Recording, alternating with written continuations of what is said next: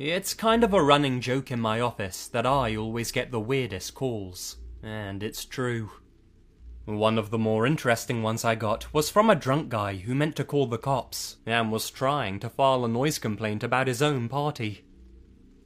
While some of my calls can be pretty strange, they're usually fairly tame. I've been pretty lucky, because I haven't had too many disturbing or sad stories to tell from my years working as a 911 operator. If you're looking for something like that, I can point you to several of my colleagues, because, unfortunately, there's no shortage of those in this industry. The call that particularly sticks in my mind is one that I had about a year or two ago. I can honestly say it's one of the most frightening experiences of my life, and I think it's going to stick with me forever. It had actually been a fairly slow afternoon that day. I know it sounds kind of insensitive, but if you're not taking a call, this job can get pretty boring. I got stuck covering my friend's evening shift, and I didn't expect things to get more interesting. I was counting down the minutes until my shift ended, when a call came through my line. I put my headset on and ran through the usual script. 911, what's your emergency? I think there's someone in my house. The voice sounded like it belonged to a young child. My heart sank. Calls from children were always the worst. We're trained to get as much information from each caller as possible. This makes it easier to more fully understand the situation, as well as figure out which emergency service to dispatch. What's your name, sweetie? I keep my voice calm and upbeat. There was no need in scaring them any further than they undoubtedly already were. Elizabeth, she said softly. I think she might have been crying. That's a beautiful name. Even though I didn't show it, I was beginning to get nervous.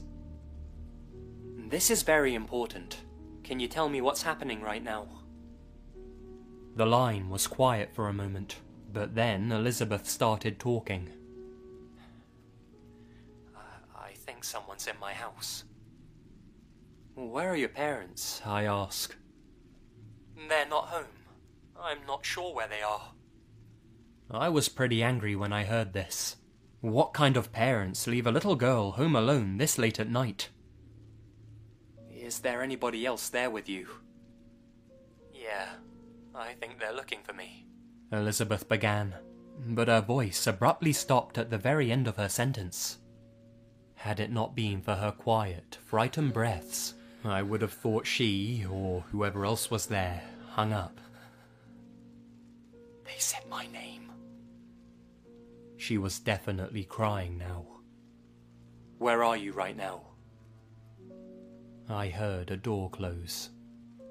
In my parents' closet. She spoke a little louder now, probably thinking that the intruder wouldn't be able to hear her from in there. I hoped she was right. I was glad that she knew to hide. A lot of kids freeze up in dangerous situations like this, especially if their parents or an older sibling aren't there. I asked her for her address, which she gave to me, but for the sake of privacy, I'll only say that Elizabeth's house was in a fairly nice neighborhood in my area, and it wasn't far from the police station, which was very helpful. Elizabeth, just focus on my voice. I need you to try and relax. I'm sending the police to your house right now, and they should be there in about 5 minutes. Can you hold on until then? Even though I would usually try to get a little more information about the intruder, I always tend to err on the side of caution when children call 911. I'd much rather send someone and have it be a false alarm than risk their safety. Elizabeth didn't answer my question, and it took her longer than I was comfortable with for her to respond. When she did, it was only one word. Listen. I heard the phone crackle as she brought it away from her ear and held it out in front of her. At first, I didn't hear anything, but as I focused on the background noise, I noticed a lot of whispering. I couldn't tell what they were saying, but it definitely sounded like it was coming from more than one person. I hoped the police would get there on time. As much as I help people with my job, and as many lives as I've saved, it's always so frustrating that I can't do anything myself other than wait and talk. Elizabeth's voice came out in hushed sobs. "He's coming up here. Please help." "The police are almost there. I need you to be quiet so he doesn't hear you. You're gonna be okay, sweetie, I promise." She seemed to calm down a bit.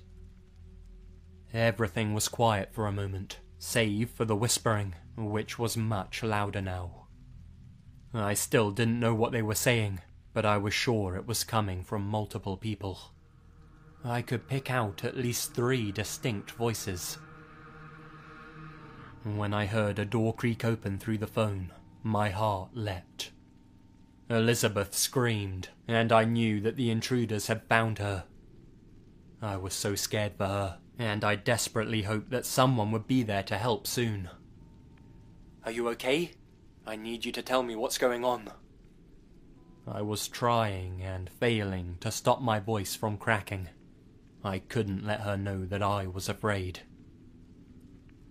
"There's a man," Elizabeth whispered. "He has really long legs and a really big smile." My imagination was running away with me. I pictured this poor girl, alone in the closet, as an impossibly tall man towered over her. I heard another bang coming from somewhere in the house, and someone yelling, "Police!" Thank God. I could hear Elizabeth crying as the whispers intensified. I still didn't understand how she only saw one person. There had to have been more than 4. "He isn't touching the floor." The line cut off. I frantically tried to re-establish the connection, but no matter how many times I tried, I was met with only silence on the other end. I would like to close with a message to any parent hearing this. Please, please don't leave your young children home by themselves. I haven't heard anything about Elizabeth or her family in the year since this happened. The police only found the phone.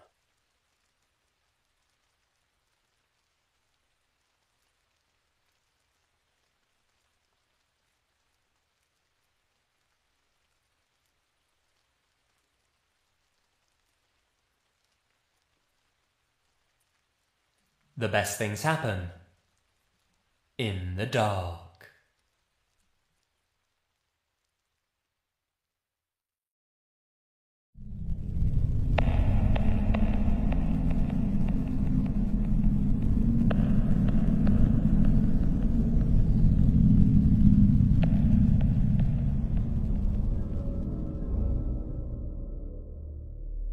Sleep paralysis. A phenomenon in which the body is frozen in a state of sleep, but the mind remains fully conscious of its surroundings. A person is able to move his or her eyes to look around their room, but are completely unable to move the rest of their body. Though only a small percentage of the population can be described as frequent sufferers, at some point in each of our lives, there is a chance that, without warning, we'll suffer from an episode of sleep paralysis ourselves, and be plunged somewhere between our dream and reality. There are ways of inducing sleep paralysis, though this is not recommended for the following reason. Though sleep paralysis isn't dangerous by itself, for many, these episodes are frequently accompanied by extremely realistic hallucinations that seep in from our dreams.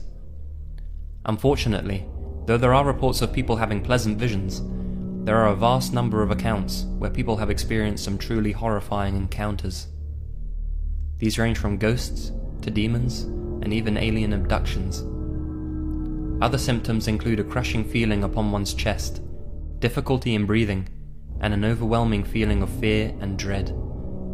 These experiences feel so realistic, they can have a psychological impact on the sufferer's daily lives, and in some rare instances, harmful physical reactions. Here are but a handful of true stories experienced by those unlucky enough to be visited by these dream spectres.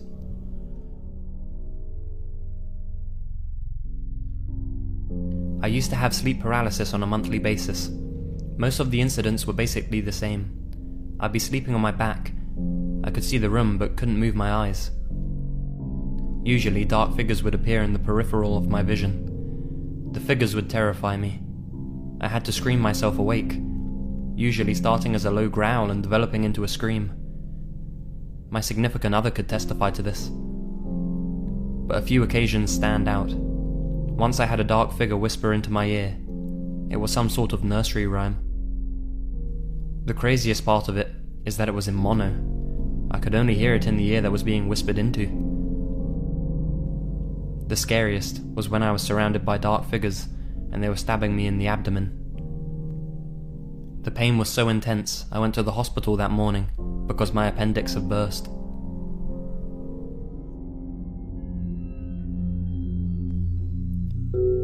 Sleep paralysis for me, apart from the obvious paralysis part, is usually accompanied by sheer, unimaginable terror. It takes different forms, but it tends to be a pitch-black creature of some sort, and all I can say is it's 100 times more terrifying than anything you could imagine while you're sitting there fully awake and conscious. You imagine and visualize this thing, which you have no escape from, and there's nothing you can do apart from hoping it ends soon. Also, you might try and move or speak, but you never really know if you're doing it in real life or in this semi-dream state. It takes a tremendous amount of effort either way. I remember once waking up in sleep paralysis and trying to call to someone, and hearing my brother on the other side of the door ask me if I was trying to talk to him. My brother doesn't live with me, but it seemed absolutely real at that moment.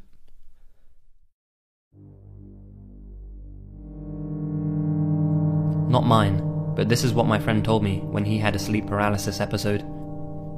He woke up but noticed his body couldn't move, so he just sat there looking forward. He started hallucinating because he was half asleep. He sees a weird man hobble into his room and next to his bed. He can't see him anymore because he's in the blind spot next to the bed. After waiting in fear for a few minutes, he pops his face right in front of his head, and he's covered in blood.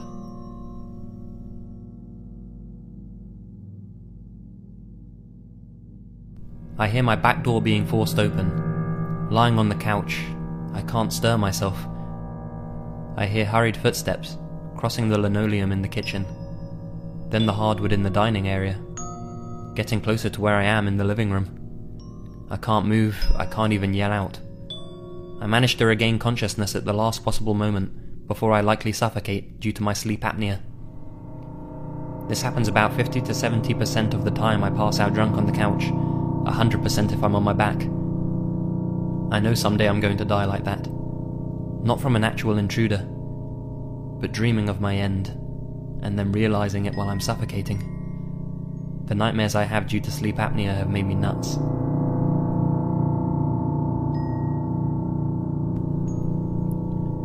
I have a few different sleep paralysis demons, and one sort of sleep paralysis guardian angel. The demon ones are usually shadowy figures standing over me or by my bedroom door. The worst one was when I was lying on my side with my back to the bedroom door, and it felt like someone got into the bed behind me. Under the covers, they put their arm around my waist. Then it felt like they were cuddling into me, and I could feel their breath on my neck. It felt like they had cuddled me for about half an hour. All this time I'm trying not to show that I'm panicked because it feels like I'm getting cuddled by a skeleton with claws. It was only about the second, maybe third time I'd had sleep paralysis, so I nearly have a heart attack, when it feels like this thing's moving in closer to kiss me behind the ear. Worst of all, it whispered, "Not yet. You're not ready yet. I'll come back when you are." To me it sounded disappointed and excited. It felt like it was silently telling me that it was coming back when I was about to die. This scared the fucking shit out of me. My sleep paralysis guardian angel was a weird experience. I'd been getting sleep paralysis on and off for about 18 months by this point, so I could usually tell straight away when it was happening. At first I thought this was the usual demon thing beside my bed, but when I looked properly I realized I could see a man kneeling next to my bed, smiling at me. It wasn't a creepy smile, more like a parent coming in to check on their kid.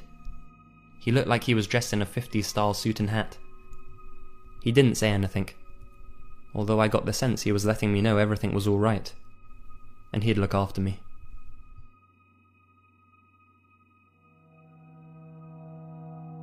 I would usually only have this happen to me a few times, but lately it's happening every night.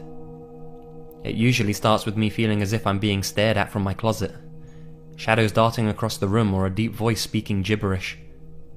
After this I break out into a sweat and can't move at all. After a while I feel a heavy weight on my chest and arms, as if someone is sitting on me. Then I feel freezing cold hands start to choke me.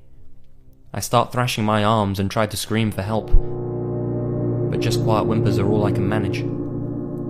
This happens almost every night now, even during the day when I nap. I swear one time my pillow was being used to suffocate me with. I rarely sleep because of this occurrence. I'm new to this thing, or sleep paralysis, and it's scary since I can't break free.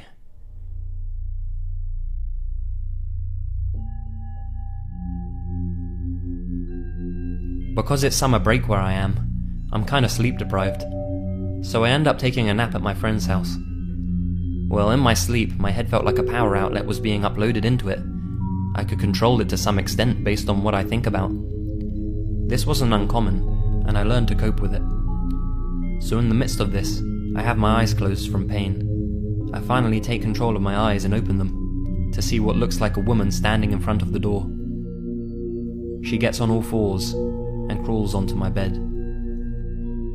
She was hideous. It was like she was decaying right in front of me. She slowly and lightly rubbed my cheek, but slowly became fastly, and rubbing became clawing, and it gets cloudy from here, but from what I remember, she fucking reaches into my chest and rips my heart out. It felt so real. I started forcing myself to move and I woke up screaming. My friend burst into the room. I simply told him my story. I was physically and mentally shaken.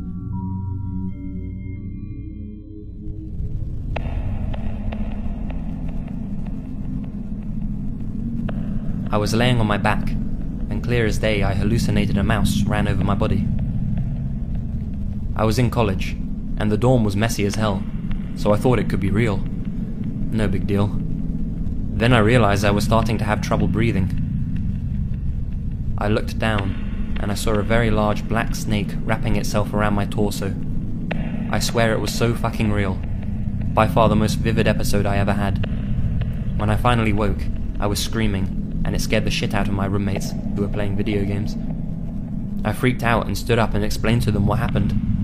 They looked at me like I was crazy. I used to kind of like sleep paralysis, but no more after that one. Now when I feel it coming on, I force myself to wake up.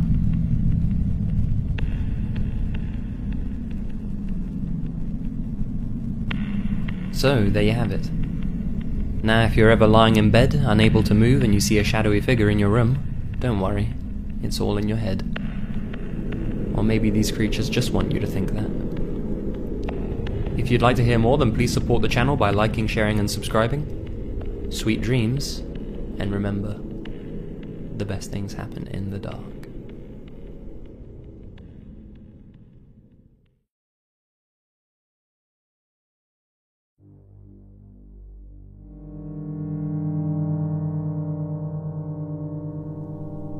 Over 10 years ago, I used to live in a peninsula in Norway. It was idyllic actually, as we, my sister, my mum and I, lived within walking distance of a beach. We had a short and incredibly narrow driveway that led to the house, and the only window in the house facing the driveway was my bedroom window. I was about 9 or 10 at the time when the incident happened. I was in the living room watching a show on Jetix. I think it was around 6 or 7 PM, as it got dark pretty fast at this time of year. I had been sitting there for hours when my mother told me to go to the bedroom and watch TV as we were having guests over soon. I grabbed my things and went inside my room. I remember the room felt really cold, so I turned on the heater and went back out to the living room to get some candy or something like that. On my way out of the door, a sudden feeling of dread washed over me, and I had this feeling that someone had been watching me. I don't know how to explain this feeling, but it was as if I subconsciously could see someone outside my window from the corner of my eye, but didn't really realize it until I grabbed the door handle. I turned around quickly and glanced at the window. Nothing. I felt really stupid and brushed it off as me just being paranoid or dramatic. I got my candy and went back into my room. The first thing I noticed was that my bedroom window had been slightly opened, and I don't remember opening it. I figured maybe my mum did it. Suddenly I heard some sort of scratching from outside my window, and this time I froze still. I couldn't process what was going on. There was a person outside my window. His face was glued to the glass, and he was holding his hands on each side to get a better look inside my room. As the window was quite far up when standing outside, I could only see his head. For a brief second, I thought maybe he was one of the guests that my mum was talking about, but I had never seen him in my entire life. He was just staring at me. I couldn't move, or maybe I could, but I didn't want to. I was just too scared. He looked like he was in his 40s, and I remember him having really dark circles under his eyes. He just stood there for what felt like an eternity, and then suddenly widened his eyes and continued to stare. This scared the crap out of me, and I managed to shout, "Mum!" The man panicked and disappeared quickly. As I was in the middle of telling my mum that this man was standing outside my window, our doorbell rang. My mum answered the door and wouldn't let me out into the hallway to see who it was. I just remember her looking really uneasy when she came back. A few months later, the same man was arrested and charged with murder after his neighbour complained about a horrific smell coming from his apartment. The police discovered the decomposing body of a 13-year-old girl in the attic who had been murdered by him. She was last seen in her bedroom and had been missing for several days. After all these years, my mum told me what the man said at the door. He told her that someone had ordered takeout and he wanted to check if it was the right address. This being a small peninsula, she recognised him from a small vegetable shop and realised he was lying. She got scared and quickly told him that no one had ordered anything. A year later, we moved to the city, and only now I fully understand why. I truly believe that if my mum had not been there, I would not be alive today. Sometimes I feel guilty for the girl's death, and wonder if she would still be alive and well today if I had been taken instead. Update. The user found an article about the case, but since it's in Norwegian, he has linked a picture to the person instead.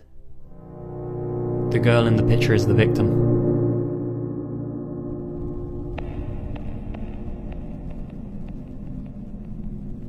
Amanda is my brother's girlfriend.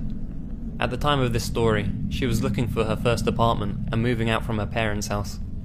Her and my brother didn't want to move in together since they had only been dating for a few months. She opted instead to search for a roommate online. Browsing Craigslist, she found an ad titled something like "Roommate Wanted, Females Only." This sort of thing was common since the area she was looking in was mostly young professionals. The listing was for a room in a house for about $225 a month, which was quite cheap compared to most places listed. The occupant listed herself as a 23-year-old college student that wasn't comfortable with living with any males. The other roommate would have their own room and attached bathroom. So far, Amanda was into this place. However, the listing only had a single photo from outside the property. Amanda sent an email wanting to meet the occupant and tour the house. Within 30 minutes, she received an email back with all the details in time to stop by.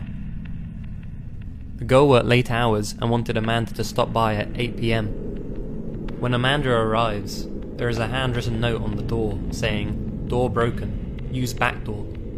Walking around the house, it looks nice but slightly unkempt.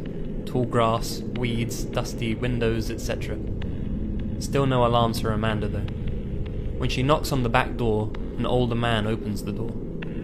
At first, Amanda thinks she has the wrong place, but the man reassures her and says that the occupant was out, and he was the landlord. The occupant asked him to meet Amanda, since she was working late. He seemed pleasant and offered to show her around. Alarms start going off, but aren't at red alert yet. First, the guy was clearly in his 40s, unshaven, and looked like he lived in his car. Also, only the kitchen light was on. As they walked around the house, Amanda noticed one huge red flag. No furniture. Nothing. The landlord was polite about answering questions, but seemed irritable to keeping lights on for too long. rushing her around and only letting her look at her room for a few moments.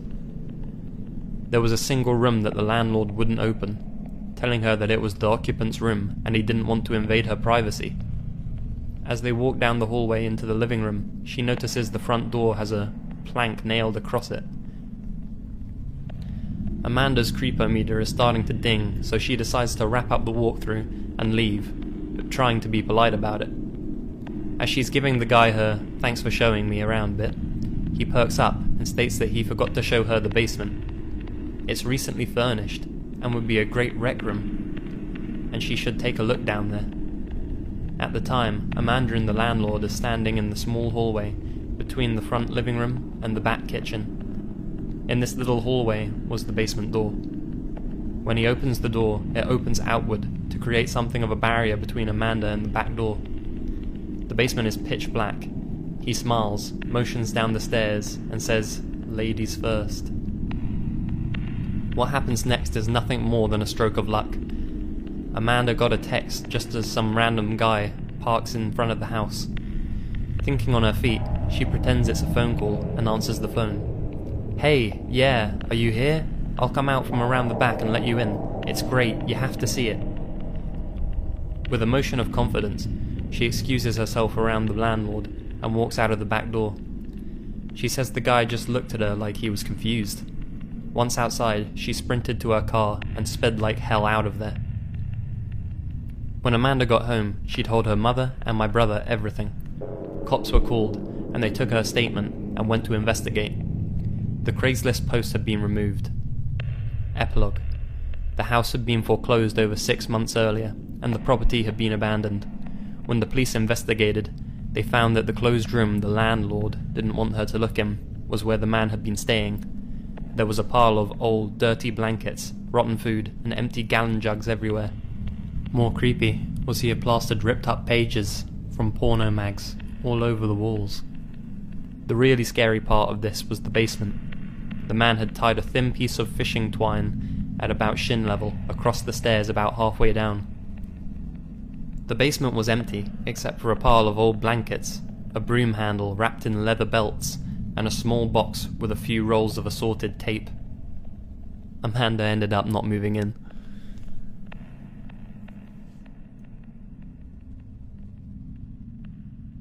Junior year of high school, my parents got a job offer out of state, and so I was forced to move across the country. I started a new school late into the academic year, and had a hard time fitting into the new school. All I wanted was to make a friend, but was too shy to talk to anyone. It was around this time that my friends left MySpace to join Facebook, so I did the same to keep close with them.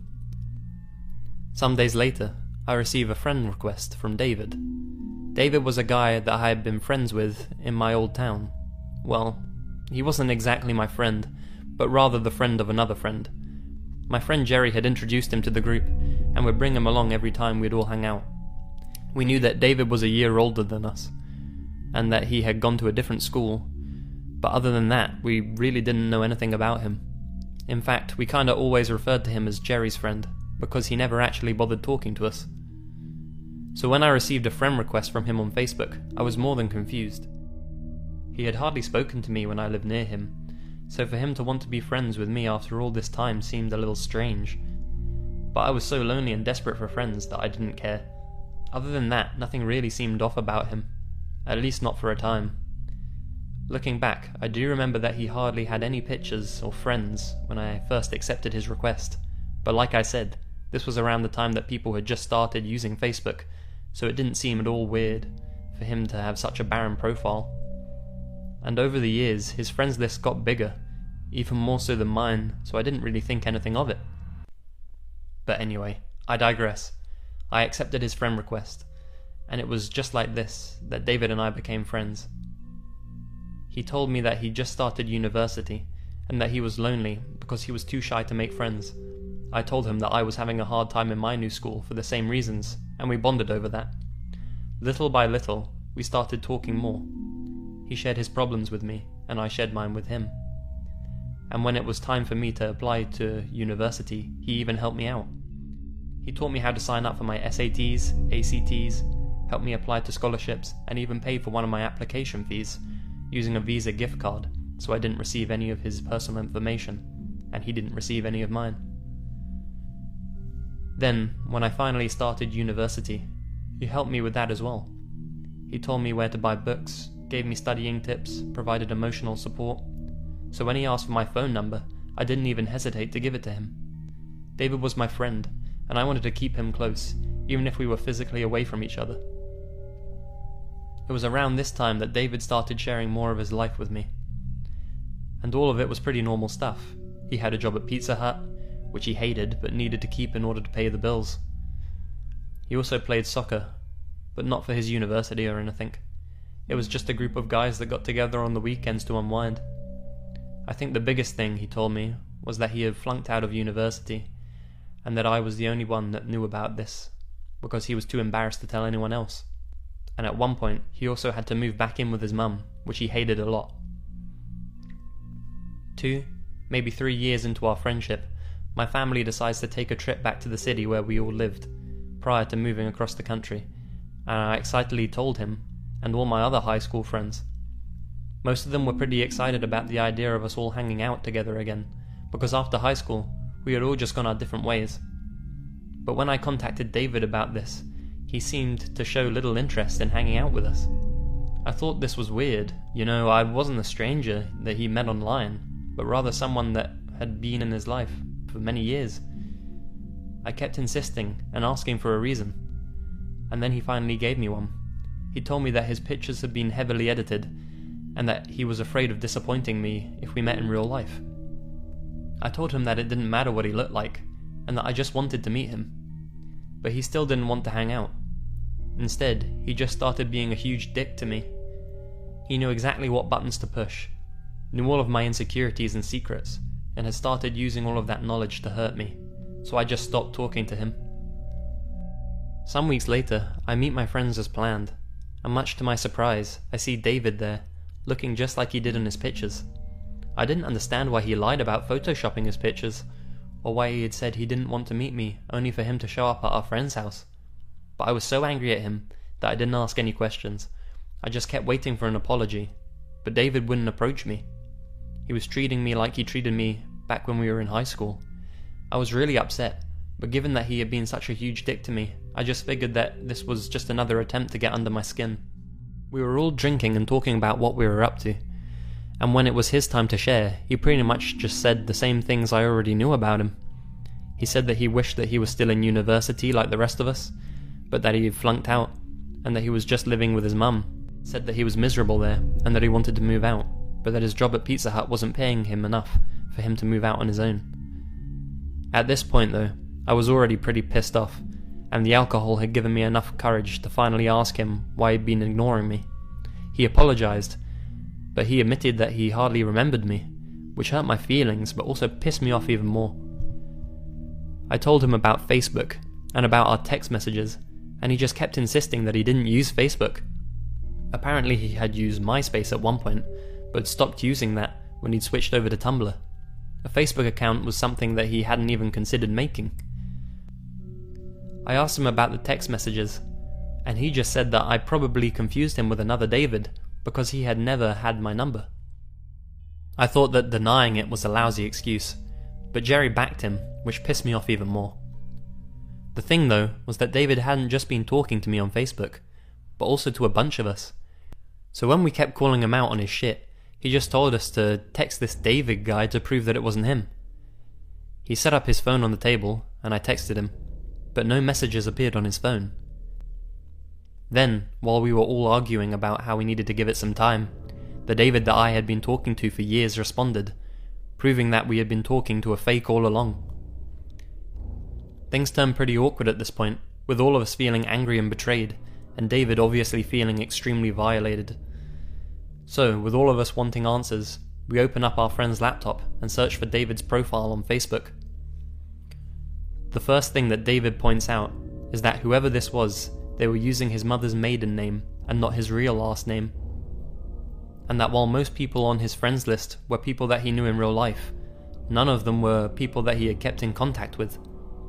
His display picture was also of a dog, which he owned years ago, but that had since died, just like the fake David had told me. All measures that, looking back, I'm guessing were used by this person to keep David's close friends from actually finding him on Facebook.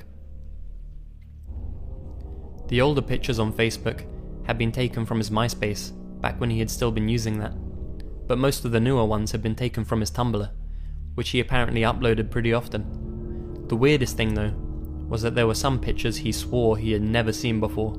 These were all pictures of his soccer games, taken from the audience, which the fake David had said his brother had taken. The real David said his brother never went to these games, neither did any of his family members or friends.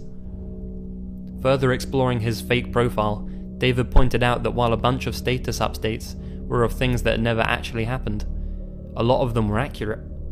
Whoever this person was, they had been watching David for a long time. They knew his schedule, knew what movies he went to, knew what ice cream flavors he liked, knew his favorite bands, knew practically everything about him. We did confront the fake David, but he never answered the text messages and instead deleted the profile before we had the chance to examine it any further, so we never did get any answers. I don't know why that person pretended to be David for such a long time, or why they even did it in the first place. All I know is that I felt extremely violated for having shared so many private details of my life with him. And of course, I also felt a great deal of pity for the real David. I wondered for the longest time how this person found him, and how they managed to learn so many private details of his life. Then, a few months back, my mother calls me, saying that she found a profile with her name, but with my pictures on it. My middle name is my mum's first name, something that very few people know.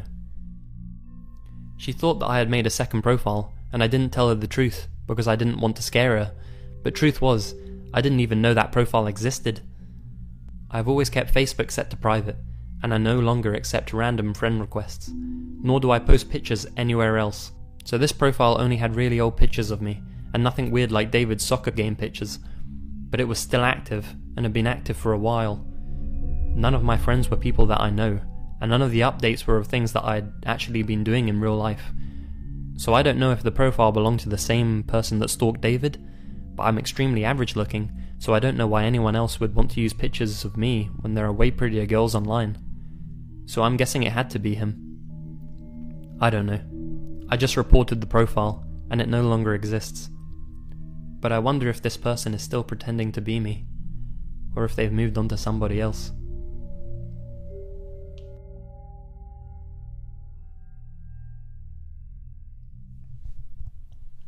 It's funny how things process differently when you're young.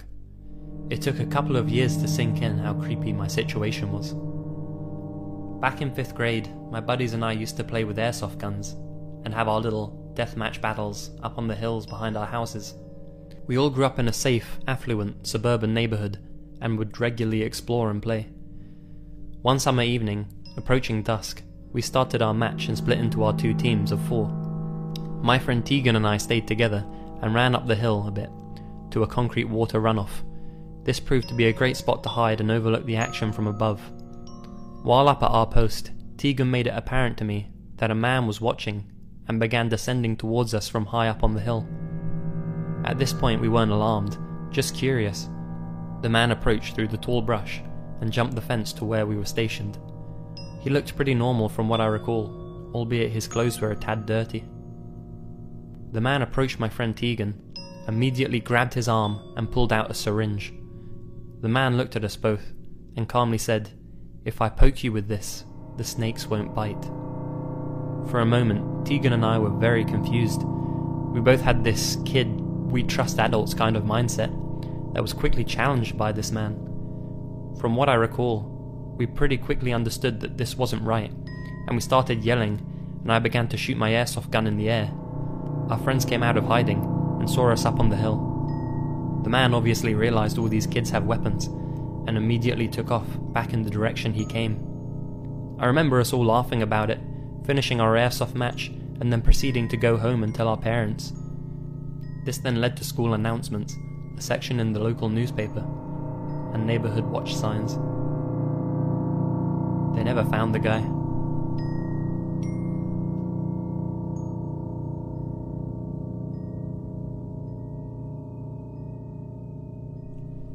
My boyfriend's mum is 43 now.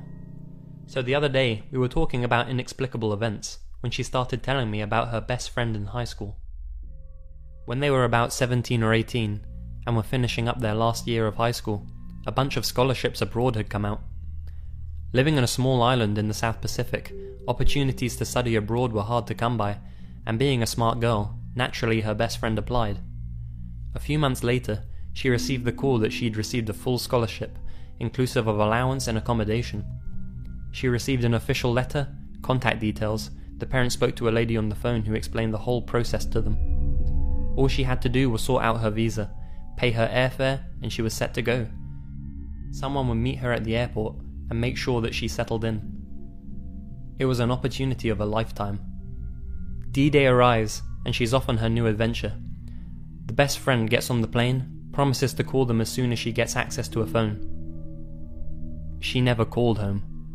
They tried contacting the lady they'd been speaking to over the phone. The number didn't work anymore. The family contacted the university she had received the scholarship to. They had never heard of this girl. She wasn't enrolled in any classes.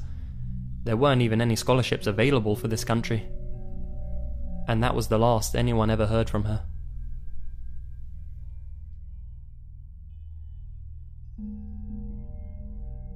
This happened last year while I was broke and struggling to make ends meet.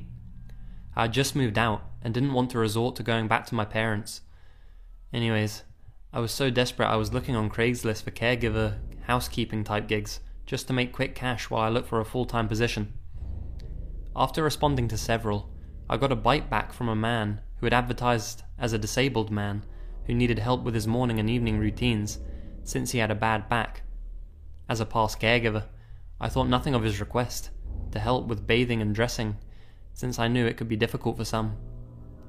After chatting on the phone and coming to the conclusion he was a nice and normal guy, I proceeded to head over to his townhouse late one night to help him with his nighttime routine. He lived a bit out of the way from me, but I was desperate and didn't mind. He even said I could spend the night, since he needed me in the morning anyway. Once I got there, he was a decent looking man in his late 30s or early 40s with a cane. He paid me $200 up front for the expected nighttime and morning routine the next day.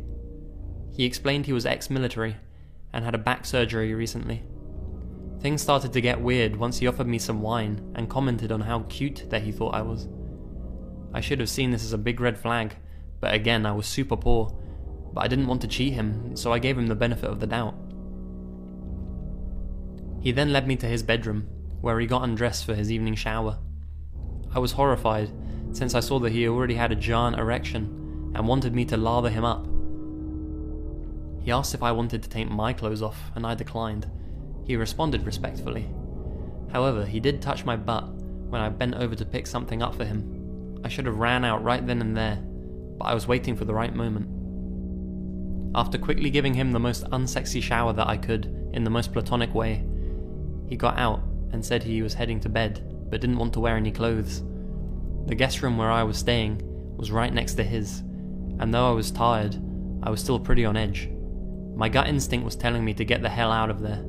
The issue was, we were on a 3-story townhouse, and we were on the top floor, and he had installed baby gates on each floor so his cat wouldn't run away.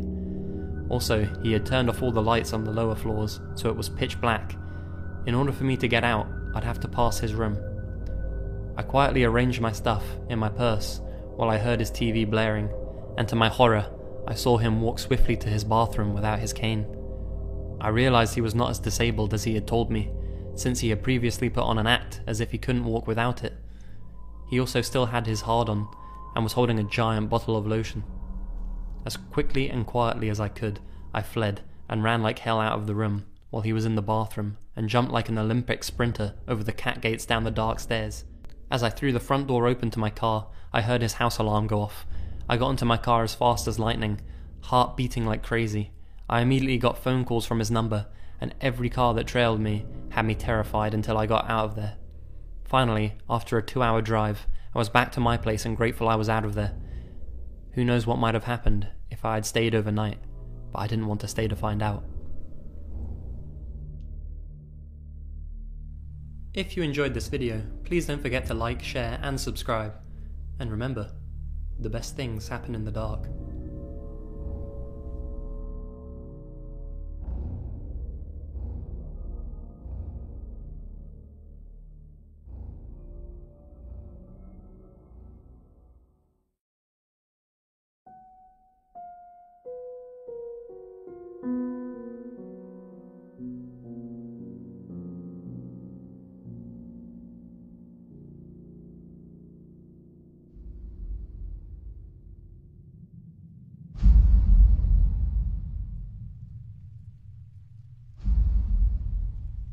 Zombie Road. If its name alone makes you want to stay well away from the place, then its reputation as being one of the most haunted spots in Missouri will make you want to keep at least 2 states' distance.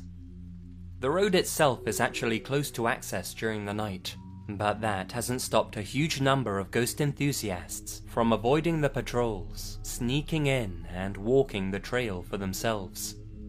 Emphasis on walking, since it's effectively impassable by car nowadays after falling into disrepair. The 2.3-mile trail takes you through a supposedly haunted forest, and pretty much everyone who grew up in St. Louis has heard about the staggering amount of ghost sightings there, along with a whole host of other paranormal experiences. Accounts from people who have entered it are strikingly similar. They're consumed by an overwhelming sensation of dread and feel like they're being stalked whilst walking the trail. By this point, the majority of explorers turn back, but those brave enough to go deeper often report the sounds of footsteps following them, and strange figures standing at the edge of the woodland, watching them as they pass through. The history of the forest itself is a rather horrific one. Railway workers who helped construct the tracks on the road years ago often died due to hazardous working conditions. Some believe that the figures in the forest are the dead railway workers who rise from their graves at night to wander the woods. The woods are also filled with dilapidated shacks, abandoned and left to rot. One in particular, at the end of the trail, is said to be the home of the Screaming Woman, the ghost of an elderly lady who screams at those who pass by. Multiple hikers have reported seeing her, standing in the doorway of the shack, crying out to them. When they go to investigate, they find that there was never anyone there to begin with. Some have even claimed to hear old-time music playing in their ears as they pass through. There are so many legends revolving around Zombie Road and the surrounding woodland that it's impossible to go over all of them in this video. But it's safe to say that many of those who go to see if the legends are true really wish they hadn't.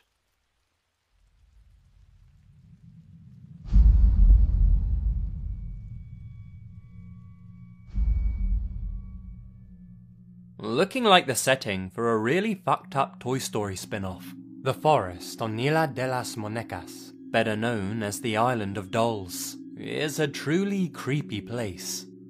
There are literally thousands of terrifying dolls hidden in bushes, as well as hanging from trees and nailed to walls.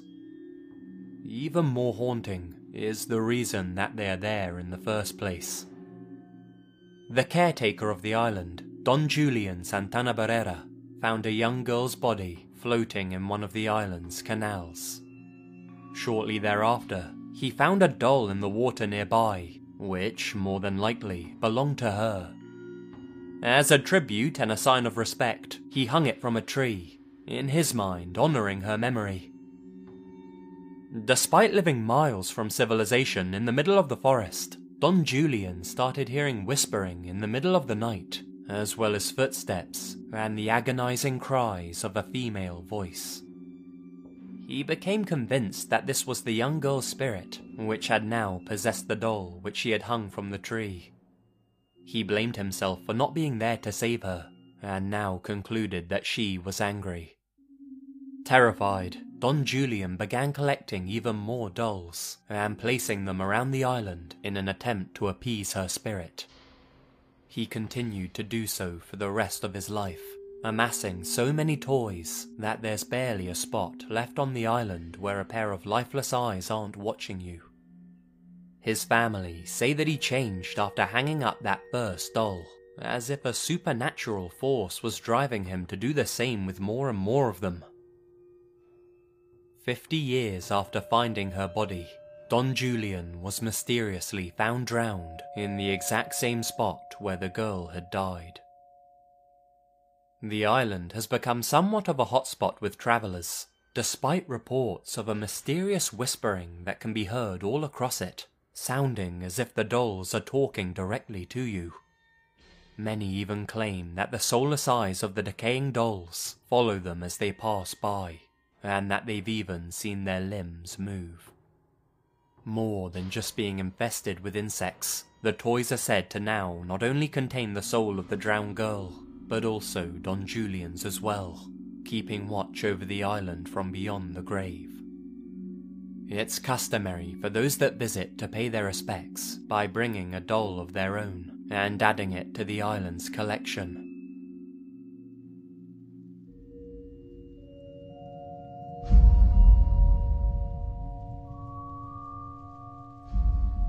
Dow Hill Forest in Karsang, India, has a very bleak backstory.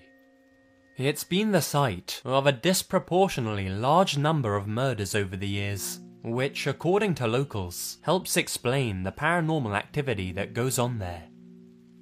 The Victoria Boys' School can be found at the edge of the forest. During the 3 months of the year when the school is closed and completely empty, explorers and ghost hunters that have entered the building have claimed to hear footsteps echoing through the corridors, alongside wailing cries and distorted laughter. These noises continue to follow them as they leave the grounds and exit the woods. But that's far from the worst part. Deeper in the forest, there's a section known as Death Road, with a very unsettling legend attached to it. Should you find yourself walking down this stretch of the woods, you may encounter the headless corpse of a young boy following you down the road. If you only hear his footsteps behind you, then count your blessings and don't turn around.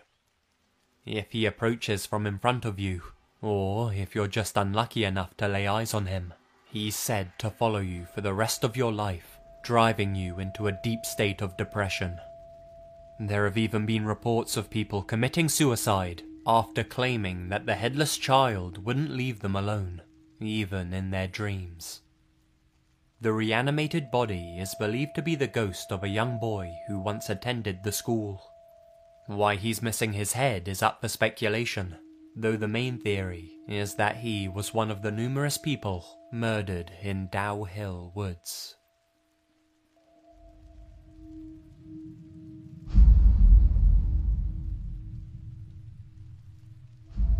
My home country has more than its fair share of supposedly haunted locations.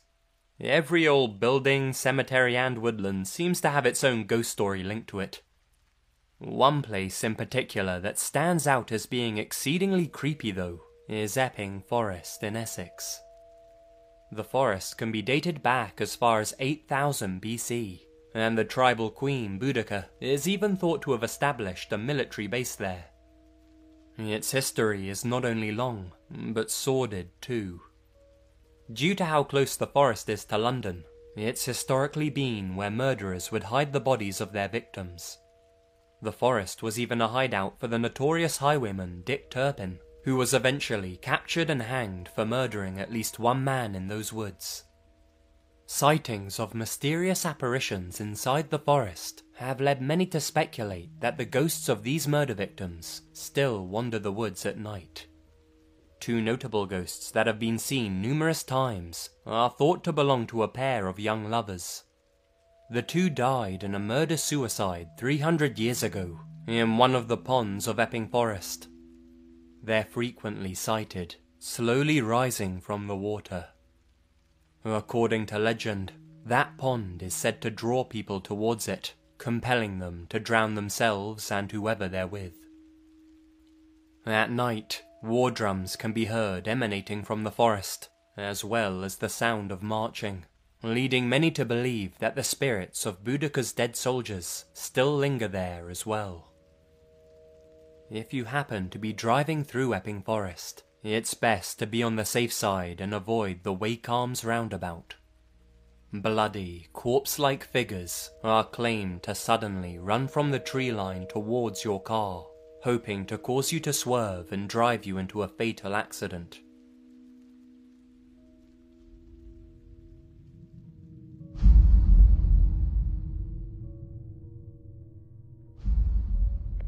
At the foot of Mount Fuji, you'll find the infamous Aokigahara Forest. If you ever go there, the first thing you'll be met with are signs with messages such as, "Your life is a precious gift from your parents." That's because Aokigahara is the second most popular suicide spot in the world, where hundreds of Japanese people go to end their lives every year.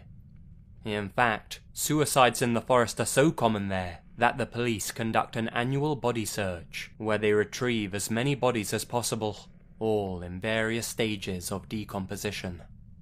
But worse than being one of the officers during these searches is being one of the forest workers stationed there. Should they discover a body, they're tasked with carrying it back to the local station and placing it in a room that exists solely to store suicide corpses. The workers remain adamant that if left alone, the bodies of those that died in Aokigahara scream during the night. Some of them have even claimed that they've seen the bodies moving around aimlessly, allegedly in search of company. To appease their souls, the workers play a game known as Junken to see which one of them will have to sleep in the same room as the bodies. The forest is large, and due to how easy it is to get lost, many of those who go there to die bring tape or string with them.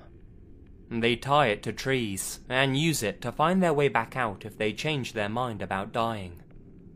Forest workers who follow this tape or string will almost inevitably be led to a decomposing body hanging from a tree. Even before these woods became Japan's most popular suicide location, its history was dark. In ancient times, when food was scarce, people who became a burden on their family were taken to the forest and left to starve. The spirits of these abandoned people are said to wander the forest at night, and as such, these woods have become quite notorious amongst the ghost hunting community. I've left a link to a documentary about the forest in the description. Feel free to check it out if you'd like to know more about it.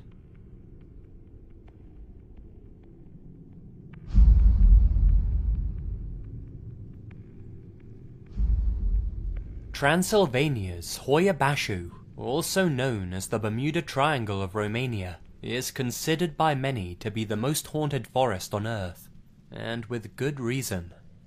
Not only are there an immense number of supernatural stories about the woods, but even the vegetation itself appears corrupted. The trees grow in a particular fashion unlike no other, and many of their branches and stumps are inexplicably charred. There's even a mysterious patch of land in the heart of the forest, shaped in an almost perfect circle, where nothing at all grows. The soil's been analysed, but the results concluded that there's no reason why plant life shouldn't be able to grow there. Feelings of anxiety, extreme migraines, and the sensation of being watched are all reported from those who enter. Things get stranger though, when some even return with unexplainable burns on their skin. When you're deep enough in the forest, it's reported that everything will suddenly become eerily silent around you. This silence will then be broken by the sound of female voices giggling. Sightings of apparitions are also commonplace. More than just ghost experiences, Hoia Baciu is well known for another type of encounter. In the 1970s, the forest became infamous after a large number of UFOs were allegedly sighted there. Mysterious bright lights have also been witnessed emanating from the woods, leading many to believe that the strange happenings there are extraterrestrial rather than paranormal. Perhaps the creepiest thing, though, is that there are stories of people experiencing missing time. Allegedly, a young girl went missing in the forest, only to emerge 5 years later, wearing the same untarnished clothes that she was wearing when she went missing, and believing she had only been gone for an hour. The forest itself is even named after a farmer who entered the forest with a flock of 200 sheep. He never re-emerged, and no traces of him or his 200 animals have ever been found. They simply seem to have vanished from existence. As such, some people believe the forest to be a portal to another dimension.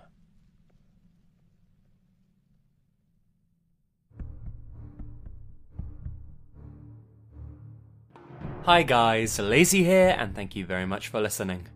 I haven't been making as many videos as I'd like to recently because I've got so much stuff going on back home. But hopefully very soon I'm gonna be able to start uploading more regularly. Just like the good old days, eh? And yeah, if you enjoyed this video, then make sure to do some naughty things with that like button. And I'll have some more stories coming for you guys very, very soon. Until then, stay spooky. And remember, the best things happen in the dark.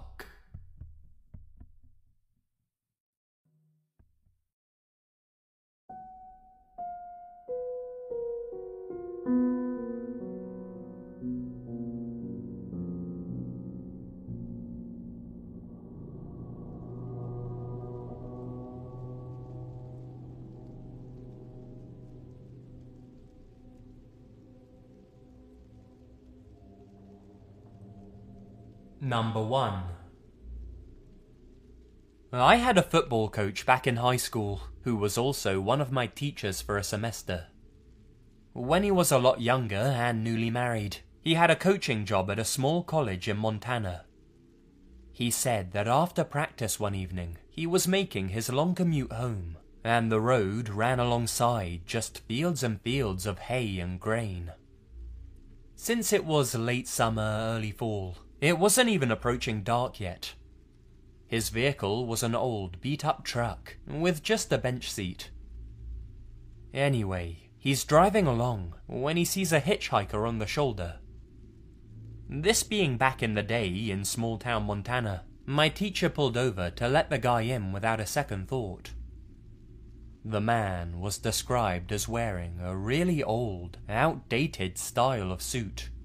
Not quite a zoot suit, but styled in a similar baggy way. He also had a big, stylish hat. Basically, this guy looked like he was straight out of the 40s. My teacher thought it was weird that he was so overdressed, it being so hot outside and all.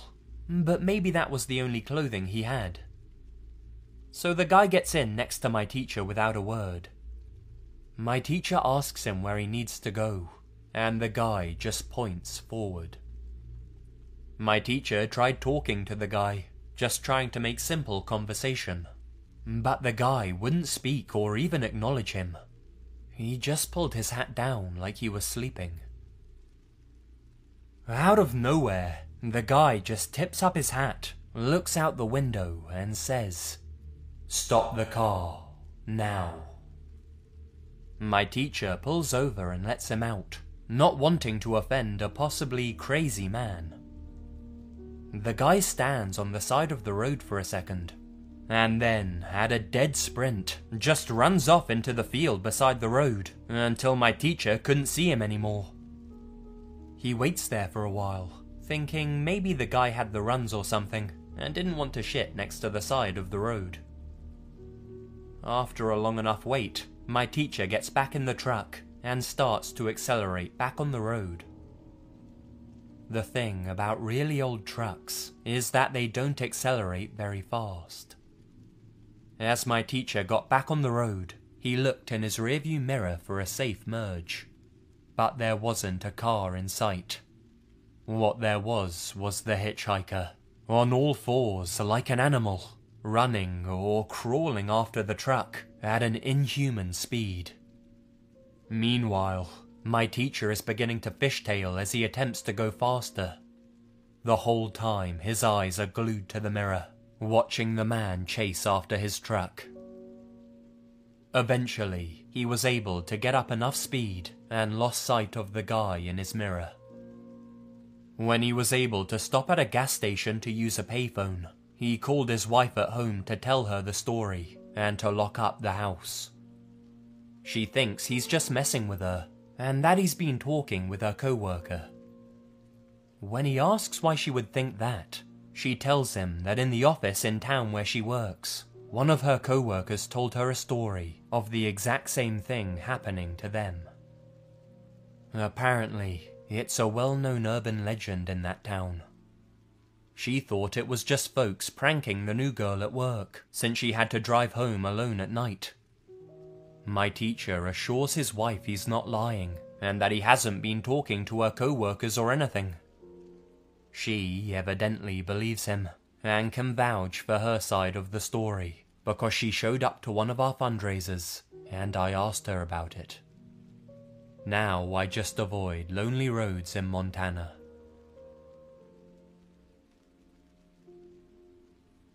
Number 2. On the little island I grew up on, there was a story of a beast that would come into your home late at night and fiddle with your kids. It turned out to be true. He entered homes at night, dressed in a rubber mask and nail-studded wristlets, attacking women and children. It went on for a period of 11 years from 1960 as the beast roamed the island. They caught the guy in 1971. His name was Edward Paisnell, better known as the Beast of Jersey. Here's a picture of him, and the mask he wore. There's even a book about him, written by his own wife. Some urban legends really do end up being true. Number 3. Recently on Reddit, there was a discussion about the creepiest urban legends from around the world. One user brought up El Silbón, known as the Whistler in English, an emaciated figure that stalks and eventually kills people, particularly men. Its presence is marked by an eerie, continuous whistle. After reading this, other users were quick to draw parallels between this and a mysterious post from another user, made 4 months ago in a thread about creepy personal experiences. The following story is the experience he shared. I've been waiting a long time to tell the full story of the Whistler. This story requires many details, but it's unexplainable, creepy, and 100% true. I also have video evidence. When I was about 8 years old, my mum and I were taking our dog for a walk through the neighborhood. We live next to a swampy, wooded area on the edge of our neighborhood in Lansing, Michigan. I remember it being very silent and slightly windy. From down in the swamp, we heard somebody whistling at us. It sounded sort of like a bird, but each whistle was so different that it sounded human-like due to the lack of consistency. The whistle sounded higher and then lower. I can't really describe it accurately. My mum had a concerned, slightly terrified look on her face and grabbed my hand, saying that we should go inside quickly. I didn't really understand because I was so young, but seeing my mum freak out like that made me freak out too. After a while though, I kinda forgot about it. 2 years later, I was taking my dog out again late at night. There's a large bush next to our front door that could easily obscure a person standing behind it. As I was finishing the walk, the whistling noise started again. The same pitch, the same inconsistency, the same human-like tones. It was identical. As soon as I heard it, a chill went down my spine as I remembered exactly the feeling of seeing my mum, terrified, looking down into the swamp at something I couldn't see. I ran inside as quickly as possible. Years went by, and I thought about it less and less. I told only a handful of people, and eventually it slipped from my mind. Fast forward to last summer. I'm 24, and I started dating my girl, Sarah. We moved out to South Dakota for work. For Independence Day, we decided to go to Pierre and watch fireworks along the bank of the Missouri River. There was a free camping spot behind a hospital where you could pitch a tent, hang out, and see the fireworks. We were near the end of the campground, and there were very few people around us. As it was getting dark, the fireworks began. They were pretty far away, so the illumination they brought was very little. We had to sit right at the edge of the river to be able to see them. A huge thunderhead was moving in, and a storm was imminent, so the air seemed electric, and the wind was picking up. The atmosphere was eerie, to say the least. The police boats herded all of the other boats off the river, and had left our area to do that elsewhere. Most of the other campers walked up the river to get a better view of the fireworks, but Sarah and I stayed back and were drinking PBR Tallboys. Suddenly, we heard the sound of a paddle methodically dipping into the water. We turned to look and saw a figure steering a canoe about 20 meters offshore. Sarah decided to go and get some more beers from the car, leaving me alone to stare at this mystery person. And then, of course, they started whistling at me. My entire body was frozen and covered in goosebumps. It was the exact same whistle from my childhood, more than a decade earlier. I looked at the figure, but it was much too dark to discern who it could be. They were wearing a hat. That's about all I could make out. When they were perpendicular to the shore, they stopped paddling, turned the canoe to face directly at me, and whistled right at me. I was so frightened I stood up, and I shouted, "Who are you?" They didn't say anything, just whistled a couple more times, turned the canoe 180 degrees, and paddled out of sight. I'm a videographer, so I already had my camera by my side, and was taking video of the fireworks. As the canoe was almost out of sight, I grabbed my camera and got a shot of them whistling as they went away. When Sarah came back from getting the beers, she was very confused as to why I was so freaked out. When I explained, she was freaked out a bit as well. I was so convinced we'd both be murdered that night. How did this whistling person follow me, after 14 years, all the way to South Dakota? Was it a coincidence?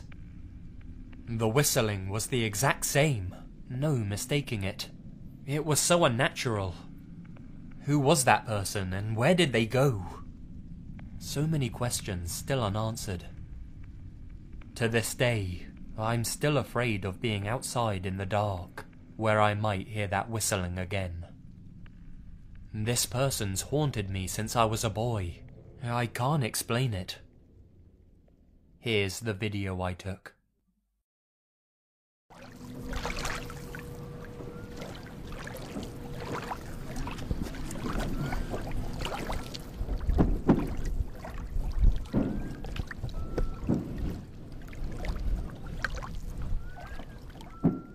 I was too afraid at that moment to point directly at the canoe, so I just turned my microphone towards it and kept a low-key shot facing down the river towards the fireworks. If you wear headphones, you can hear it better.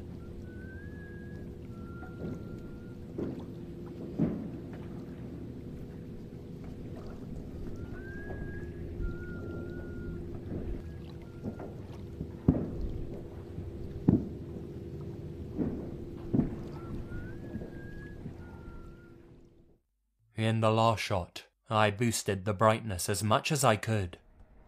You can see the person in the canoe. It looks like they're wearing a red sweater or something. I later showed my mum the video and asked her about that night when I was little. She said that she had absolutely no recollection of it. To me, that makes it even creepier.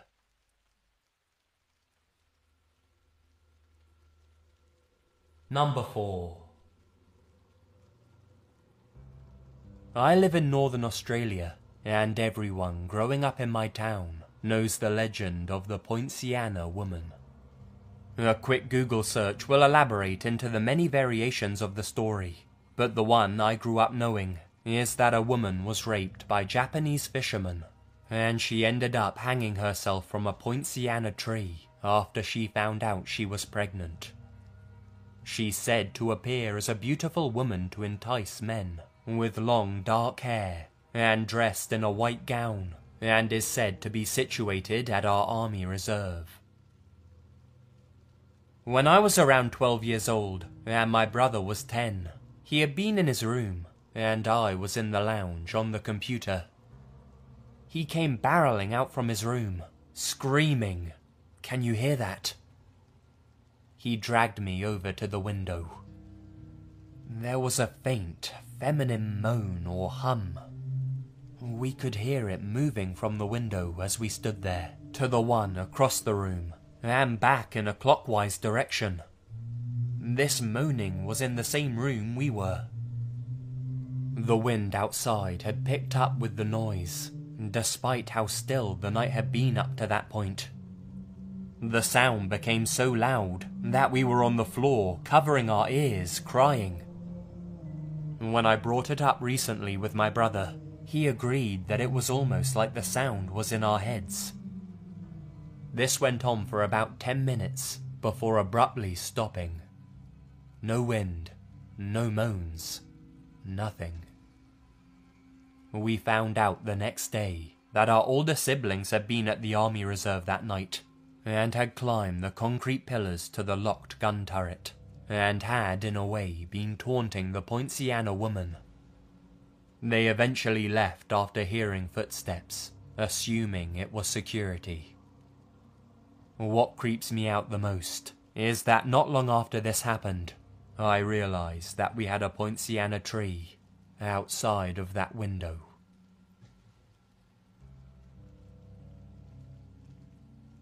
Number 5. During my 3rd year in Japan, I lived way up in the woods, north of the town I worked in.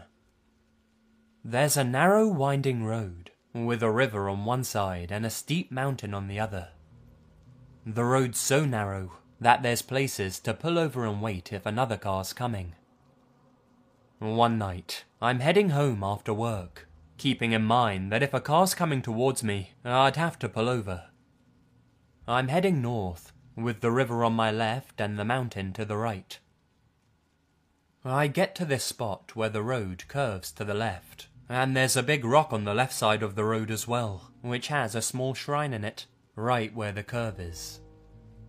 I see the car lights of a white Taurus-type car just to the left of the rock, and it's coming from the other side, so I pull over to wait for them to pass. I keep waiting for them to come around the rock, but they never come. Weird. But there are a few buildings up there. Maybe they pulled in just as the rock obscured my vision of them. I head home without thinking much about it. Later that night, I get the munchies, and the only store was back south in the main part of town. So I'm driving south this time, and I come to the same corner, and I see the same white car just past the rock shrine, coming north towards me. This time I'm by the buildings, and I pull over to wait for him to pass. But no car comes. This is really weird, because on the north side, there are places a car could disappear, but on the south, there's absolutely nowhere to go. Only a steep mountain on one side, and the river on the other. As I ease around the bend, nothing. No car to be seen. So this sticks with me until one day in October. I'm teaching a culture lesson about Halloween in the local junior high. The subject of ghosts come up, and I jokingly say, "Hey, I think I saw a ghost. Do you know the road that goes north with the shrine?" Screams of terror come from half the class, like total panic. Girls are crying, guys are shouting, and the Japanese teacher's gone deadly white. Some are literally moaning for me to stop over and over. I was floored at the reaction. It turns out that that rock was a dangerous spot on the road, but was unable to be removed due to the shrine. It was believed that removing it would offend the gods there. People freaked because there was absolutely no way I could have known about it.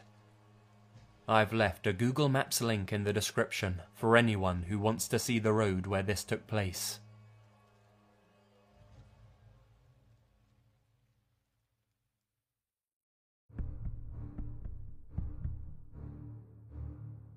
Hey guys, Lazy here, and thank you very much for listening. There's so many urban legends from around the world that it's kind of hard to keep up with them all. But I guess that's a good thing, you know, because there's so many still left to hear about. And hey, variety's the spice of life, right? So I'm not complaining.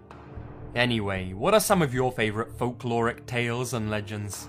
Share them down in the comments, because I'm sure a lot of people would be really interested in hearing about them, you know, myself included as well. And hey, while you're down there, why not drag your little mouse cursor over the like button and just give it a little click. Come on, you know you want to. Anyway, I'll have another video coming to you guys very soon. But until then, stay spooky. And remember, the best things happen in the dark.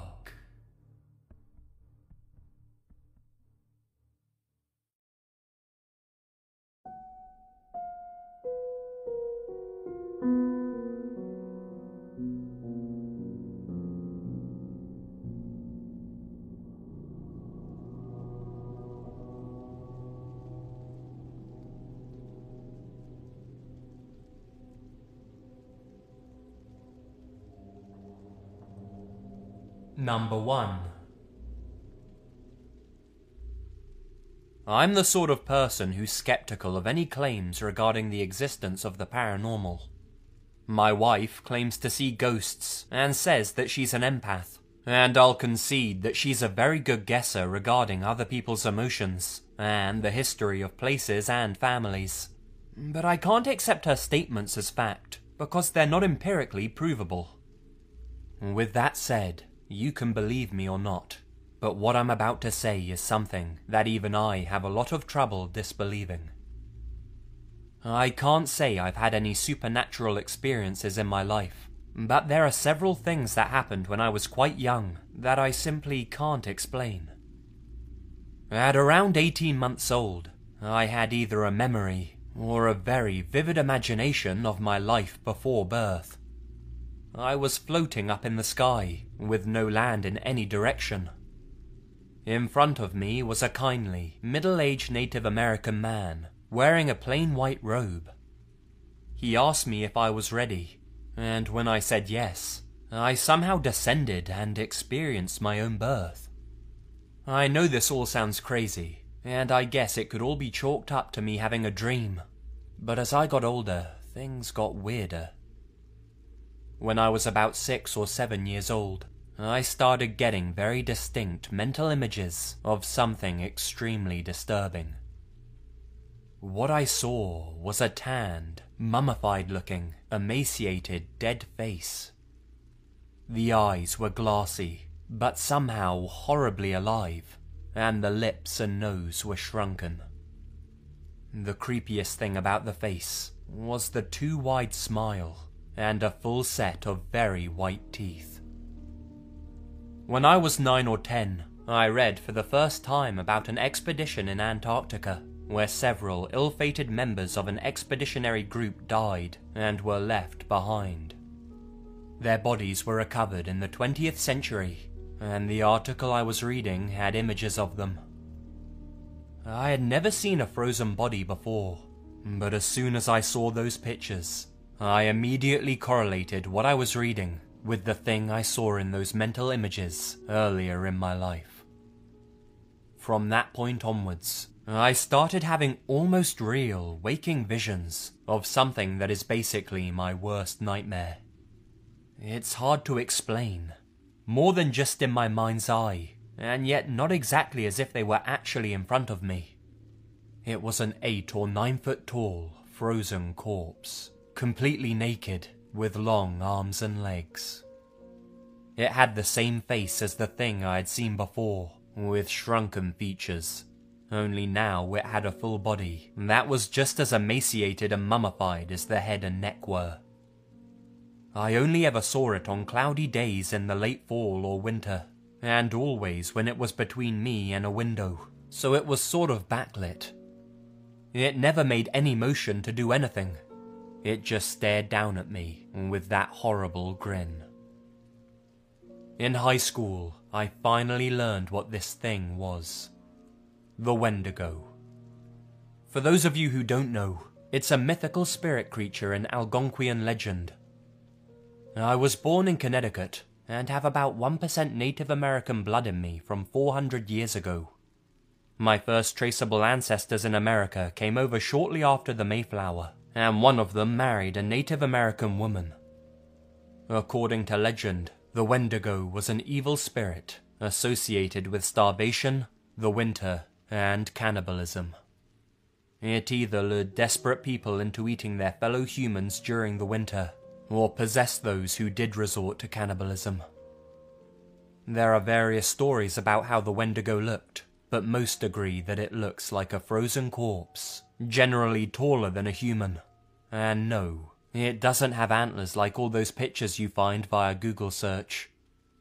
It can reportedly mimic human voices to lure the unwary into ambushes. Here's the thing. I experienced this before I even identified what the creature was, or knew anything about the legends. Only after almost a decade of initially seeing the Wendigo did I come across the description of what it looked like. I've done some further research, and all of the information I found from various sources all concurs with what I saw. So, I'm remotely linked to the Native Americans, with whom the legend originated. I've always had a deathly fear of dead bodies, especially mummified-looking ones, and I saw a creature from their stories, long before I learned what I saw matched the traditional descriptions perfectly. I was, and still am, skeptical, but even I can't ignore these coincidences. I'm also a Christian, and therefore am quite wary of claims regarding ghosts or the supernatural. But even so, this thing has stuck with me for years. I saw it earlier today, which is why I'm relaying this. Does anyone have any insight? I've considered seeking out a highly knowledgeable Algonquian person so I can figure out what to do. But I'm torn, because I also have some reservations about that from a religious perspective. I promise this post is sincere. It sounds pretty fantastical even to me, but I can't shake the feeling that this isn't just my imagination. Number 2. If the company I worked for found out I was writing this, I'd be canned immediately, so the who and where is intentionally vague. My name's T, and I deliver pizzas in a small rural town in northern Canada. The town I deliver in consists of about 25,000 people, spread out along the foothills of a large mountain range. Many people who live here are farmers and loggers and shit like that. We have a small college here too, so there's a few students from out of town living here as well. Unlike most delivery companies, the one that I work for allows people outside of the city limits to order pizza up to 50 kilometers away from our location. Our company's like that because many of the town's residents actually live out of the city limits, in the foothills where the farms are. If you're 50 kilometers away, it'll cost an extra $20. That might seem outrageously high, but believe me, people really like their fucking pizza. Obviously, this causes me and other drivers to be gone for long periods of time on deliveries. To top it off, we're open until 5 AM every night. This combination of variables has caused me to witness and be part of some really fucked up and creepy shit during my several years working here. I don't know if other drivers in different parts of the world have the same issues, but here in northern Canada, there's a lot of really creepy and questionable stuff going on. I don't consider myself superstitious in any way, but some of the things I see, I can't explain. Before anyone calls me out and says I'm the only one experiencing these things, I'm not. Other drivers and I regularly hit the bar after shifts, and some of them are really messed up over some of the stuff they've seen. I know a guy who keeps a lamp on inside of his car at night because he's so terrified of the dark after something happened to him that he won't tell anyone about. Several months ago, I want to say December, I was working a close shift, and my delivery sector was mostly the outskirts of town along the foothills and further north. Being December in Canada, there was about 6 inches of fresh snow, and only the highways and artery roads were ploughed properly. Driving the rest of the roads would be a death wish if you didn't have the right gear and experience. Luckily for me, I have an AWD car, studded tyres and chains in case things go really south, and I'm one of the more senior drivers. Being one of the few people with an all-wheels drive car, I was requested to take another pizza to the edge of our delivery range. Since the weather was so shitty, I called the number on my slip to confirm the address and to check that they still wanted the pizza. Getting the okay from what seemed like a cheery old lady, I set out down the highway. Just after I left the city limits, I noticed something alarming. All of the lights, including the street lights, were out. Assuming a power outage due to the storm, I give my boss a call to confirm it. He confirmed that it was indeed a sector-wide power outage. I attempt to give the lady I'm delivering to a call. Hey, this is your delivery driver. I'm noticing there's a power outage and was wondering if you still wanted the pizza despite these terrible conditions. She said that she did, and that she had a backup generator powering her house, so it'd be hard to miss. Knowing that I'd hooked a substantial tip, I put my blinker on and continued back down the highway. One thing you need to understand is just how dark it was. With it being later than midnight and not a single light on, the only things illuminating my way were my subpar headlights. On top of that, it was snowing quite heavily. For reference, my field of vision looked exactly like this. If my car were to die, or my headlights were to go out, I'd be completely fucked. About 10 kilometers down what I can only assume was a dirt road underneath the mountains of snow in the middle of nowhere, I came across a car in the middle of the road with its hazards on.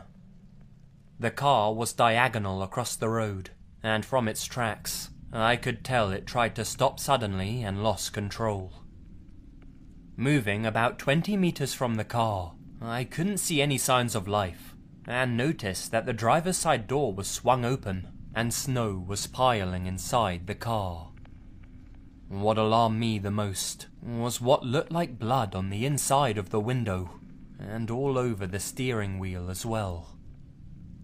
Upon clearing the snow from inside the car, it was obvious that there was a pretty brutal accident here, as there was blood all over the driver's side. My mediocre first aid training kicked in, and my first response was to call 911 and get an ambulance out here. Pulling out my cell phone, the most cliché thing happened. There was no fucking service. Obviously there's no fucking cell service, I thought to myself. I'm out in the boonies. At this point, I'd completely forgotten about the delivery, and was pretty intent on helping whoever fucked up out here in the boonies. The chance of another car coming by all the way out here this late was slim to none, so this was on me. I managed to figure out a couple of things. Firstly, the person obviously hit something really, really big, like a moose or a large bear. The front of his car was almost entirely caved in, and both his front wheels were going in opposite directions. No way this thing was going anywhere. Drawing on past experience, I actually couldn't think of any animal that would do that much damage to a car like that. Secondly, after seeing a small trail of blood leading up the road, I assumed he probably went walking for help. This was where I made my first mistake. I followed the trail of blood on foot. Wanting to play the hero, I bundled up and set out into the storm with a small LED flashlight. I was concerned with whoever had injured themselves in this accident and getting to them safely. After about 5 minutes of walking, I realized that I had fucked up majorly as a singular thought went through my mind. What if whatever the driver hit is still out here? Judging by how big the impact on the car was, I can only assume that it was a grizzly bear or something unknown much larger. Dealing with a wounded animal in the middle of winter was something my pay grade didn't cover. After my moment of clarity, I decided my best bet was to get back in my car and get back to cell service to call 911. Not even after I had taken 10 steps back towards my car, I heard what sounded like an entire tree being torn from the ground. The noise was absolutely deafening and threw me into a wild panic. I started sprinting back to my car, but kept getting slowed down by the fact that my legs wouldn't coordinate with each other. After sprinting about 5 steps, I ate shit hard. I tripped face first into a snowbank and just laid there. Just as I was about to get up again, I heard it. I heard what sounded like heavy breathing coming from just out of my visual range. The noise was coming from where the accident happened and where my car was. At this point, something felt terribly wrong. That laboured breathing sounded more animal than human, and was far too loud for any human to make. After what felt like an eternity, the breathing got louder, until suddenly I saw whatever was making that terrible noise.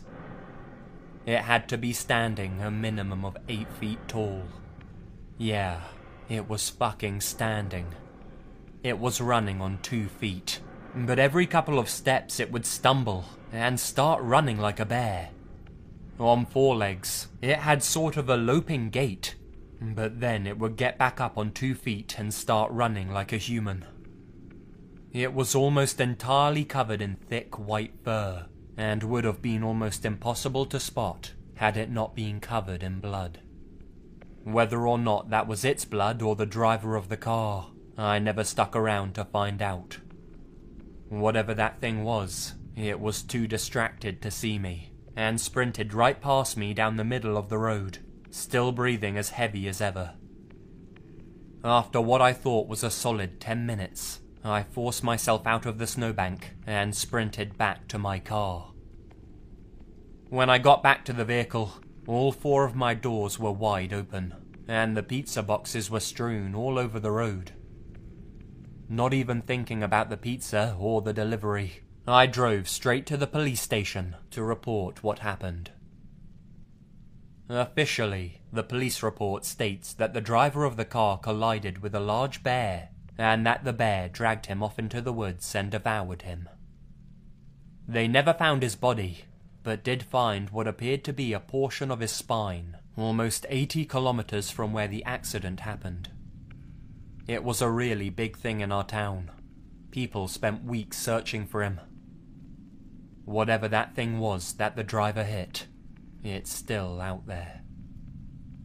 If you guys enjoyed this, I could probably get together with some of the other drivers and get some stories out of them over a few brews. If not, I have a few other really fucked up stories to share with you guys if you want. Either way, tip your delivery drivers. Number 3. A few days ago, I was walking around the land near my home.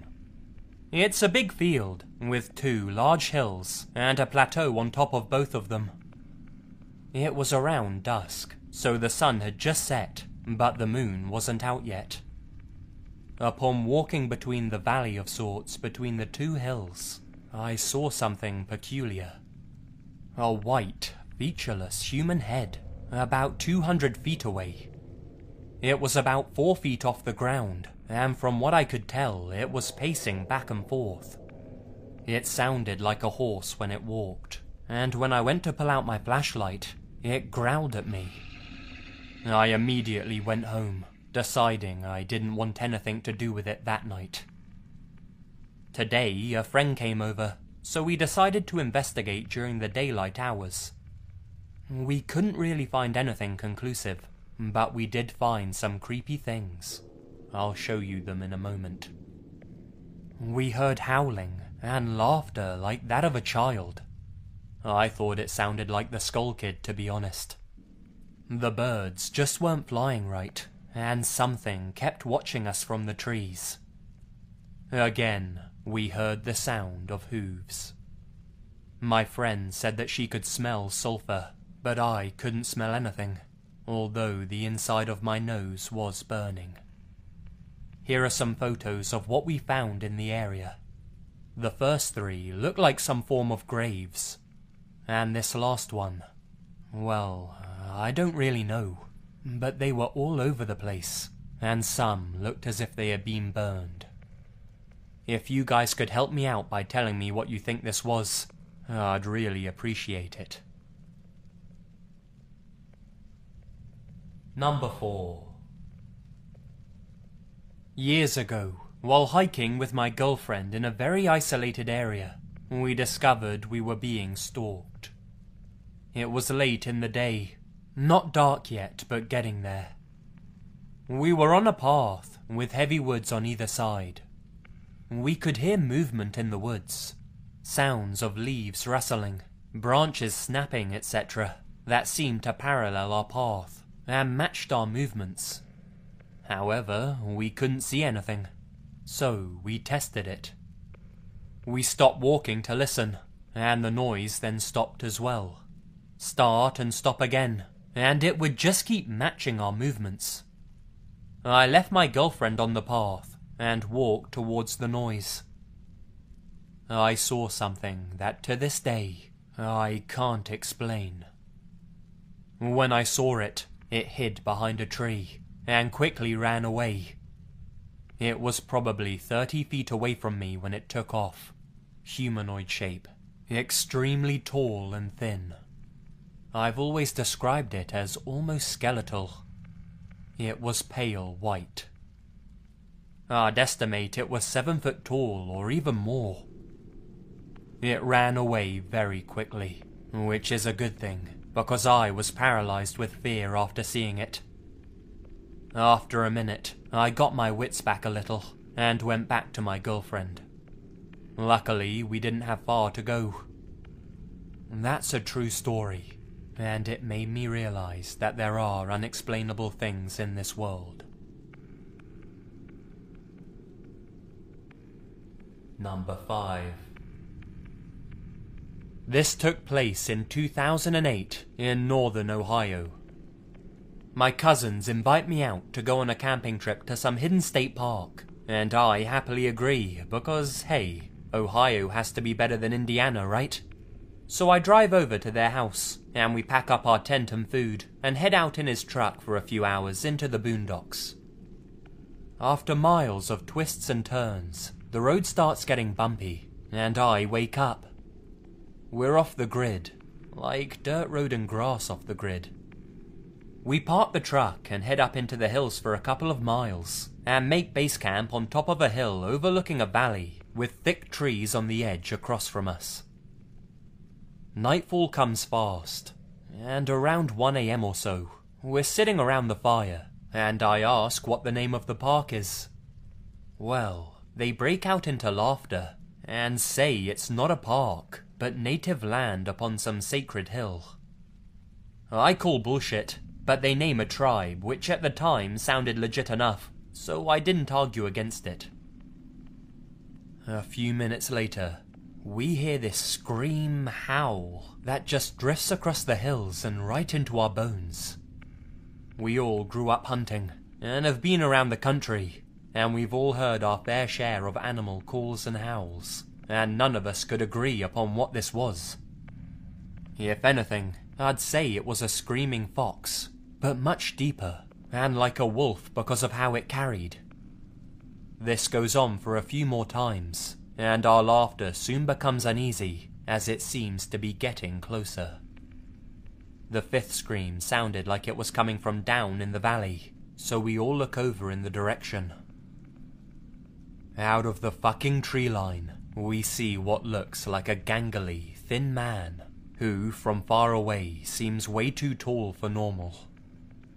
This thing takes off in a sprint on 2 legs right at us, and without hesitation, all 3 of us run off the hill and into the woods towards the car. As we reach the bottom of the hill, we hear the scream again, this time from where the camp was. After the fastest 2 miles in my life, we get in the truck and floor it off the land, and to the nearest McDonald's where we stayed until sunrise. We agreed to go back in the morning to grab our things. We do, and to our surprise, nothing had been moved or been taken. We drove back to my uncle's where we tried to joke about it and just move on.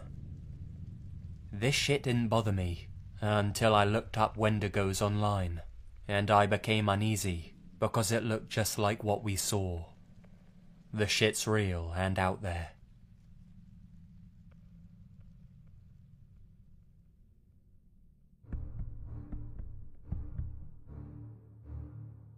Hi guys, Lazy here, and thank you very much for listening. Well, you guys really seem to like that last Skinwalker video, so I figured I'd do something a little similar this time to kind of tide you over until I find some more Skinwalker stories. Because I don't know, there's something really creepy about these Native American legends, right? I can dig it, I can dig it. Anyway, as always, be sure to smash that like button or I'll smash you, and I'll have another set of stories for you guys coming very, very soon. But until then, stay spooky. And remember, the best things happen in the dark.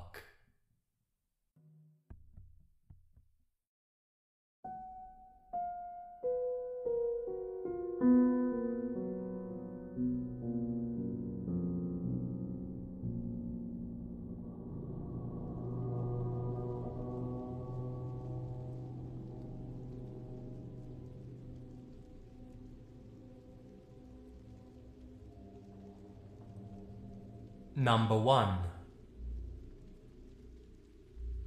I grew up in a town on the Gulf of Mexico.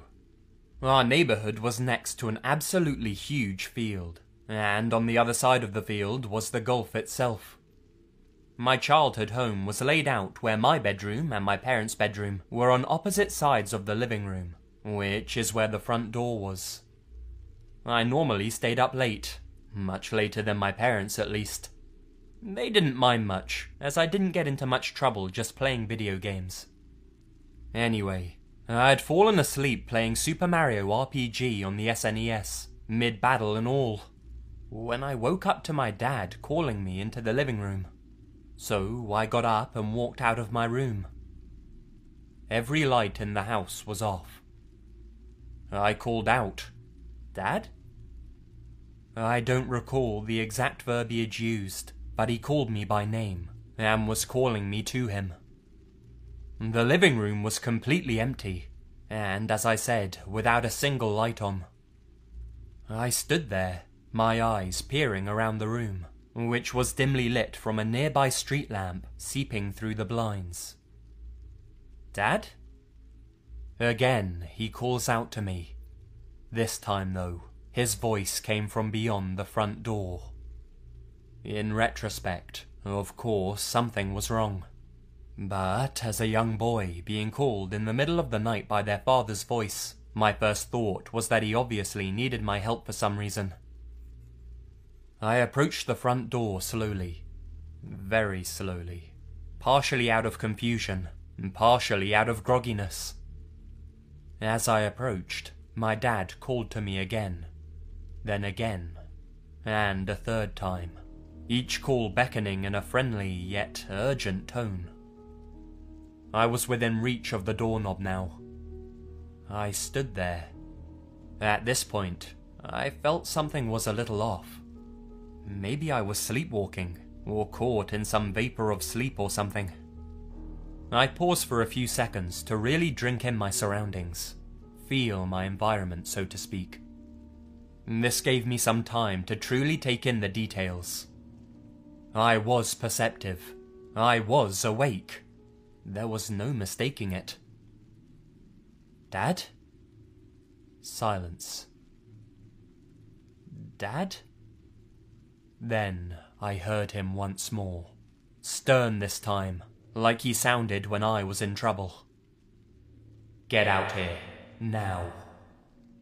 Oh shit, it's serious, I think to myself. I reach for the door. Son, what are you doing? It was my mother, right behind me. Her voice, in contrast to everything I was feeling in that moment, terrified me. It was the most startled I had ever been in my life, but that record wouldn't last long. I replied to her inquiry. Dad's outside, calling me. I think he needs me. She simply said, Dad's in the bedroom asleep. This phrase is one of the most vivid memories I have. Just thinking about it has me covered in chills. The record shattered. This was by far the most terrifying single moment in my life. I know for a fact I wasn't dreaming. I don't sleepwalk. I remember waking up. I remember it very clearly. And then, right after that, was when I had first heard that voice, luring me outside. Maybe that's what woke me up in the first place. I had no response to the bombshell my mother had just dropped on me. I was just emotionally exhausted by fear. You know, that sickly, exhausted feeling you get when you receive absolutely terrible news. I simply muttered, "Good night," shuffled back to my room, and laid there on the floor until I passed out from emotional exhaustion. I've never heard anything like that since. I've told this story for 20 years now the exact same way. It's one of the clearest memories I have from my childhood. I, of course, don't know 100% that this was a skinwalker. I have no idea what the fuck it was, though I have heard that they do employ these kind of tactics to lure you into their sick traps. All I do know for sure, though, is that it was something, and it almost tricked me.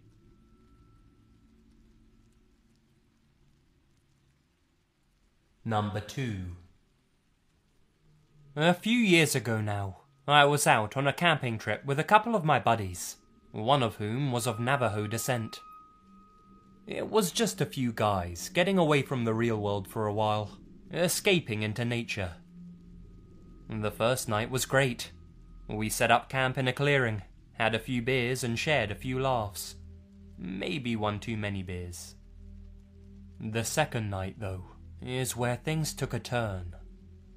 We went to bed fairly early, since we were all pretty tired from the previous night. I woke up at around 1 AM, since I desperately needed to take a leak. I got out of the tent and headed towards the tree line. I finished doing my business and turned back towards the tent. I got a couple of steps, and that's when I see it. On the opposite side of the clearing, there's a deer, but it's walking across the field on its back legs, bipedal like a human. Now, I know deer occasionally rise up on their hind legs, but this was completely different. This thing was strolling like he was heading to the office or something. It turns its head to face me, and it freezes. We're just staring at each other for what felt like an eternity, the creature still standing tall. If we were side by side, it'd be towering over me. Eventually, I snap out of my trance and start shouting for the guys to wake up, and this deer thing just takes off, sprinting into the trees, still on 2 legs, letting out a horrific screech that sounded like a little girl crying, but sort of corrupted, like there was static from a TV set in its voice, if that makes sense. The 2 others clamber out of the tent, asking what the hell was wrong, and what that noise was. Now I know I wasn't going crazy. They had both heard it too. I explained to them what I had just seen, and my Navajo friend goes ghostly pale. "We should go," he says. "Let's pack up and head for the truck. Now." Me and my other friend are pretty freaked out at this point, and don't question his plan. I knew what he was thinking. I'd heard of skinwalkers before, only I'd always thought that they were just Native American myths. That was no longer the case. As we're packing everything away in the bags, he tells us more details about skinwalkers, and how once you've seen them, you don't want to stick around for long. They'll come back for you, and they might not come back alone. We finally get back to the truck, but our relief's cut short when we see a dog by the vehicle. Now this is weird.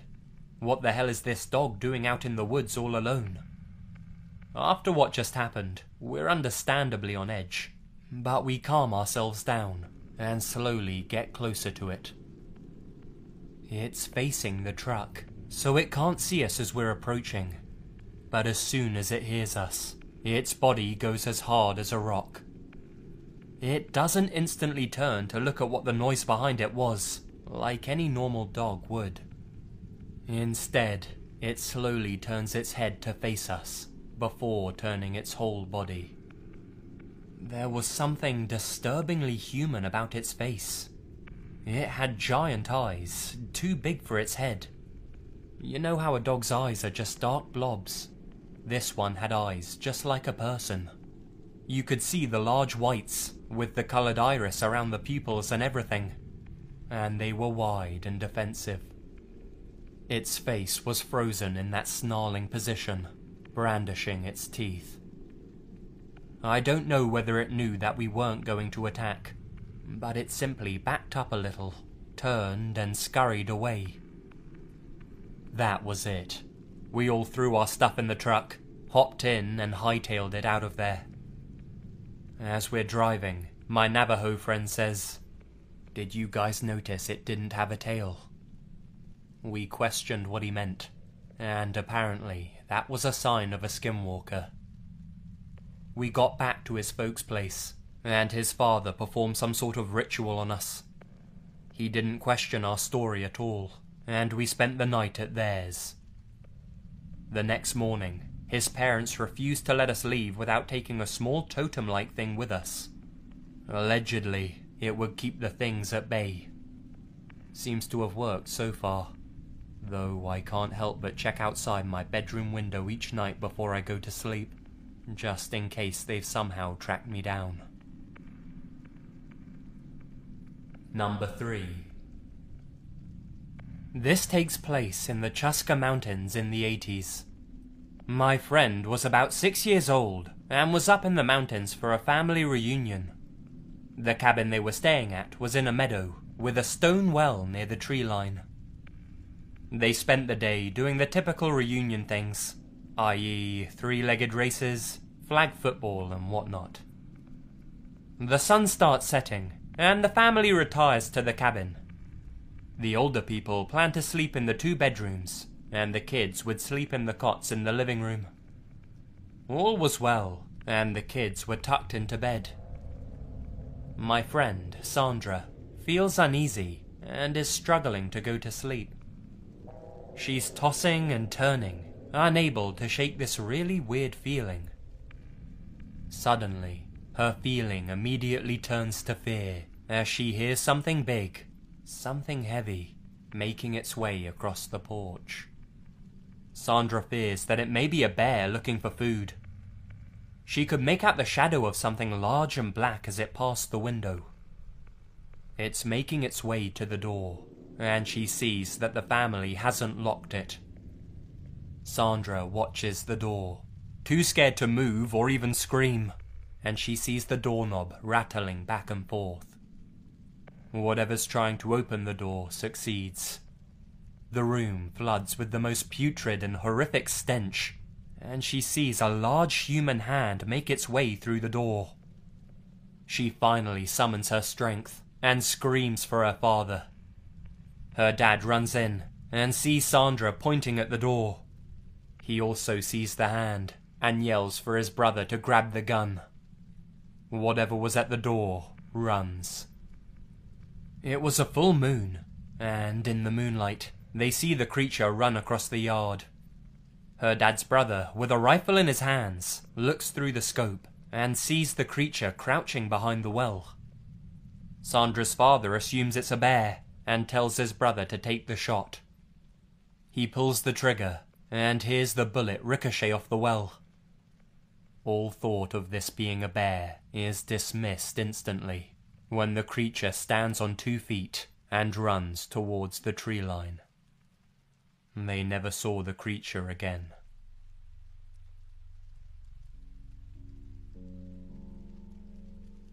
Number 4. This occurred in Maine 2 years ago when I was 18. Every summer, my family and I go to a camp in Dedham. It's about a 3-hour drive from my house. The camp itself is about a half hour from the nearest town. I've been going to this camp my entire life, since my family owns it, and have never had an incident like this happen before. I was watching TV in the middle of the night. Both of my brothers and my parents had gone to bed. I heard a noise coming from the kitchen and realized that our dogs needed to go outside to do their business. So I took my brother's 2 pit bulls and my Affenpinscher, a tiny dog, outside after turning the porch light on.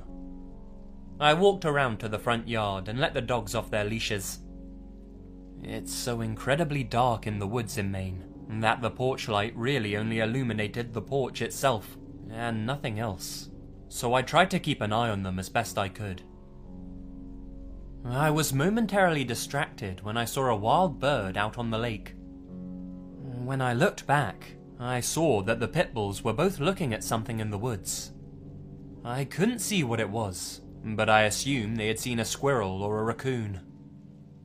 It was then that I realized I couldn't see my little Affenpinscher, Alfie, anywhere.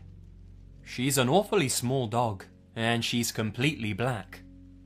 I called her name a few times, and heard some soft whimpering coming from the woods, right at the spot where the pit bulls were staring. I took a couple of steps in that direction, and called out her name again, worried that she may have gotten her paw stuck between the rocks, or gotten stuck in a snake hole. Suddenly, I felt something moving behind me. I whipped around and looked down, and it was Alfie. She'd been staying close to me the whole time, I just hadn't seen her. So, naturally, I was now thinking, if Alfie's here, then what the fuck's in the woods? I took another step forward, and the pit bulls began to growl. They were slowly advancing, and were now on either side of me, looking right into the blackness of the woods. I quickly picked up Alfie, and began to back up very slowly. I'm not sure what I thought was there, but there are lots of animals out in Maine, and I figured that the pit bulls knew better than I did. Right as I turned around, I heard the absolute most bone-chilling thing I've ever heard in my life. Coming from the direction of the woods, I heard something call Alfie's name.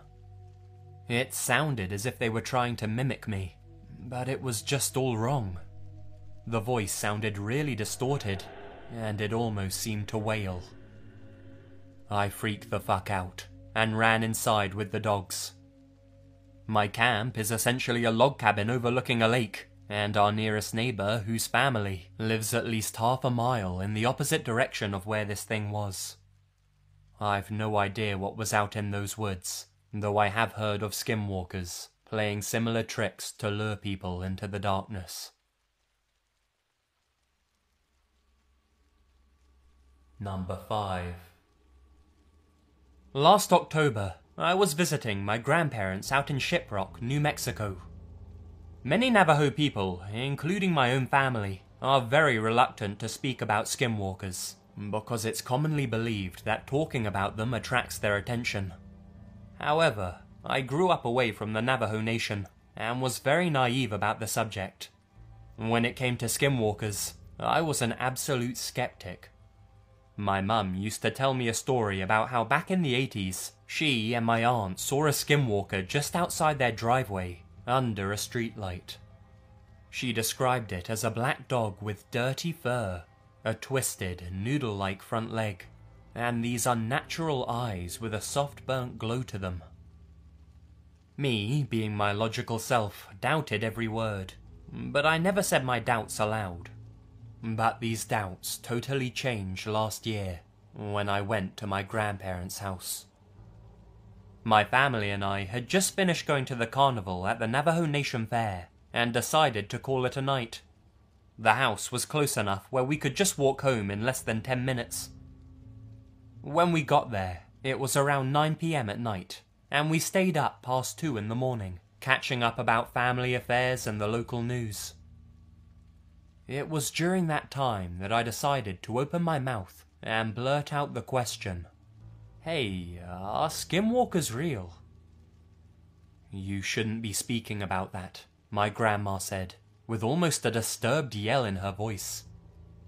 Not wanting to push the discomfort any further, we all decided to go to bed. Now, the trailer is pretty old, and it was a really nice night, so we slept with the windows open and the screens covering them to prevent bugs coming in. Everyone had fallen asleep except me. Just as I was finally getting relaxed, I started to hear something moving outside. I get up from the couch and start wandering over to the kitchen window. All of the rooms have the lights out, so the only visible light that I can see is from the porch light out the front. I take a quick scan of outside. From the porch light, all I can see is the dusty ground and the vehicles that my family drove, along with some old metal trash cans that stood beside the road.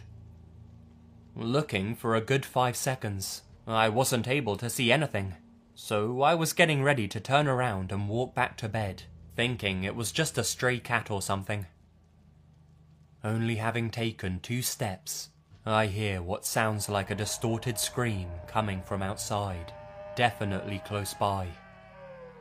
Fear rising, I look outside again, and there I see it. A coyote-like figure was staring at my direction from behind the cars, just outside of the reach of the porch light. Only it looked absolutely wrong, and gave off an evil vibe just from looking at it.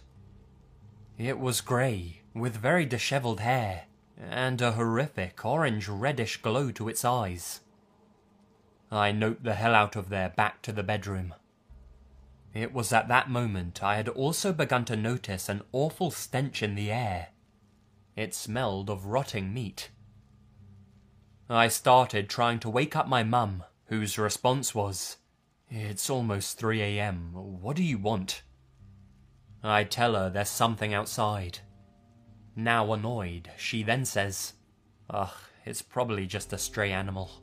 It's the res. Animals wander all the time at night." She obviously wasn't getting the drift of what I was saying, so I screamed, "There's some Blair Witch Project shit going on outside, Ma." That got her attention. And then we both heard it. The thing outside started making more of those dreadful screams, and sounded as if it was thrashing around on the ground outside. Both her and I got up and looked outside the window, and the coyote thing was making its way to the front door. It walked with an odd limp and dragged its back right leg as if it was handicapped. We could hear it start scratching against the door and making this odd, muffled moaning sound.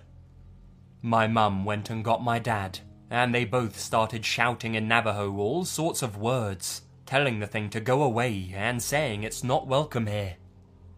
Well, all this commotion was enough to wake up the rest of the trailer, and they all came into the hallway. The only thing my mum did was turn to them, and simply said, "Skinwalker," while proceeding to point at the door. Apparently, they already knew exactly what to do, as my grandfather got a handgun out the drawer and a bag of ashes. He coated a few bullets in the ash, loaded them into the handgun, and went straight to the door. Yelling out more Navajo that was too fast for me to comprehend, he swung open the door and fired twice. Nothing. The thing managed to escape before my grandpa could even put a bullet in it. Next thing I know, my aunts and my parents are freaking out about what just happened, saying stuff like, "What if it comes back tomorrow? It saw us, does that mean we're targets now?" Afterwards, my grandparents calmed everyone down, saying we'll be fine and to go back to bed. Morning comes, and my grandparents call over one of their neighbors and explain to them what happened. Apparently, one of them was a medicine man who used to partake in a Navajo ceremony used for healing and curing sickness. He blessed each family member and the grounds outside. Today, I'm very convinced that what I saw was a skinwalker. I still plan on going back to visit my family and to return to the Northern Navajo Nation Fair. I just hope I never have an awful experience like that again.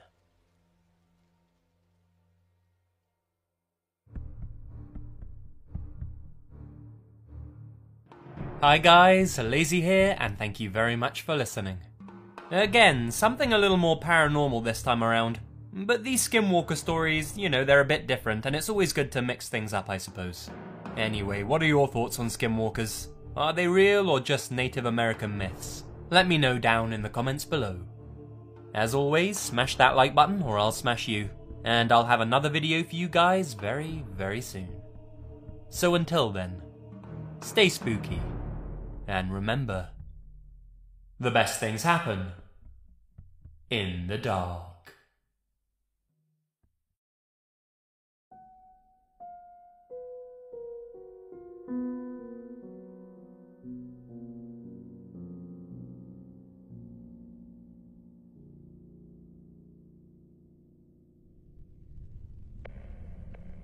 Number 1.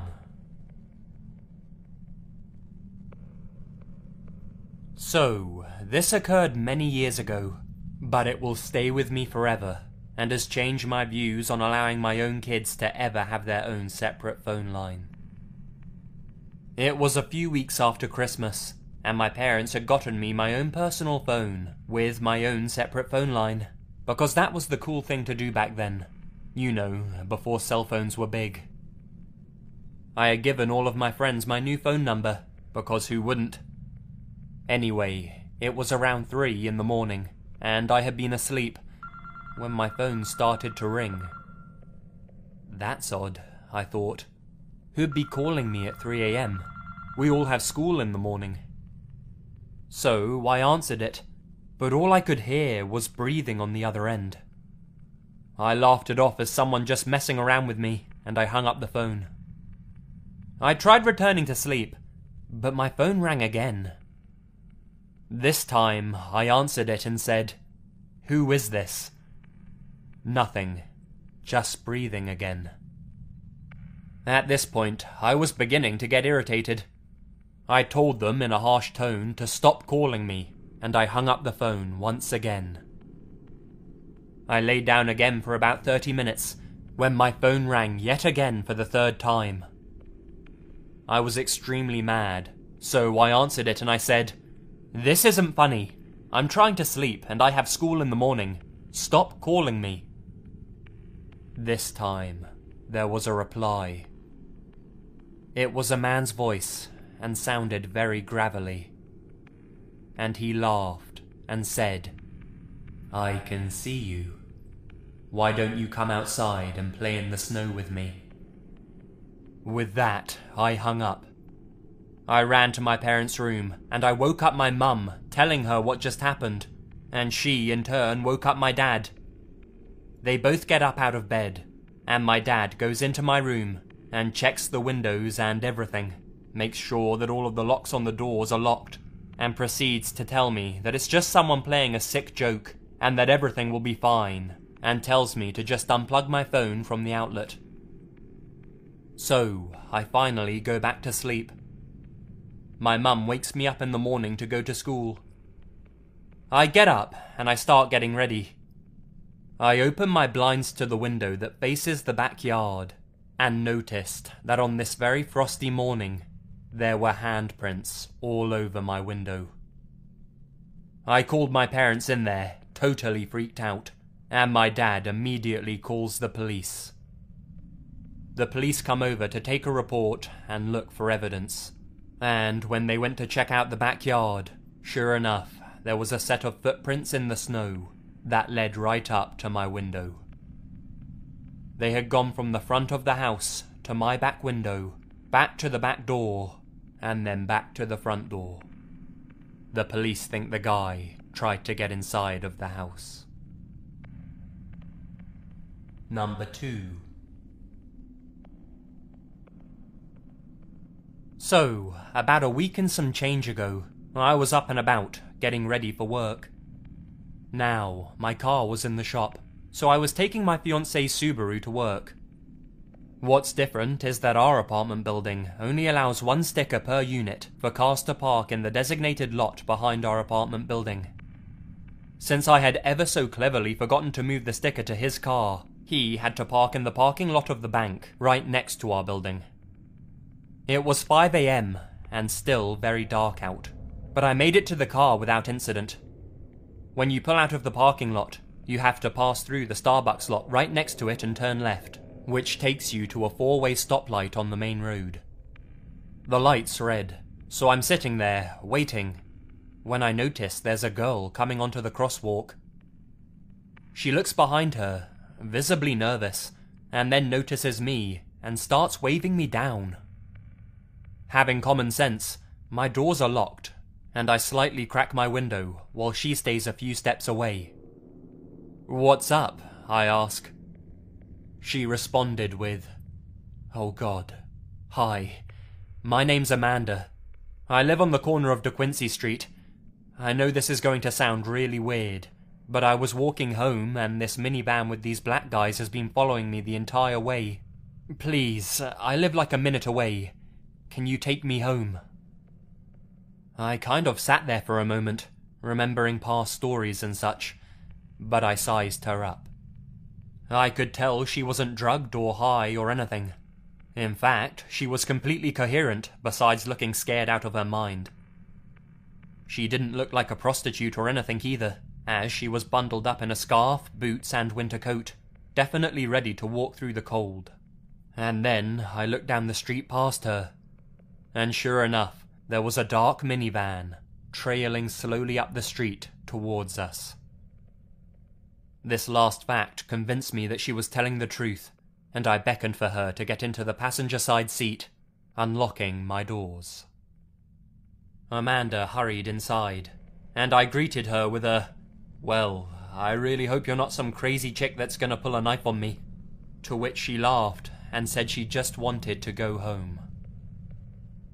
We then drove the couple of minutes down the road to the street her house was on. She talked, thanked me for taking her home, and gave me her information and such, as well as keeping an eye on the minivan down the road. It was still behind us, down a ways. When we came upon her house, I stopped in front of a different one, telling her to hurry and that I'd keep an eye on her until she got inside. She thanked me again, and then booked it to the house she said was hers, going to a side door and waving to me before hurrying inside. With my job done, I hurry and make a U-turn in the street because it was so utterly empty outside, besides me and the minivan. I passed the vehicle heading back, and it was a moment later that the van also U-turned and was following me again. This made me nervous, so I took a couple of side roads and turns, and sure enough, the van stayed right behind me. When I stopped to get ready to turn onto the interstate, I call my fiancée, who was already awake, and I explain everything about what was currently happening. They mention that if they follow for 5 more minutes right on my heel, then I need to call the police. At this point, I turned onto the interstate, and the van was still behind me, and trailing me nearly bumper to bumper for a couple of minutes before speeding up to get next to me. When I look over, there are 2 black males, one which flipped me off, while the other did that stupid blowjob gesture where you stick your tongue in your cheek. I ignored them, but I was still incredibly nervous as they moved right in front of me and refused to let me pass them. Luckily, they passed the exit I had to take, and once I got off the highway, I was in the clear. Looking back on it, I realize now that the stretch of road that the Amanda girl would have had to walk to get home was without streetlights, and none of the businesses were open. It certainly scares me to think of what might have happened had I not been there. I also think the guys in the van probably left because they saw that she was no longer with me. Either way, I'm glad she's safe. Number 3. I'm a 21-year-old male, and I've recently moved out on my own into a new house. I'm still not 100% familiar with my own neighborhood yet. The way the neighborhood was built makes it a rectangular shape, with my house being at the top right corner of it. So, the other night at around 2:30 AM, I was in my house, alone, when I decided to take a break from playing guitar and to have a smoke before I went to bed. I grabbed a smoke and I headed out of my front door. These winter nights are chilly, but sometimes you gotta do what you gotta do. About 3 minutes or so into my cigarette, I noticed this faint noise of what sounds like an old creaky metal object that needs to be oiled, but the sound has a cadence which makes it repeat every 2 or 3 seconds. After this happens for about 10 seconds, I notice that I can hear tyres gripping the road as well. Then, out of nowhere, I see a man who looks to be about in his mid-40s, riding this horribly beaten down old bike that emitted a very intense, ear-piercing, high-pitched squeak every time he pedalled. As I stood in my driveway and he passed me, he kept moving forward, but his head slowly rotated left, and he locked eyes with me. I'm not kidding when I say this guy looked identical to Hannibal Lecter from the movies. But that's not what made my heart drop. As I'm locking eyes with this guy and he's moving past my driveway, he suddenly gives me the scariest, widest, jagged-toothed smile I have ever seen in my life. He keeps pedaling forward, but continues to lock eyes with me. Now, this wasn't an ordinary smile. I'm talking When the Grinch Stole Christmas ear-to-ear smile. Within about 15 more seconds, he continues pedaling and is out of sight. I can now just faintly hear his bicycle gears squeaking. At this point, I'm wondering whether or not he's going around my rectangular neighborhood block, and whether or not I can chief this cigarette fast enough to get inside before he comes around again. As I'm doing this, I begin to hear the metal creaking noise, but I also hear something different as well. This dude is laughing like a fucking maniac, which made me nope the hell out of there. As I'm stumbling for my door handle, he begins to round the turn where my door is almost in view. At the exact moment where I would have become visible, I got my door open, ran in, and slammed it shut. No sooner does my door close that I hear the man outside scream as loud as he can, "Where'd you go?" At this point, I went into full-out battle mode. I ran around my house and turned all of the lights off. I battle-crawled to my bedroom, and I waited. As I lay in my bed for the next 30 minutes, I would hear the squeaking of the bike for about 30 seconds every 3 to 4 minutes. About 3/4 of an hour later, it finally stopped, and the man was gone. I've actually quit smoking since then, and haven't been outside that late. But I shit you not, every now and then, at around 2:30 AM, I can still hear the squeaking of the bicycle from the outside of my room's window. Number 4. My mum grew up in a small town, and she had quite a few creepy encounters when she was a teen in the late 1970s. This is one of them. One night, her mother told her that she had to go and feed the cats, who lived in the outside sauna in the winter. She reluctantly went outside, since it was such a bitterly cold winter that year. She got halfway to the sauna, when she heard a man calling from the woods nearby. He was shouting, "Help me." This of course spooked her, and she ran back to the house and tried to tell her mum that there was someone outside yelling for help.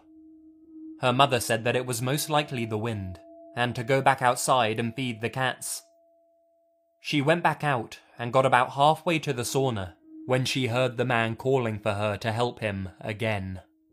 She was 100% positive that it wasn't the wind, and this time made her mother come out to listen as well. Her mum did indeed hear the calls for help coming from the woods. She called for her husband, my grandfather, to go and have a look in the woods to see what it was. So, my mum's dad went out into the woods to see who was in need of assistance, and was stunned to find a man in a long winter coat standing in the woods near the house. When the man in the coat saw my grandpa, he ran towards the dirt road and got into a car that sped away quickly. I don't know what that man in the coat intended, but I'm glad that my family never had to find out. Number 5. About 6 years ago, I was a very pregnant woman at the mall.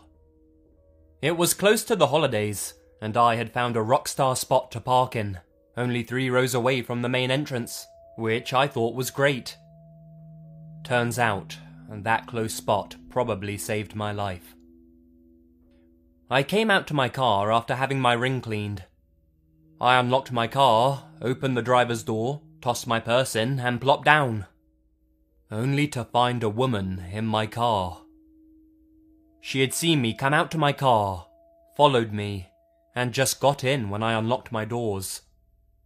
I have keyless entry, 2 clicks to unopen all of the doors. I don't do that anymore. So, I don't close my door, and I put one leg back out so I can escape quickly if I need to. She starts telling me that her car wasn't working, and the towing company told her it would be a 3-hour wait. She wanted me to take her to a hotel on 95th and Main. I told her I couldn't. Something seemed off about her. You know, besides getting inside of a stranger's car. She kept telling me that she had nowhere else she could wait. All the while, she's buckling into the seat and putting her purse at her feet. I told her that the mall didn't close until 9 PM, and it was only about 3, and that she could go and wait inside. About this time, being a few weeks away from Christmas, cars had lined up behind me to take my spot. Someone, pissed for waiting, hopped out and started yelling about whether I was leaving now or not. That's when the woman took off. I told the person who was yelling what happened, and he offered to follow me out of the lot. It was only after I pulled out of the mall that I realized there isn't a hotel at that intersection. There isn't a hotel within 5 miles of that intersection. Hell, there isn't even a hotel on either one of those streets in either direction for that far. My pregnant brain didn't let me remember that while she was in the car.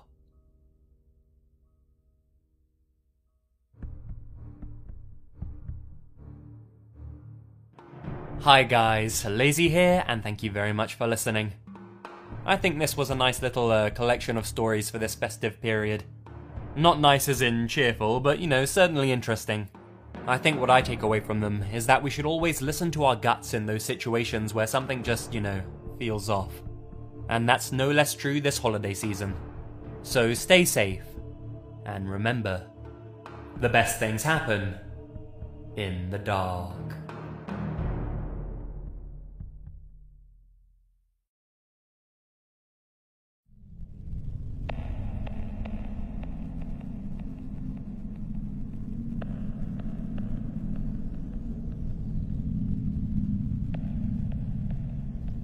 So, just for a little background information, I was a small, blonde 12-year-old girl living in a relatively small town in Australia, and I had just gotten my period for the first time.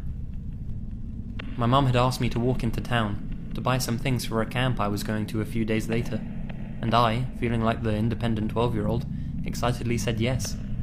I'd never been down the street by myself before. It was only about a 20-minute walk into town, and halfway there I decided I should probably go to the toilet, because I could feel that something was leaking. I got up to a small block that has toilets in them. The block used to be an old bus stop, so there's a room inside where people wait, and then there's the female bathroom and the male bathroom. It was very run down. I was walking up to the block when I saw an old man just standing there in the main room, looking out of the window, staring directly at me. I literally stood there for 10 seconds, wondering if I should go inside or not. I decided to assume he was just in there waiting for his wife to come out of the toilet or something. I really didn't want to get down the street and find out that I had leaked. That would have been really embarrassing. So I walk into the block and try not to look at the man, but I can feel his eyes on me. When I realised that nobody else was in the bathroom, I started to panic a little, but then thought maybe he was waiting for a friend to come out of the male bathroom. So I'm in the cubicle, doing my own little thing, when I hear the door open. I feel relaxed thinking now I'm at least not alone. The person walking stops directly in front of my cubicle, and I see in the crack it's the same man, just staring through the crack at me. I honestly thought I was going to die at that point. There was nothing I could do, as I had no phone with me. It felt like I was sitting there for about 5 minutes, just waiting for him to make a move, when I hear some loud chatter. It was a family walking towards the block. The man is immediately out of his trance, and books it out of there. I wait in my cubicle until I hear a woman and her daughter come in. I came out of the cubicle, still in shock, and tell her what happened. She brought me outside to where her husband was, and they called the police. They were very lovely about it all, and waited there with me. They had seen the man walk out of the actual block relatively calm. There wasn't really anything the police could do, as he didn't actually harm me. They took a statement, but there was a warning in the newspaper the next day letting parents know about the incident, and that they and their children should take extra care. Fast forward about 2 weeks later. I was home from camp and I had pretty much pushed whatever happened to me to the back of my mind. I was sitting in the room with my parents, while they were watching the news, when the man's face popped up on the screen. I had a panic attack when his face came up, and my older brother took me outside. My parents ended up telling me the story in less detail, but this man had gone to another city and raped and killed a little girl around the same age as me. He was caught though, as this man was obviously on some kind of drug, and just waited around staring at the girl.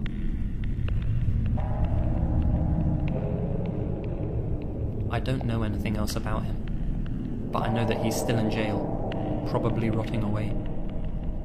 I've been to therapy since and I feel okay, but sometimes I wonder where that girl would be, if I'd have been the one that died.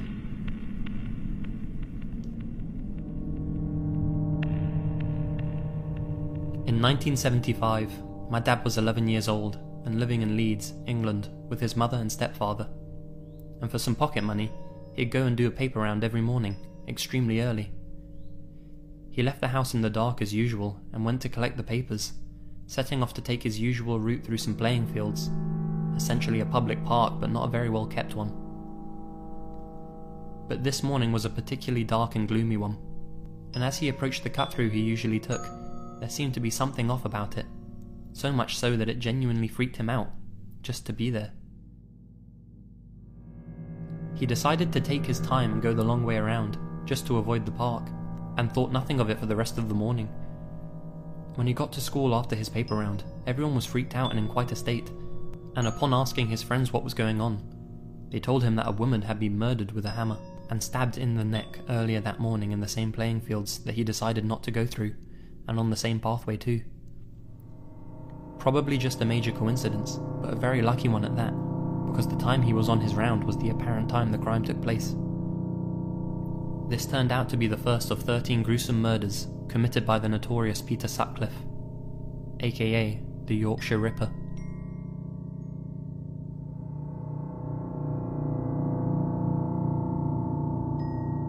This happened in 2008, when I was 16 or 17. Back then I went to school in the nearest town, a pretty small city in the south of Sweden.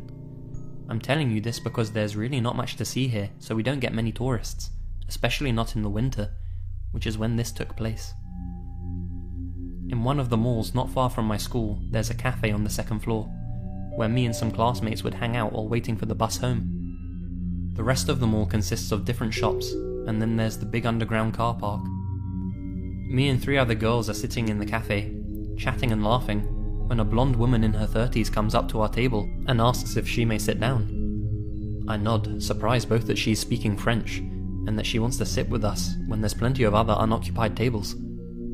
As I said before, we don't get a lot of tourists here, and the few that we get usually speak English or have a guide or someone with them that does. She, on the other hand, seems to be completely on her own, except for a small baby she's holding wrapped in a blanket. I remember feeling a bit sorry for her. It can't be easy being alone and not being able to make yourself understood, but I only knew a few phrases in French, since I only studied it for less than half a year.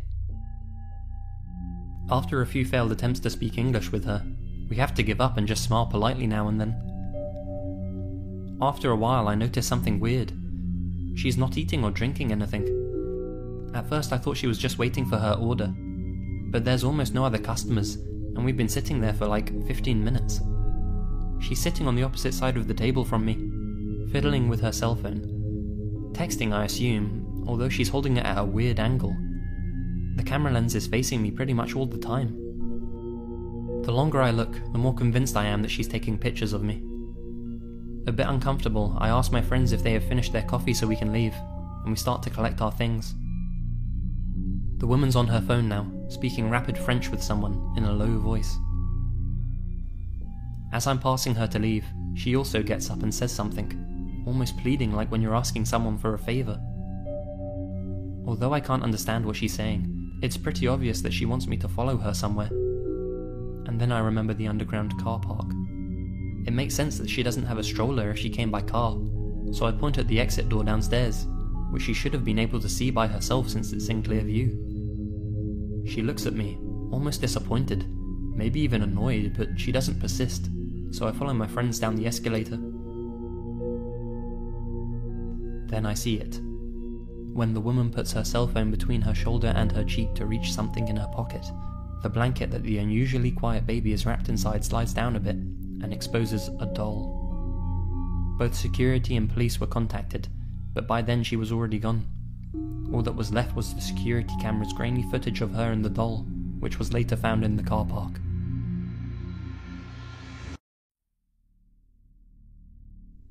This happened about a month ago, and is definitely creepy encounter material. The night this happened, I'd been at a friend's loft, watching an old scary movie, The Fog. We started the movie late, and I fell asleep midway through. I was woken by a thunderstorm around 2:30 AM, and that was my exit. On the way home I stopped for gas.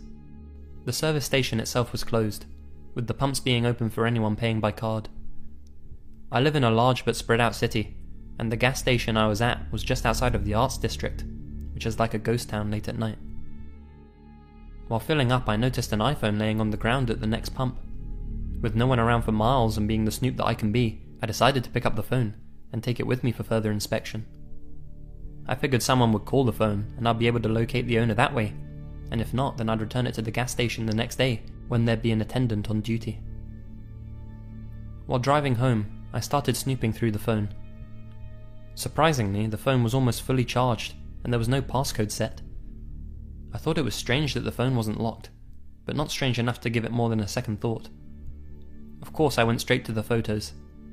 What I found was not what I expected. I think there were around 50 pictures on the phone. All of the pictures, with the exception of 2, were candid pictures of a young guy around my age in various locations, with at least 10 to 15 of those pictures being of him apparently working at a Target, and maybe 5 of the photos being taken in the arts district where I'd just come from. The 2 pictures that were not of this guy were selfies of a man whose face was slightly disfigured by what appeared to be burns. They weren't terrible burns, but they definitely made the guy look scary, and seeing him staring back at me in those pictures really spooked me. Weirder still, the selfies had clearly been taken inside of a Target, and there was a young guy in the background of the picture, who I think was the same guy in all the other pictures. Realizing I'd stumbled onto something weird, I closed the Photos app, and as soon as I did that, the phone locked, and a message appeared that said, "I know you have my phone, and I know where you are. I'm coming for my phone." I'd completely forgotten about Find My iPhone until that moment. I quickly realized that the owner of the phone had remotely activated Find My iPhone and was probably tracking me in real time. I thought about taking the phone back to the gas station and dropping it where I found it, but the message along with the photos got the best of me, and I started getting paranoid. I had the crazy idea in my head that maybe the owner of the phone had somehow activated the phone's camera and could see me. I'll be honest, I was a little stoned at the time. Fearing the apparent burn victim and stalker who the phone belonged to, I did what any normal and well-adjusted adult would do. I pulled over, smashed the phone, and ditched it in a Ripple Glass recycling can on the opposite side of town. My bad, but maybe this act of property destruction saved some poor guy from his stalker? I hope so.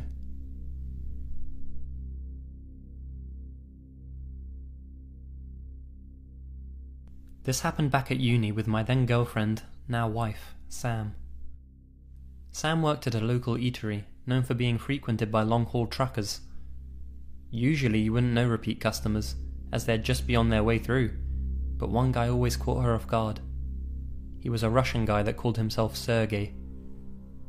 Any time he saw her, he would wait for it to be her turn to serve, and even let others go ahead of him to ensure when he was seated, it would be in her section.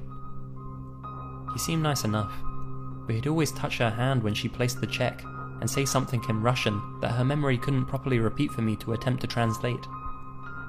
She complained to management, but they brushed it off as, oh, he's just foreign and it's their custom, plus he tips really well and pays cash, so you shouldn't complain. After a few months she learned his weekly route, and said her class schedule changed, so she wouldn't work when he'd be there. This worked for all of 1 week. Then suddenly his route schedule changed. Then he got more handsy, hugging when he left and staying until her shift ended. He'd continually order some small side dish or another so management wouldn't kick his ass out. At this point I started spending the night at her place more often than not. And luckily, I was there on the night that Sergey showed up. Sam came home that night and told me that he had offered to escort her to the idiot because the roads were icy and dangerous. Now my best guess at that is kuda idiosh, which means where you are going. Strange, he didn't say home or school or even wherever, but like he had a destination in mind. About 3 AM, we're awoken by the sound of someone trying to open the door. Luckily her apartment had one of those sliding chain locks, and the door slams against the chain bracket. At this point I'm reaching under the bed for Sam's rifle, hoping she kept it loaded. Irresponsible, yes, but hey, this was a time I'd hoped she'd been lax. It wasn't loaded, but I knew where the 8mm rounds were. I threw a few in and headed for the door. I moved to the other side of the room. Sam had a knife, and was in the hall behind the door calling 911.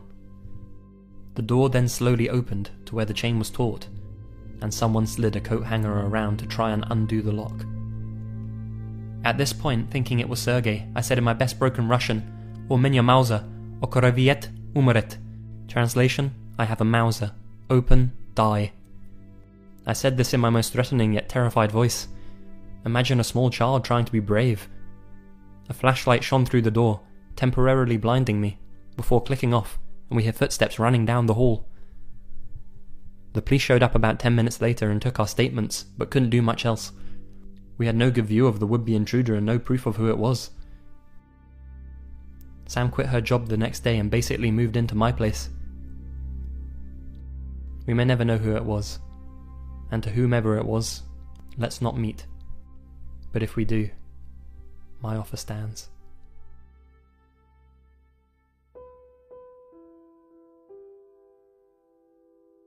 Hi guys, thanks so much for listening and for all the positive response so far. If you'd like to hear more, you can follow the links on the screen. Please don't forget to like, share and subscribe to help support the channel further. If you want, you can also follow me on Facebook and Twitter. The links are in the description, as is my email address, and you can send me your own scary stories too if you want. So until my next video on Friday guys, take care, and remember, the best things happen in the dark.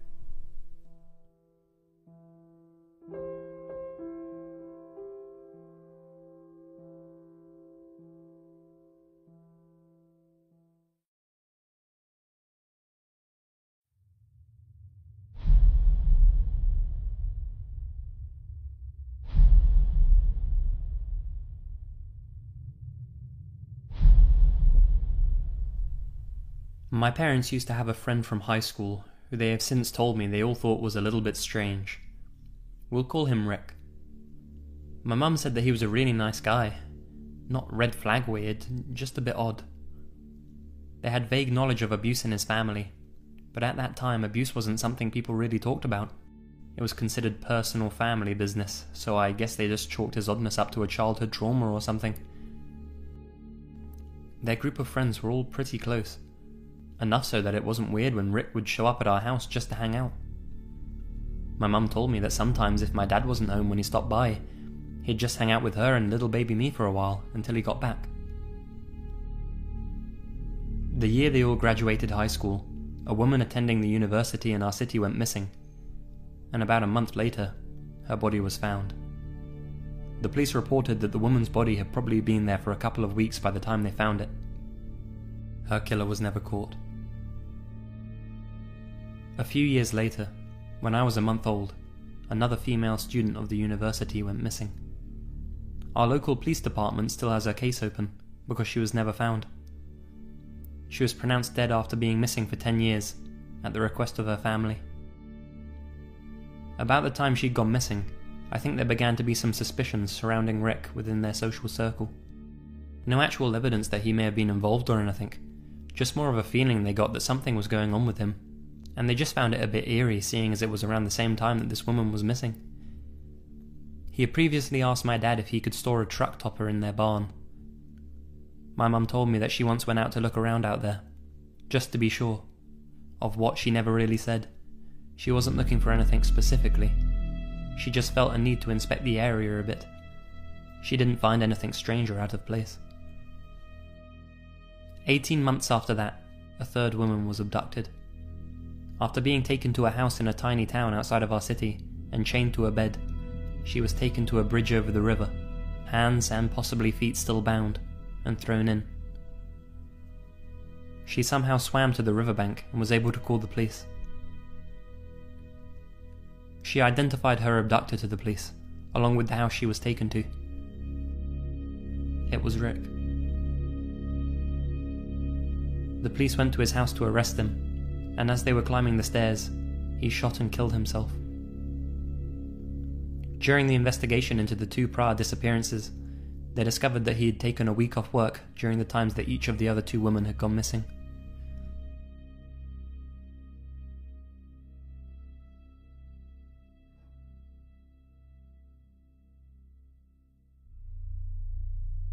A few years ago, I was going through some hard times in Sacramento. I'd been an on and off again online escort for a few years. I was particularly in need, and for a short time, I entertained dates at my apartment. After I posted and talked on the phone with a few clients, I set up a date with one. He sounded nice enough on the phone. An hour or two later he knocked on my door, and he was not what I expected. He was much younger than I thought he'd be, and younger guys were usually more trouble, so I avoided them. However, he was right there and I needed the money, so I invited him in. Something in my gut told me to pat him down for a gun. I'd never done that in the 4 years I was in the game. I patted him down and he laughed, and off to the bedroom we went. He was actually pretty easy to talk to, though all the conversation went to his girlfriend and how she had left him. He hit her, and she told him that if he ever did, she'd leave, so she left. I tried to change the subject a few times to lighten the mood, but it always went back to her. I told him something like, life's too short, as one door closes another opens, never give up on love, blah blah blah.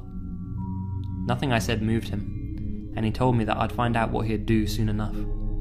He insisted that I would find out. The way he said it, in a joking manner, didn't alert me. I just wanted the money.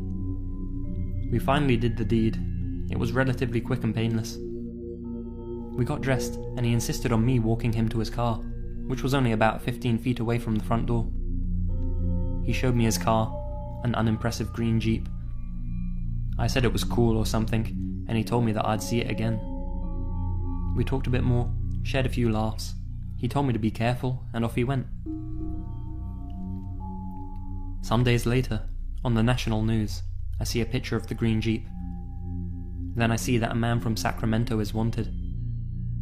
Then I see his picture. He drove across the country and shot and killed 2 people in a New Jersey church.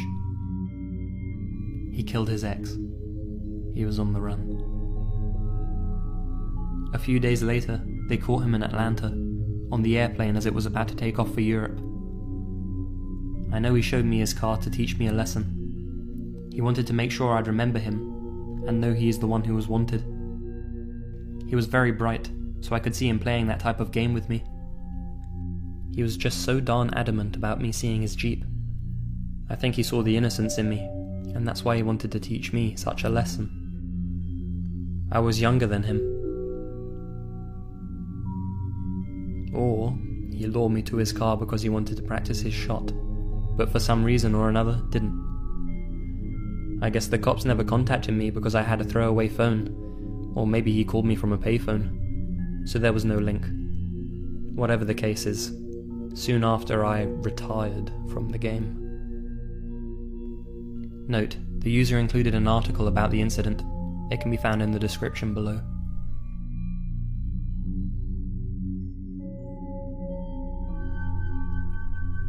My dad used to tell me this story as one of those listen to your gut lessons, although I didn't know the grisly details until I was older. The setting is small town Indiana, early to mid 1970s. My dad is middle school, early high school aged. His house was about 6 or 7 blocks from the school, so when the weather was nice, he'd walk home from school. One day on his walk home, he noticed a guy in a van driving by him slowly. It was a bit strange, but he thought nothing of it. Then it happened again, and again. Eventually the guy driving the van started yelling things at him, usually asking him to buy drugs. This is when my dad recognized the guy as Roger. Roger was about 9 years older than my dad, but my dad was friends with one of Roger's relatives, so he knew who he was. Anyway, the cycle of Roger following my dad home for blocks as he walked home and asking him to buy drugs continued for who knows how long. My dad always got this gut feeling that something was deeply off about Roger. He was so afraid that when Roger yelled he wouldn't even respond. He'd just stare at the ground until he reached his house. The walks must have seemed like they took forever. My dad was one of those kids who seemed to grow a foot taller over the summer, so he isn't sure if Roger stopped because my dad became more physically intimidating, or if he just moved on. But either way, he was glad when the interaction stopped. Fast forward to Valentine's Day 1977. In a different town, still small and remote, a woman is at home with her son and 3 stepsons. Roger and 3 other men break into her home with shotguns and force her and her boys to lie face down on the floor. Roger and the gang threaten and taunt them for hours, before shooting them one by one. One of the shots partially blew off the wig that the mother was wearing. Roger thought her skull had blown off, and assuming she was dead, stopped shooting her. She survived, later describing hearing a horrible noise as she lay there, and then realizing that what she was hearing was the blood drain from her son and stepsons. She described it as almost like a waterfall. Roger and the gang got away with a whopping $40, but it was never about the robbery. It was about the thrill of taking human lives. The mother eventually identified Roger and the 3 other men as the perpetrators, with Roger being the ringleader. Indiana didn't have the death penalty at this time, so each man was sentenced to multiple life sentences. Roger recently died in prison. I know it's unlikely that my dad would have been murdered by Roger had he gotten in the van or bought drugs from him, but the fact that he was so close so often to someone who was capable of doing such things, that's unsettling.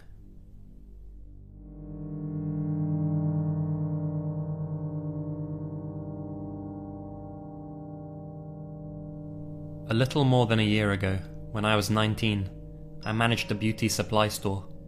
We sold all kinds of hair colour, nail polish, hair extensions, shampoo, and all that kind of thing. It wasn't that often you'd see a man in there. When we did, it was usually a barber or someone's husband running an errand for them. Anyway, I was working around noon one February day, and this man comes in pushing a small child in a stroller. I ask if I can help him find something, and he asks if we have super glue. I didn't like to turn anyone away, so I asked if maybe nail glue would do the trick.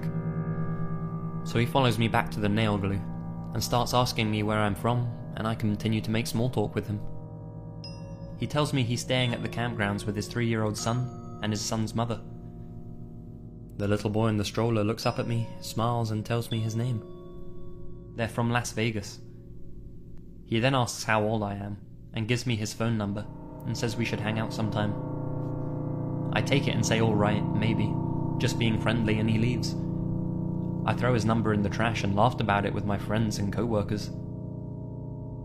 The next day, my friend and I were working, and she watches the man pushing the stroller walk by the front of our store, then stop and walk back to stare in the windows at me.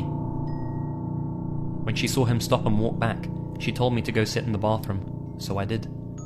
He just looked around from the outside windows for about 5 minutes. That weekend, I got in my car to leave for work, and there was so much snow I couldn't get out of my driveway. I had to walk quite a ways to catch a bus. It was about noon, and I walked through the parking lot for the bus stop, and I just felt like someone was watching me. I looked around and didn't see a lot of people, but I just had a feeling like he was around. I get inside and open the store up within 5 minutes, and guess who walks in? The same guy, except this time, no kid. His friend was with him, and supposedly he was from the same state that I was. He told me what his name was, and I said, "Oh, how funny, my boyfriend's name's Corey." Then the creepy dude said something like, "Oh, I knew you had a boyfriend. You look too fine, like a model," or something very similarly annoying. He proceeded to tell me I should bring my boyfriend and hang out with them and smoke. The way he said it was like he didn't believe I had a boyfriend or something. At this point, I was done being friendly. I said, "I don't know you, so I don't think we'll ever be hanging out, no offense." He kind of laughs and they leave. A couple weeks later, I see him on the city bus with a woman I assumed to be his new girlfriend, and I felt relieved and didn't see him anymore.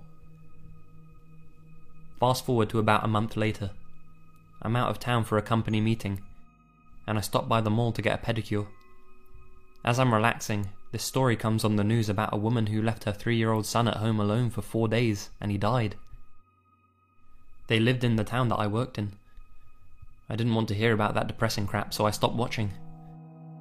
Now it's Easter. My mum was over and we began our normal gossip.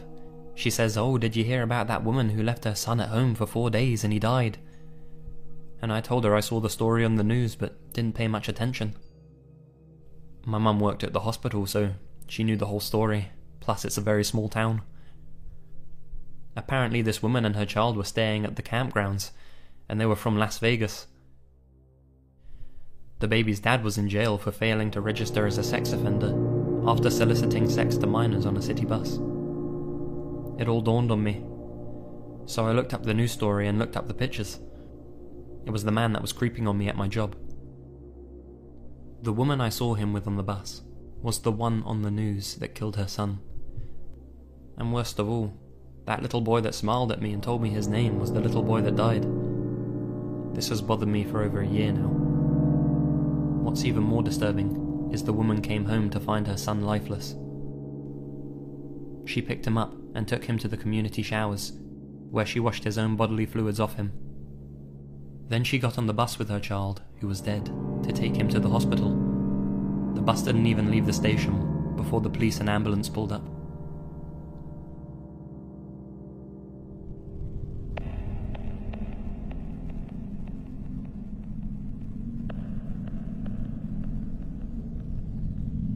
Here's one that happened to one of my best friends a few months ago. Usually after work, she gets to the train station and drives home. But since I've told her about this "let's not meet" subreddit, she calls me as soon as she gets off the train, and we don't hang up until she's safely in her car. She kind of just leaves her phone on in her pocket or in her hand and doesn't talk, but it's reassuring for her to have me there with her. My friend calls earlier than usual, and I greet her happily as I'm clicking away, murdering the Thalmor. And then she suddenly says, "Mum, we need to buy some milk. I need it for the birthday cake." Now the problem with this sentence is, 1, my friend can't bake for shit, and 2, she's lactose intolerant. Anyway, so I realized that something was obviously wrong, and I asked our floor mates to come with me to the station so we can pick her up. When we arrive, I ring her up, and she says, "Yeah, Mum, I know. We might have to get the guys to set it up on the platform. I went to their office this morning. Yeah, it'll be safe for the kids to play on." So my beefcakes and I make our way to the main office, and our friend Power walks with us out of there, and she doesn't speak until we're well and truly away from the station. I make sure to take a bunch of unnecessary turns, and we cruise around the city for a long time to make sure we're not being followed. She told us that there were a few guys on the carriage that she was on that were making her uneasy. About 3 or 4 guys were sitting in the back of the car and talking. They were describing my friend in exact detail, right down to what colour nail polish she was wearing, what station she usually got off at, what her car looked like, etc. Her plan was to act like she was staying on till her stop, but leave right before the door closed on the stop before it. They were speaking German, not very quietly either. My friend grew up speaking 5 languages, one of them being German. She didn't take trains for a good 3 months following that incident, not that I blame her. It's a bit dark, but sometimes we theorize what they were planning on doing. I believe it might have been a human trafficking ring, or something similar. The guys think gang rape, and my friend thinks a combination of both. I've always felt a bit silly making my friends invent coded sentences with me, or calling them on the way home because I like scaring myself silly. I honestly never thought it would come in handy. I'll never stop thanking this subreddit for making me overly cautious. I might have lost my best friend that night, and I'm really grateful I didn't.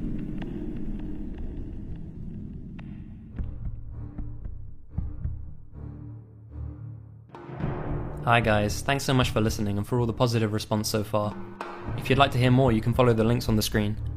Please don't forget to like, share and subscribe to help support the channel further.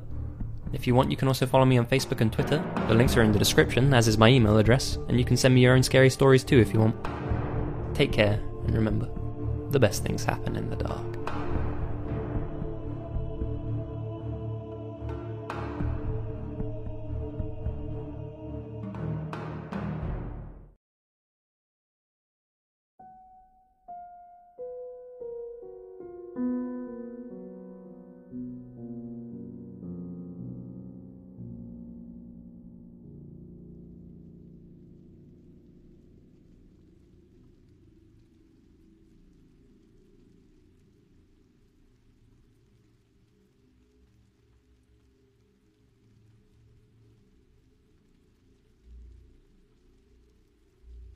Number 1.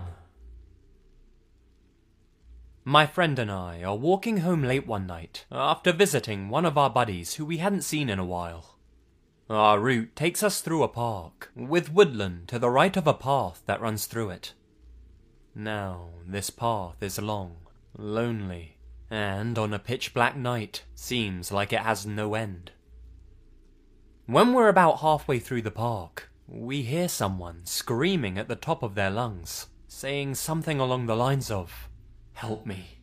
For the love of God, please, someone help me." It's a woman's voice, exceedingly desperate in tone. We instinctively freeze on the spot. The cries are coming from the tree line to our right, way too close for comfort. Whoever's out there can probably see us, as we're stood underneath a street lamp. She keeps repeating the same phrase over and over, but there's something wrong about it. Like it's corrupted or distorted, and like every time she repeats it, it's a little too similar to the time before. As we stand there, staring at the dark tree line, the voices seem to multiply. There's a host of other screams now, along with the woman's. It sounds like there's a whole choir of people, all begging for their lives. This isn't right, and the seemingly almost endless path back home is starting to look longer than ever. We're pretty much crapping our pants, dying to just bolt away, but there's something holding us in place. Morality? Curiosity? One of the two, I suppose. As we stand there, weighing up what to do, we see it emerging from the tree line. It's human-shaped, but inhumanly tall, and extremely thin. A pair of antlers are sticking out of its skull, but it's standing on 2 legs. Even worse is that its body is twisted, contorted, like someone who had just been in a major car crash, but there's no roads nearby at all.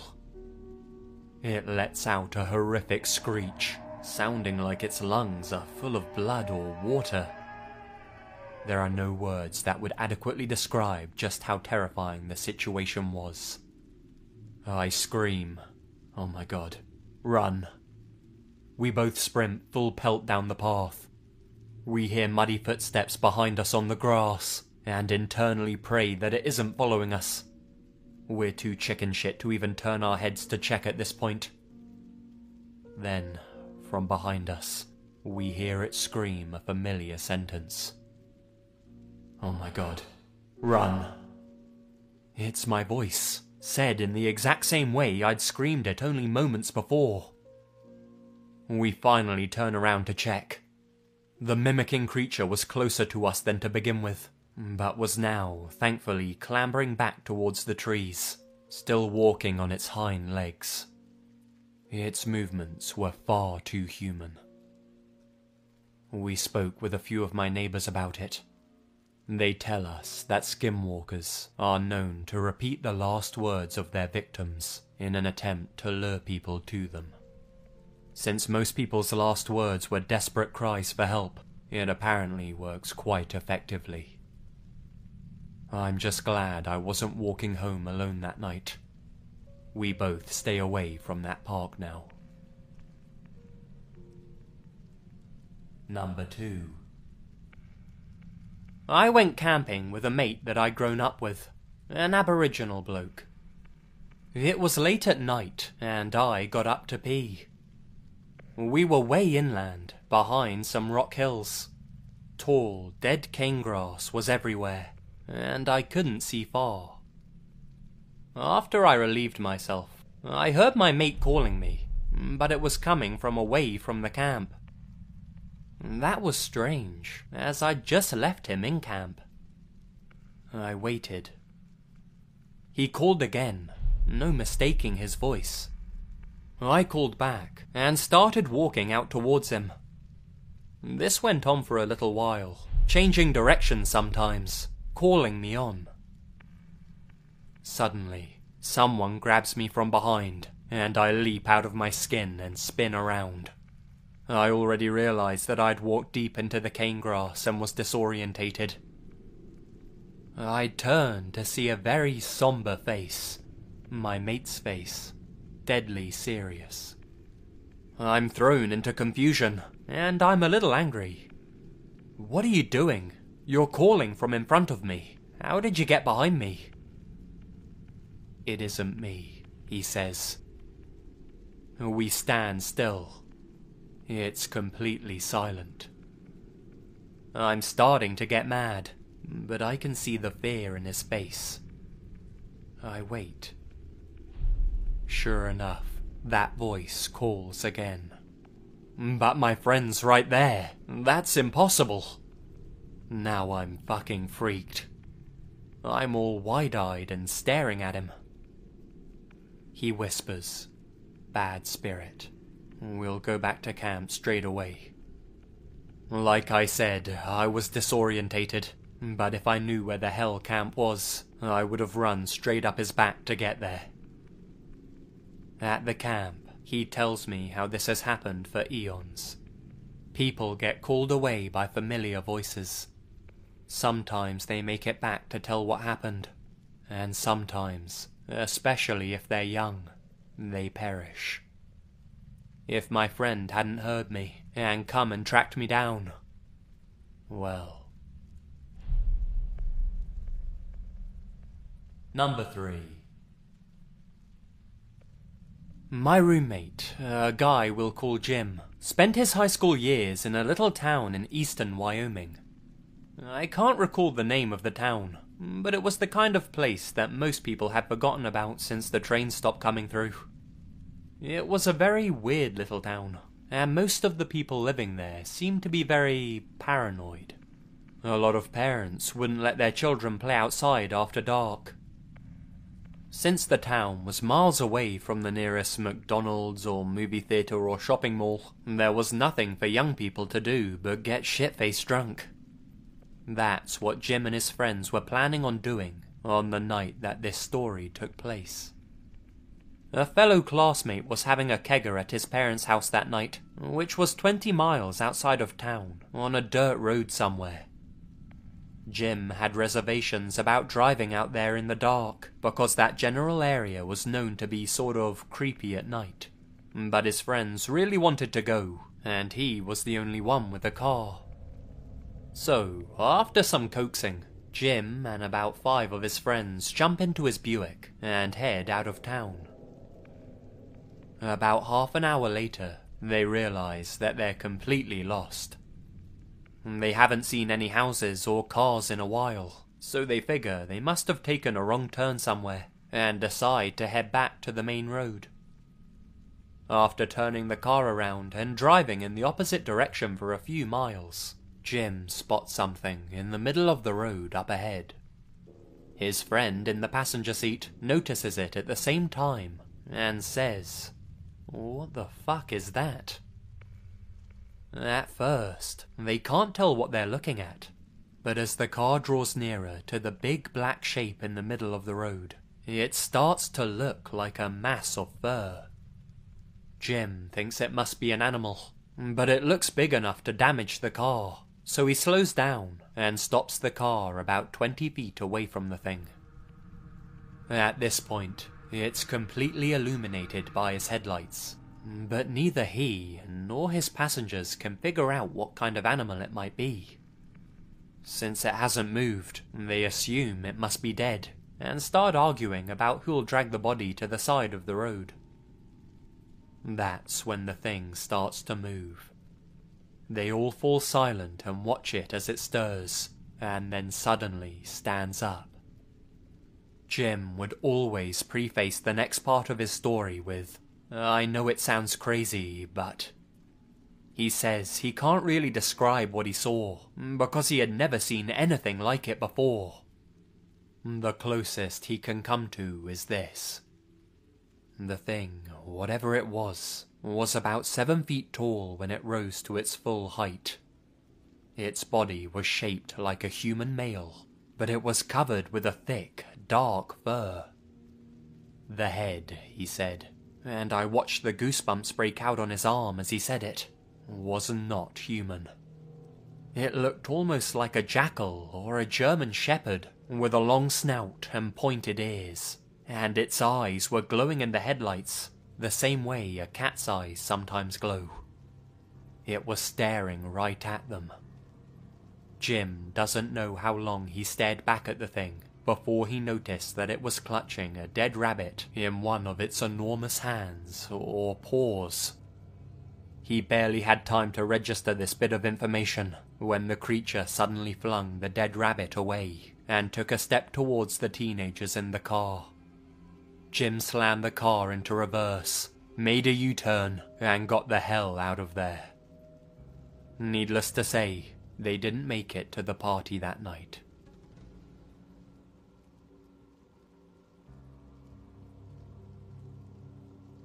Number 4.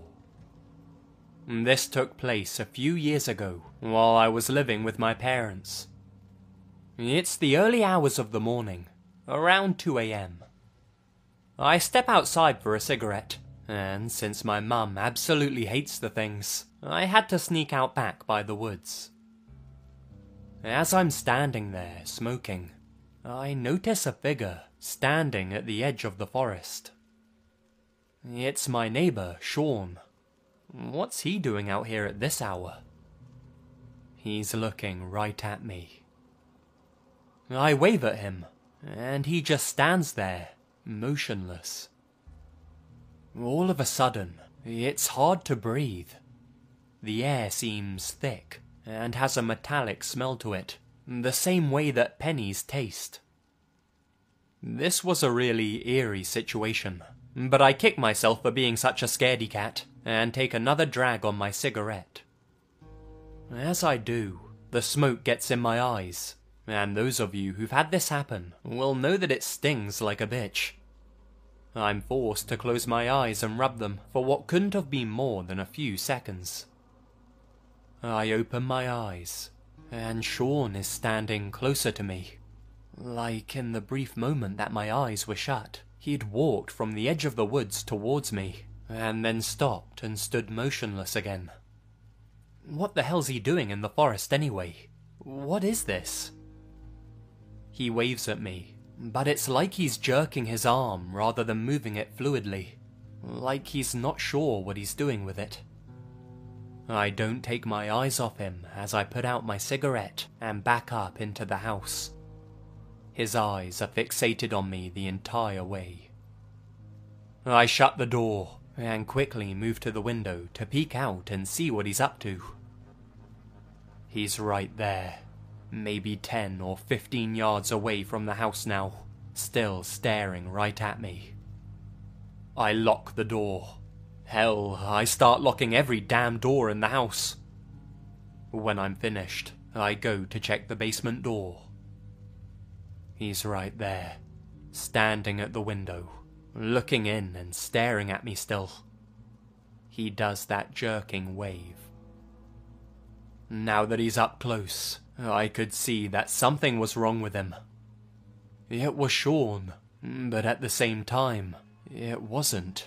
Like someone had copy and pasted him into reality, but didn't make a perfect match. The instant I saw his face up close, his jaw drooping open, that uncanny valley sensation consumed me. I let forth a scream that would wake the dead, and sprinted upstairs, where I encounter my stepdad, who asks me what the fuck's going on.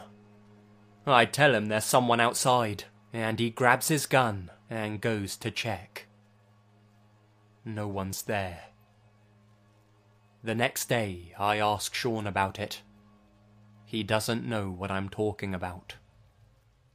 At the time, I'd never heard of skinwalkers, but after reading about them, I'm almost 100% sure that this was one of them. Number 5. So, I posted here a while back with some skinwalker stories, and figured I'd share some more. I'm having a hard time remembering the stories told to me by my Navajo family, but this creepy set of events happened directly to me. So, here it goes. This all started when my two brothers, David and Luke, Luke's girlfriend, Sarah, and myself all drove down to the desert to spend some time in the country. This is Resland, as it were, so red dirt everywhere. Southern Utah, a majestically beautiful place if you ever get the chance. We had some pistols, and decided to go out and target practice. We took our gear and some old targets down to this place called Devil's Heartbeat. I'd never been, but all three of them were familiar with the area. It was a canyon about 200 feet deep. We stayed on one end of the canyon, by the drop-offs, and to our left was the ravine, and about 50 feet over, the opposite side of the canyon rose up above us. On the opposite end, there were some Anasazi ruins. The Navajo may disagree with historians on the Anasazi's origins and departure, but whatever the history, the Navajo do not like to wander in Anasazi ruins. According to Navajo legend, they believe that the Anasazi simply disappeared from existence, leaving behind plates, dishes and food, and went into another dimension or some other equivalent. I never asked why the Navajo didn't like to wander in the ruins, but figured it had something to do with respect, preserving history, etc. None of the others cared a bit about these canyon ruins.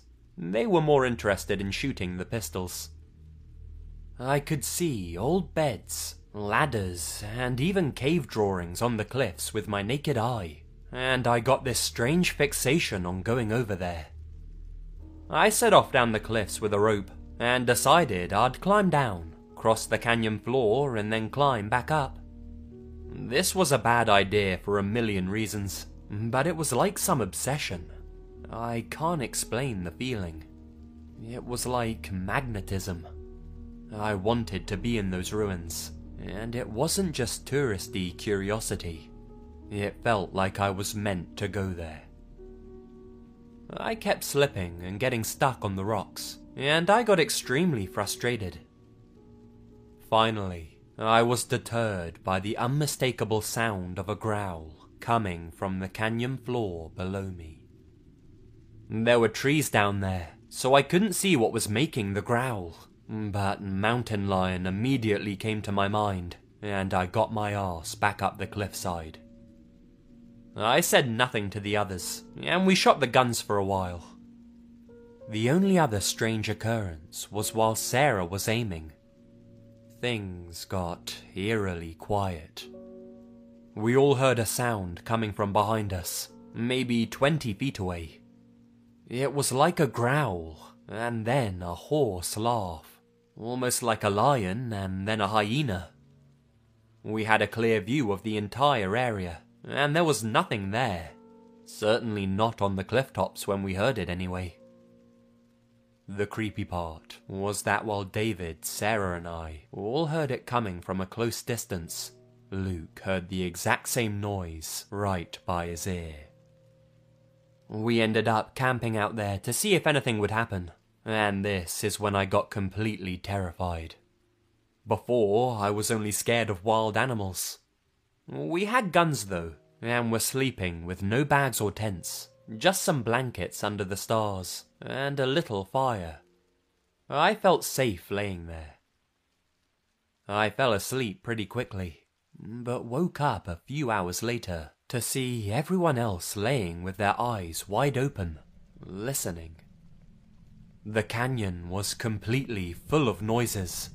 The only way to describe it is people banging rocks together. There'd be one set of bangs maybe 300 yards away, then another clacking 200 yards away, then 50 yards away. The canyon echoes, so it's hard to tell exactly how many rock-smashing rock noises there were, but they sounded like Morse code. We listened to this for maybe 10 minutes. No other animal noises. No nothing. Finally, David, who's kind of a hard-ass and the least superstitious, shouted, "Shut up!" and everything immediately stopped. My heart was in my throat. We just sat there and stared at each other. It was dead quiet. And then we heard more weird noises coming from the Anasazi ruins. I don't know how to explain this one either, but it sounded kind of like a zebra noise, like those squeaky trills. It got louder, and then the rocks or sticks or whatever started up again. But this was worse, because now other animal noises came. We heard what sounded like wolves or coyotes barking, owls hooting, monkeys screeching, which in my opinion was the most terrifying. And through it all, those terrible zebra cries. It took us maybe 10 minutes to douse the fire, pack our blankets and speed away, those noises continuing the entire time. That night I was, obviously, pretty shaken up. Before I could fall asleep again, my Navajo mother came and sat by me, and said that she could tell I had a rough day. We hadn't mentioned any of the creepy shit to her, to avoid a lecture about fucking with the spirits. She asked me about the trip, and I ended up spilling my guts to her about the canyon ruins. It was something personal. I felt like it. After I word vomited all over her, I could see that she had a really concerned look on her face. "What is it?" I asked, totally confused. She explained something I had no idea about. The spirits in those ruins like to lure people up. When they get up on the ground, the spirits push them off. That's why we don't go there. I remained creeped out for the remainder of the visit. The town has a public accessible kiva, kind of a tourist trap for a little podunk place.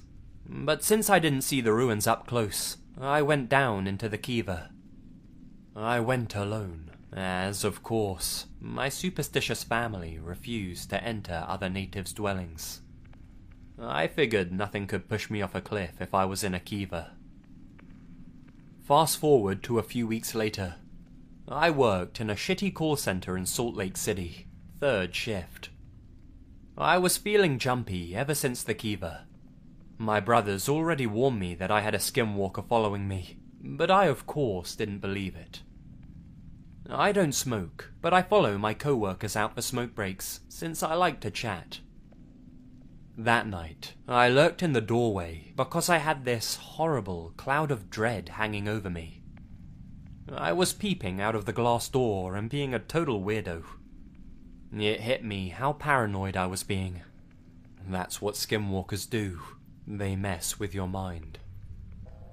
While I was pacing in front of the glass doors, I decided that I was being fucking stupid, and I was gonna go outside and stand there for the rest of the 10-minute break. Most of the smokers were already filing back in, but I walked out and put my hands in my pockets. I looked at the sky, looked in the building, mentally patted myself on the back for not being a pussy. Then I saw something. We have like 6 parking lots.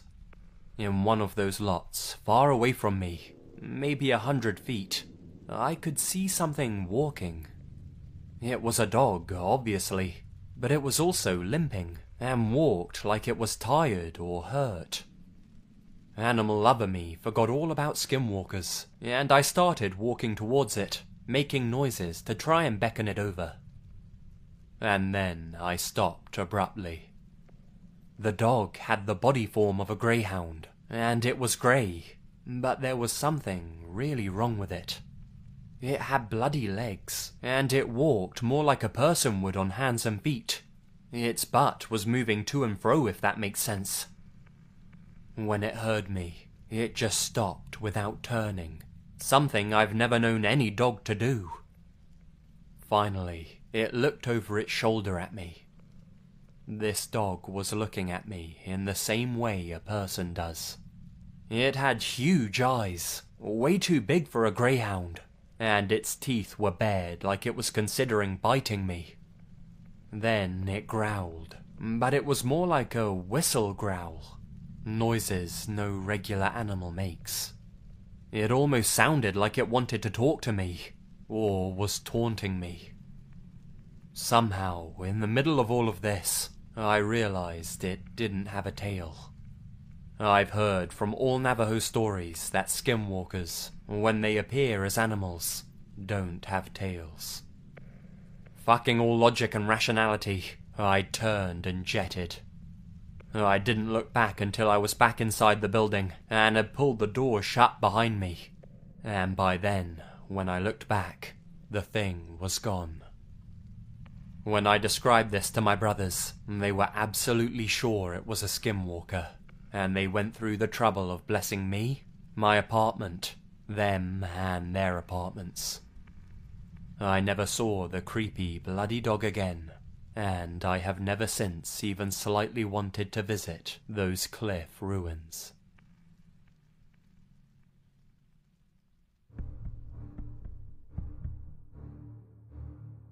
Hey guys, Lazy here, and thank you very much for listening. The last Skinwalker video I did was really well received by you guys. I actually think it has the highest likes to view ratio of any video I've ever done, so yeah, I guess a sequel was inevitable. So, here you go. I hope you liked it as much as the last one. And if you did, then be sure to do some naughty things with that like button. Anyway, I'll be back with some more videos for you guys very soon.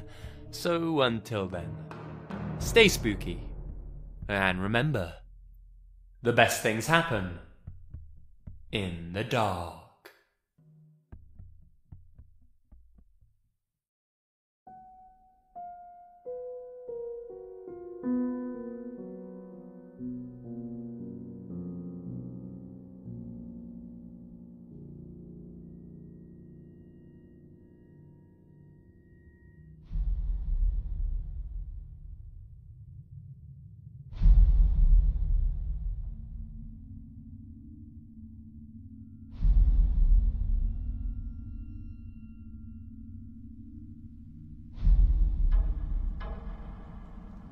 I sleepwalk almost nightly, and occasionally have very intense sleep paralysis episodes.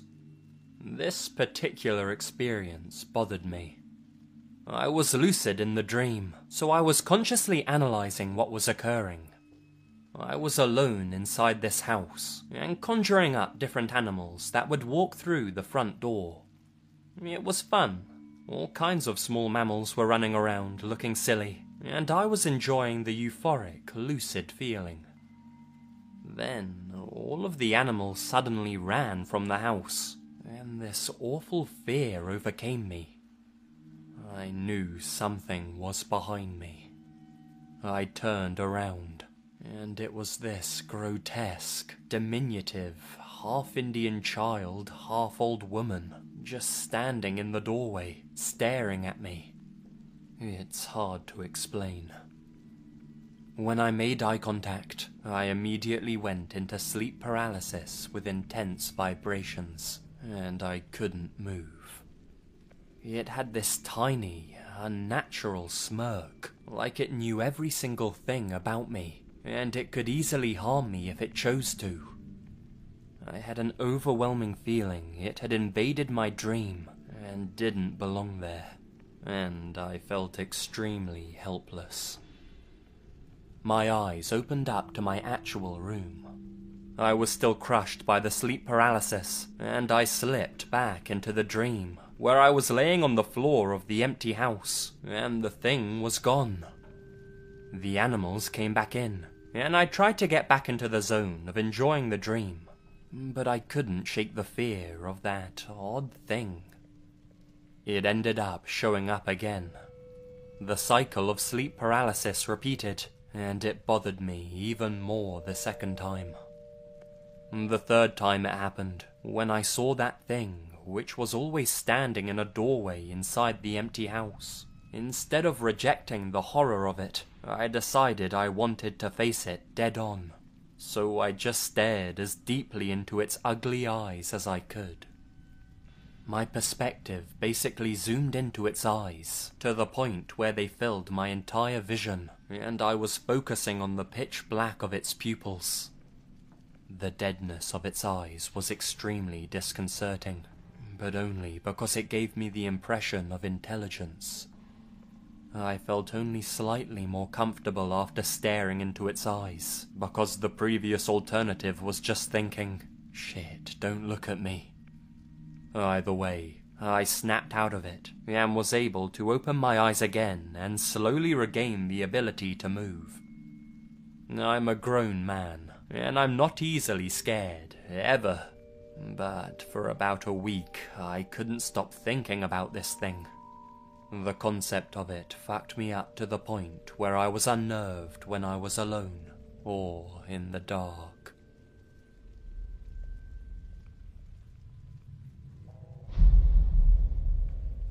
I won't say it's inexplicable, but it still freaks me out, and I hate it when it happens.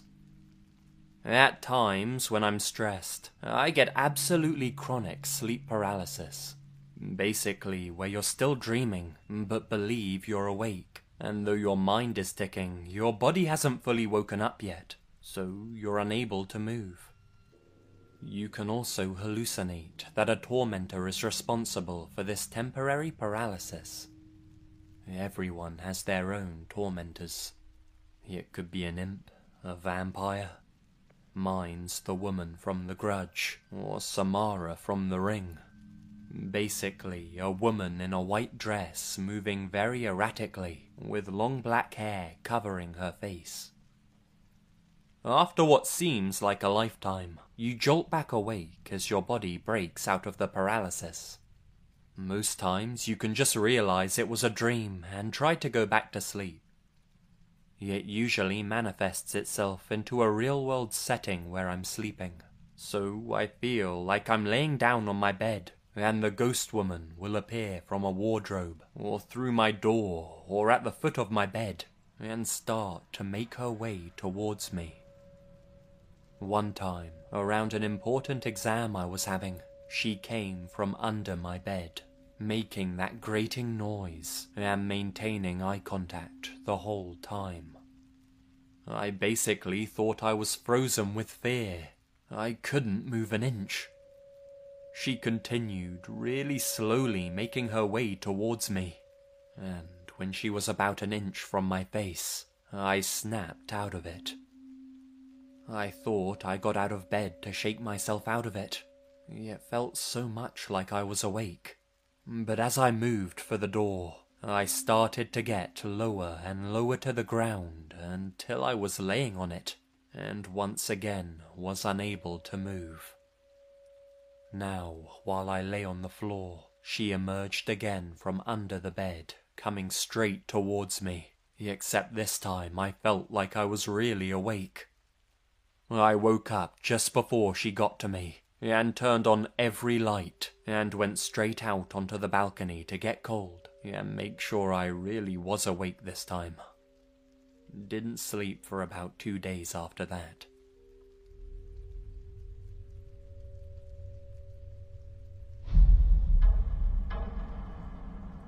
My partner suffers from sleep paralysis. We've been together for about 5 years, so I've heard all about it, and I can recognize it when it's happening to him. Normally, I'm asleep, of course, but I've woken up several times when it's happening, and I tell him. His eyes are open, and he breathes extremely heavily. Sometimes his head shakes or his jaw clenches. I can wake him up during these episodes by shaking him.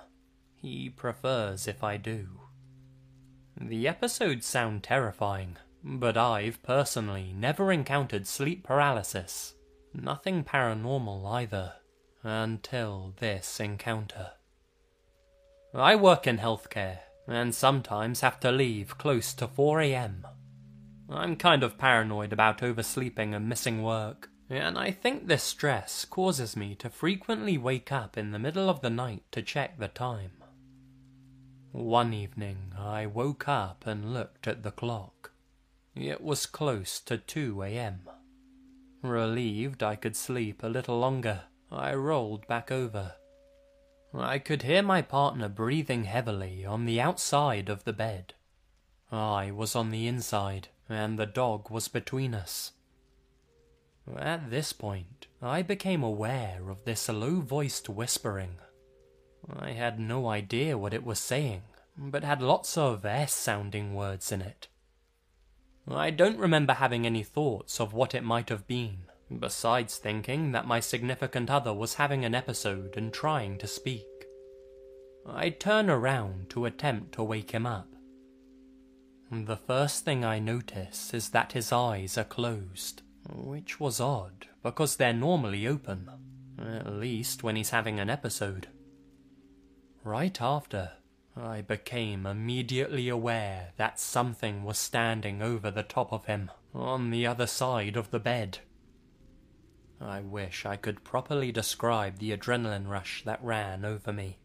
I've never felt such a rush of fear like that in my entire life. It was an extremely tall, black shadow.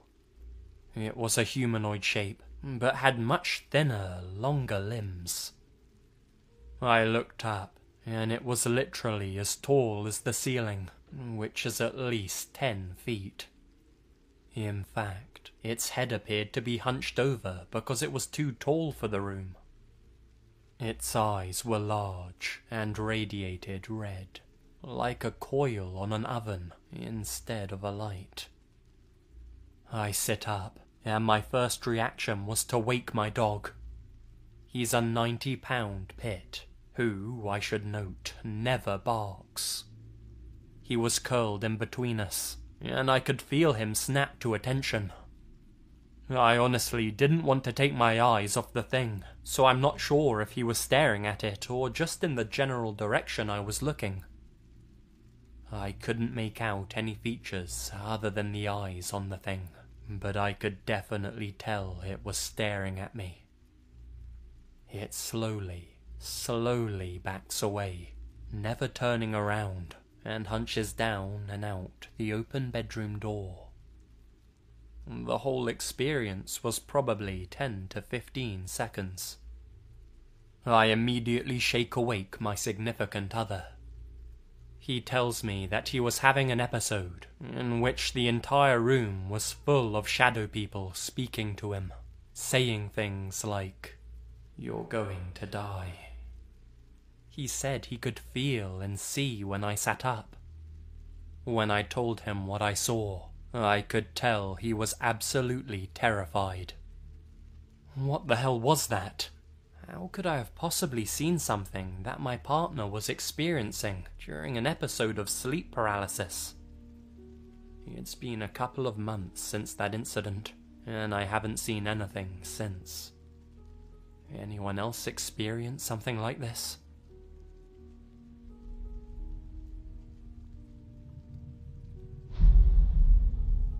I haven't experienced sleep paralysis in a long time. Honestly, I didn't think it would be a big deal, but last night it was. My partner and I were laying next to each other, and all of a sudden I start waking up. Our bodies were on our sides, facing each other. I went to cuddle him, and realized I couldn't move. That's when the hallucination began. Behind my partner was an incredibly old woman. Her skin was wrinkled and translucent. I started to remind myself that she wasn't real, but as I began to, she started walking towards the bed. Now, our bed is a canopy up against the wall in a corner, and I'm on the inside, so essentially, even if I wanted to, I couldn't run. The panic started to set in when she started crawling over my partner, and his eyes shot open. I thought for a split second that he could see her too, but I guess in reality I started hyperventilating and woke him up. He started shouting my name, but I couldn't move, and she was over him and reaching for my throat. In one swift motion, my partner scooped me up and pulled me in, and started rocking me back and forth, saying it was okay. At that point, everything stopped, and the scream I had been holding in came out. Yeah, that was embarrassing to talk about. Don't worry, I wasn't dying, just seeing a dead woman trying to strangle me. The old hag, as she's usually referred to, is quite a common sighting for people who experience sleep paralysis. Maybe you've seen her too.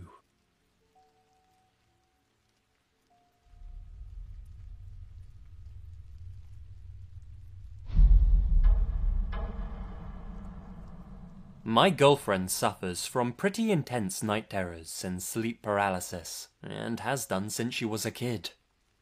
Usually they're about a shadow man at the foot of her bed, or snakes in her room. It gets to the point where she scares herself so badly, she bruises herself while dreaming. She's had some small terrors before, and I'm usually able to calm her down quickly, convince her that nothing's really there, and she just goes back to sleep. We recently celebrated Valentine's Day by getting a hotel room, along with some pizza, some candy, and some beer, and just relaxed the night away. Everything went great, and when we finally go to sleep, I'm out like a light. 15 minutes after I pass out, she whispers quietly, "There's someone in the room with us. I can see him. He's right there." Now, this hotel wasn't exactly the nicest, and it wasn't in the best area, but I had felt safe. I assumed it was just another one of her night terrors. She then starts screaming that he's coming closer, so at this point I bolt awake, and it's much darker in the room than it was when I went to bed. I flick the light on, and no one's there, but my girlfriend is sobbing, curled up on the bed. With my heart racing, but still unconcerned, I checked the room to calm her down. I checked everywhere, including under the bed. When I went into the bathroom, my blood went cold. The window was open about 3 inches, when I specifically remembered closing it before I went to bed, and neither one of us had got up during the night. I didn't tell her about the window, cuddled her close, and didn't sleep at all for the rest of the night. I made sure that the knife I keep in my emergency kit was well within reach on the nightstand.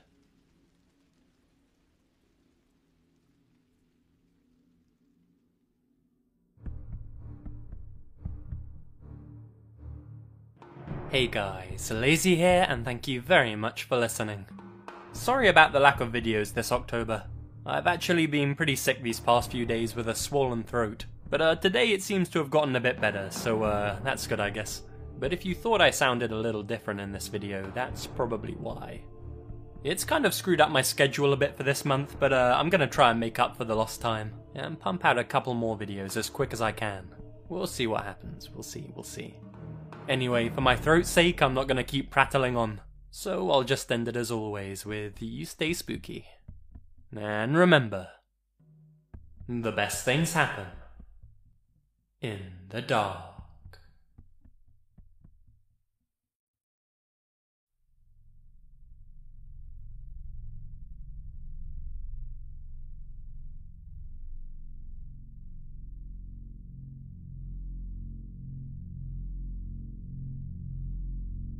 Number 1.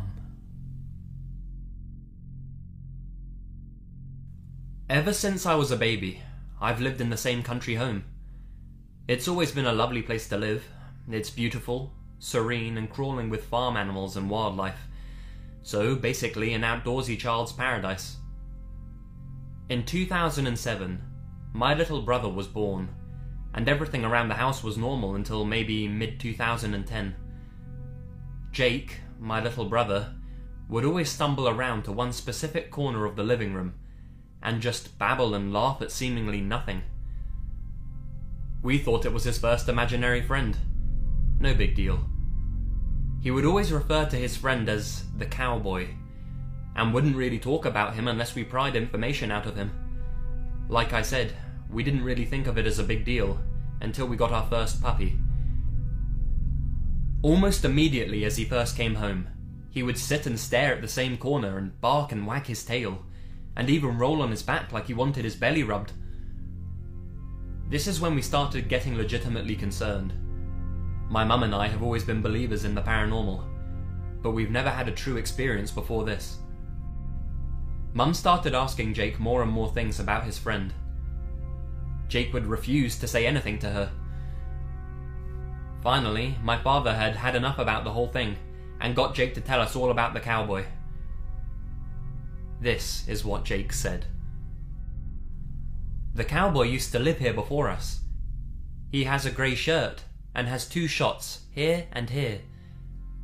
He pointed to his arm, and then his head. He says he doesn't like you, Daddy. He stays far away on the porch when you're here. He's mad we live on his farm. It's believed that animals and children have a stronger perception to spirits than adults. Whatever my baby brother saw was something we couldn't see or sense. Whoever or whatever the cowboy is, I really don't want to ever stumble into him. Number 2. My family had a horse farm in a rural part of the US. To make some extra cash, we invited the public for trail rides. The terrain was mountainous and fairly rocky in some areas, and I like to take folks on some really steep trails. So, this one afternoon in late November, I was leading a trail ride. I was probably about 20 years old or so. I had about 4 or 5 people behind me, out for an hour-long holiday ride. I was leading the ride up over the crest of a heavily wooded ridge, and back down the steep, rocky slope on the other side. The slope was so steep that the horses had to almost slide down on their bottoms, so it was very slow going. Just as the last person in the line had started down this slope, I saw a man running through the trees in front of us, probably about 60 yards ahead, and at an oblique angle away from us. All the leaves are off the trees, obviously, so I could see this guy clear as anything. He was wearing jogging shorts, a tank top, and no shoes on his feet. And he's running over this incredibly uneven and rocky terrain like the wind. No stumbling over tree roots or sharp stones hidden under the leaf litter. Just running as if he was running over a flat, level road.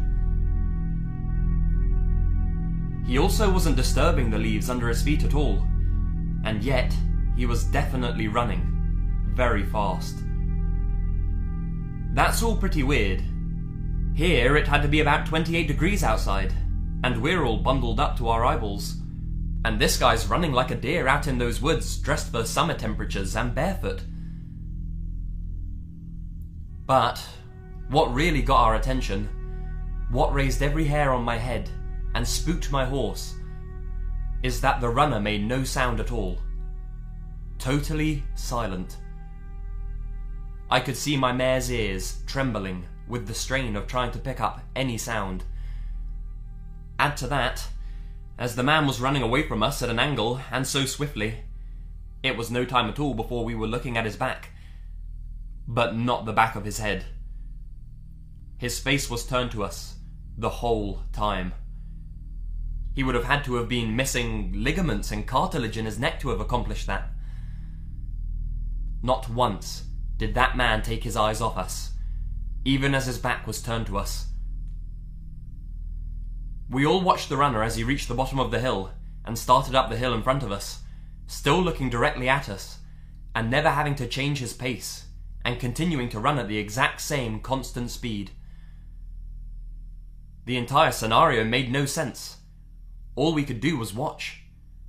And we watched him run straight up the next steep incline without breaking his step, all the while staring at us, until he disappeared over the ridge. We were all frozen and dumbfounded. All of us, even the horses. I finally turned around in my saddle and asked my riders behind me if they had seen the same thing. I probably needn't have bothered. The looks on their faces said it all. And, like my horse, their horses were all standing stock still, waiting to bolt hell-bent for leather back to the farm. Everyone just nodded dumbly, staring slack-jawed and wide-eyed, until someone near the back of the line broke the silence and said, "What in the name of all that is holy was that?" We all laughed, that small, nervous laughter at his question, and we resumed the ride. We continued on the trail we were on, seeing as the runner wasn't using the trail, or any trail anyway, and had darted off in another direction entirely.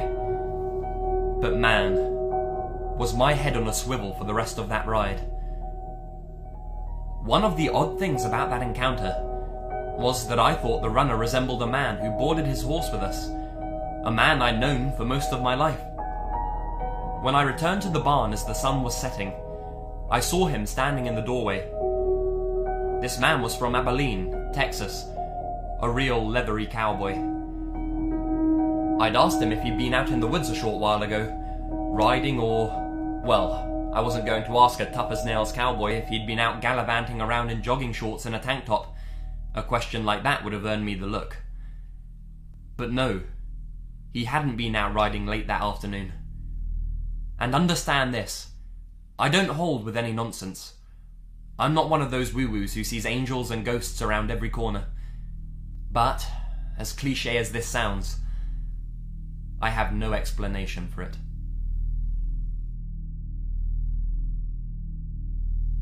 Number 3. I was delivering pizza to a hospital one night, and I went in the doors that were on the delivery description. I wound up at a check-in desk where no one was around. Behind me were several recovery rooms, all with lights out. I looked around for anyone who might have placed the order, but ended up just hanging at the desk for a few more minutes. From the room directly to my right, I could hear a sad, weak voice say, "I just want to go home." I turned and saw a man with several tubes in and out of him. His lamp was faintly lit, and he was locking eyes with me.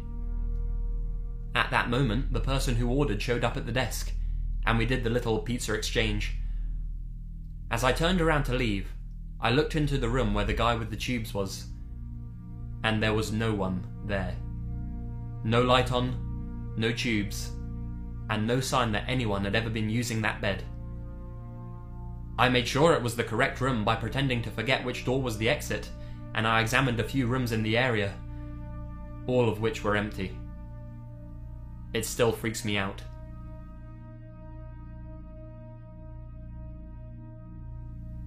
Number 4. About 2.5 years ago, after a really bad breakup, I moved into my childhood home where my grandmother lived before she died. On a side note, she didn't die in the home, nor is this story about her.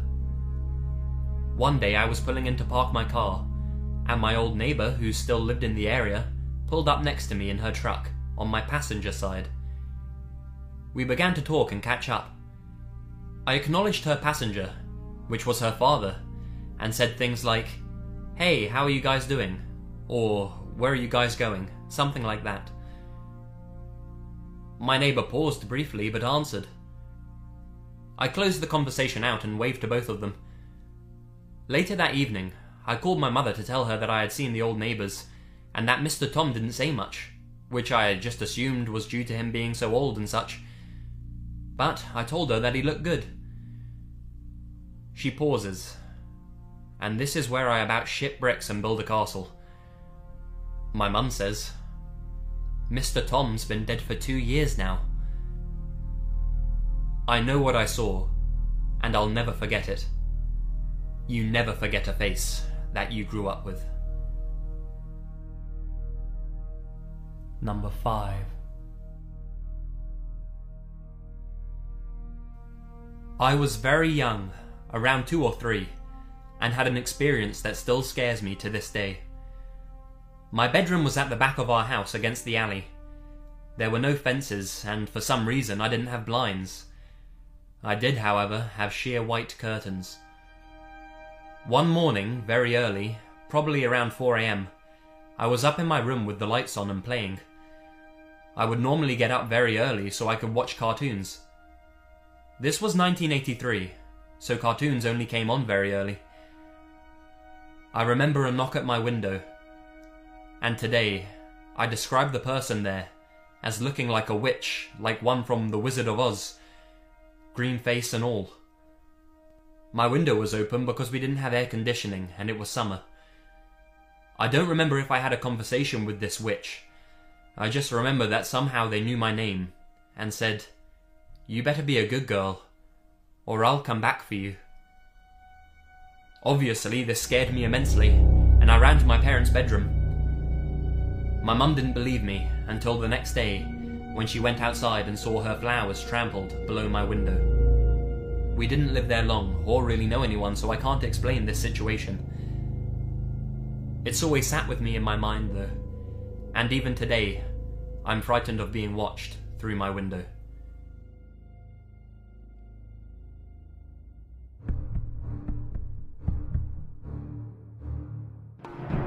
Hi guys, Lazy Masquerade here. I hope you enjoyed my first venture into paranormal territory. Email me your own ghost stories to have a chance of having it featured in the next episode. Stay spooky, and remember,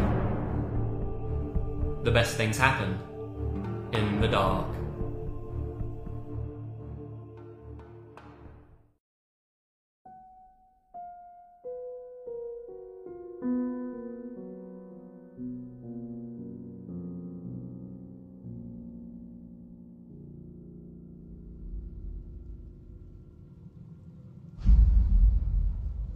I don't know if you guys have heard about flesh gates. They're very similar to skinwalkers, but without the Native American connotations. That's why any skinwalker stories you hear from outside the US are more likely these things, though, of course, they lurk around here too. They mimic voices in the same way as skinwalkers, and are often found in wooded areas, but more often than not, they appear as other humans rather than animals. It takes them time to study human behaviours, and they struggle to talk in long sentences, usually relying on a few words to lure their victims away from their group. As such, there are some telltale signs that you've encountered a fleshgate. A number of years ago now, a couple of friends and I were on a camping trip out in the woods. It was my best friend Connor, our pal Julian, and myself, all alone in the great Montana wilderness. Night falls, and we're getting ready for bed. We start hearing the sound of movement from outside our tent, like rustling in the bushes and beyond the trees around us. We quieten down and focus on the noises. It doesn't sound like an animal though. It sounds like a person walking around out there. We even hear these distinct sounds, like people make when they're contemplating something. Definitely not a sound any animal makes. This goes on for a little while, and the longer we sit there doing nothing, the more exposed we feel. If some weirdo's out there circling us for whatever reason, the last thing we want to do is ignore them. So Connor and I decide to go investigate. We grab a couple of flashlights and an outdoorsman knife each, and Julian stayed behind to guard the tent. The two of us venture into the surrounding thicket. Finding nothing, we walk a bit further away from the campsite, keeping an ear out for any further movement. That's the thing. The woods were dead silent, to an unnatural degree. The whole atmosphere was kind of off. It's difficult to put into words, but Connor and I were satisfied that the coast was clear, so after what must have been 5 minutes of looking around, we head back to the tent. We return to find Julian not inside the tent, but rather standing outside nearby it, staring off in the opposite direction we're approaching from. When I call out to him, he screams and almost darts off into the woods, telling us to stay back. We manage to calm him down and try and figure out what the hell's going on. Julian tells us that there was indeed a man out there in the woods. It was me, or at least he thought it was.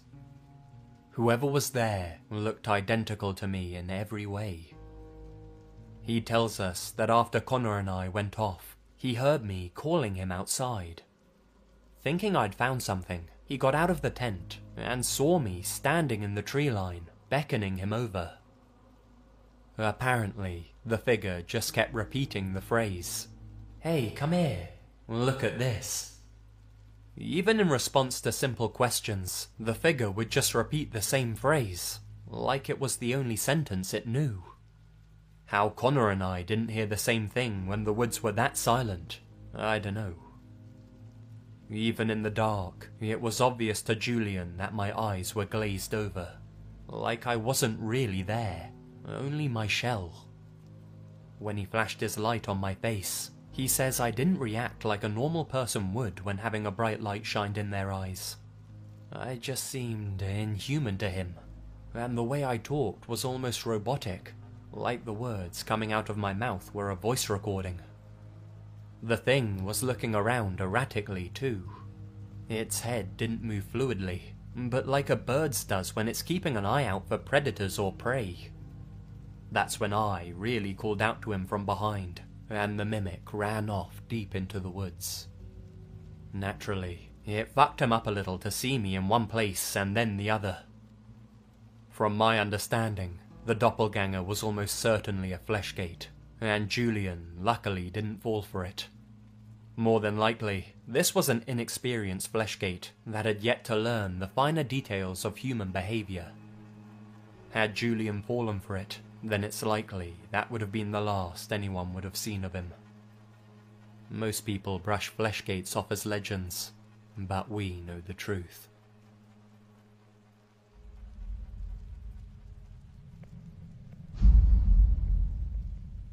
I was on a 41-foot sailboat in the middle of Chesapeake Bay with about 7 other men doing a shakedown test cruise.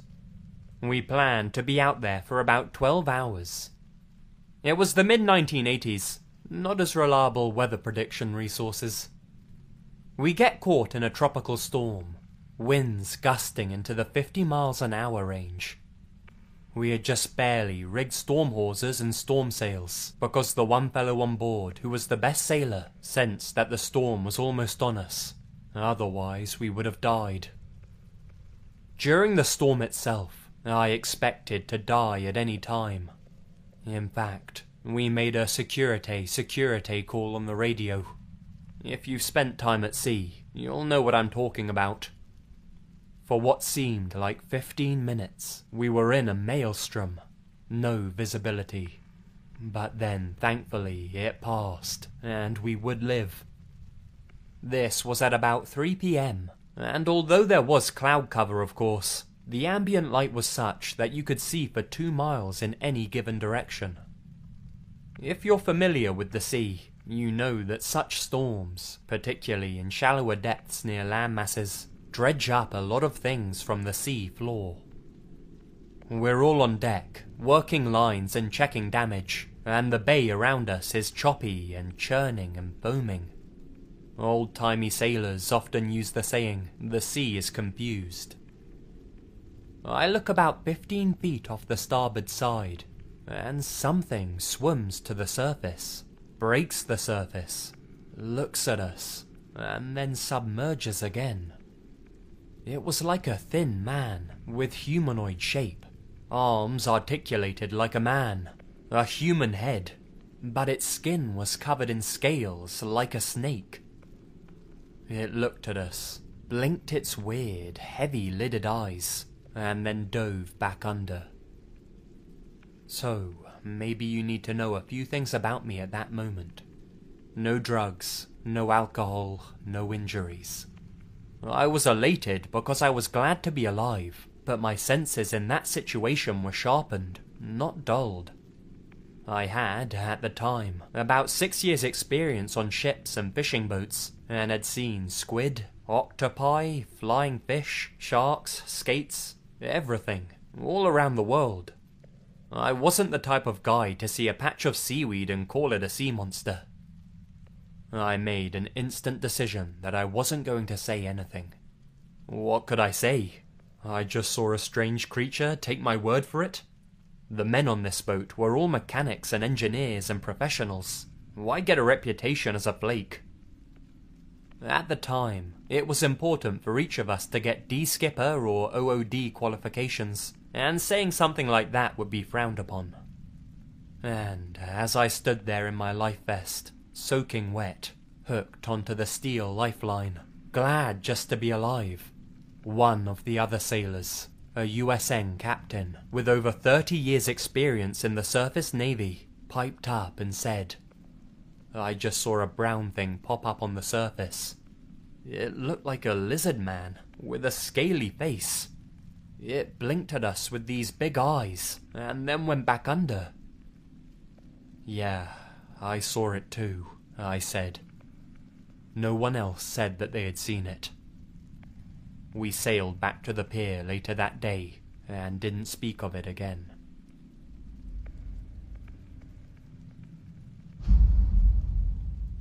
I was up pretty late last night, watching Naruto with my younger sister and father, and it was around 2:30 in the morning. I only noticed the time because my dad had said something along the lines of, "It's almost 2:30, you guys need to get some sleep." My sister Sophia and I went upstairs and got into bed. We're currently sharing a room, since she took my old room and my queen bed when I went to college. We're really close, so I don't mind it. We're sitting in bed, her on the side closest to the door and farthest from the window, and me directly parallel to the window. As usual, she turns off the light and rolls over to go to sleep, and I lay on my stomach next to her on my cell phone. Right now, the internet wasn't working, so I'm playing solitaire and a few other apps. The second the internet gets working again, I pull up YouTube and put on a Sherlock Holmes audiobook. I've heard this audiobook 1,000 times, at least the beginning, since I tend to fall asleep about 30 minutes in, so I don't really listen to the words. Normally, I can just turn over and fall asleep, but for some reason, I didn't feel right. It was like something was watching me, and I was afraid to turn away from my phone screen. I'm a fairly paranoid person, though I'm not scared easily. All of a sudden, there's a tapping on our window. We have squirrels living in our roof, so I just ignore it like usual. But a part of me is afraid to look at the window. The way our window works is that it's positioned right over the garage, and I used to frequently climb out onto the roof to smoke with friends. The tapping starts again, and Sophia turns over half asleep and says, "Could you quit that?" "I'm not doing anything," I replied. As soon as I said that, the tapping stopped. At this point, I'm significantly freaked out, but I figure I've just been up late and I'm imagining things. And, like the stupid person I am, something in me told me to get up and close the blinds to our window. As I look in that direction, I see the most terrifying thing I've ever seen in my life. It was a person, but not a person. I don't know how to describe it. It definitely looked human, but something was just wrong, like the lines were all blurry, and the skin so grey. It had a really sharp nose, and these dog-like teeth, and matted dark hair. I must have gasped or something, because Sophia bolted up and looked my way. And as soon as she looked out the window, she said, "Oh my God." It shifted to the side and let out a cry. The best way to describe it is like the Wicked Witch of the West's laugh. It wasn't like a full-on laugh, just the first "ha", but really extended. I backed up slowly, and as soon as I moved, it was gone. No running away or anything, just gone. I wouldn't have believed it if my sister hadn't seen it too. She somehow was able to go back to sleep after that, but I don't think I slept longer than an hour. We just didn't talk about it after that, I think out of shock. All I know is that I never want to have an experience like that again.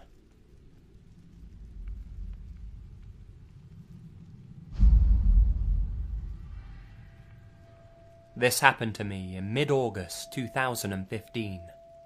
I live with my girlfriend in a 2-story townhouse in Woodbridge, Virginia, with a set of noisy stairs.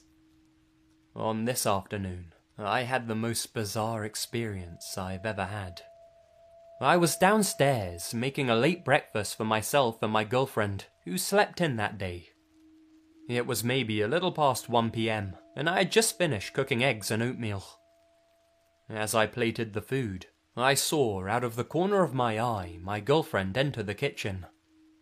She stared and said nothing, and I asked her if she was hungry, and she nodded.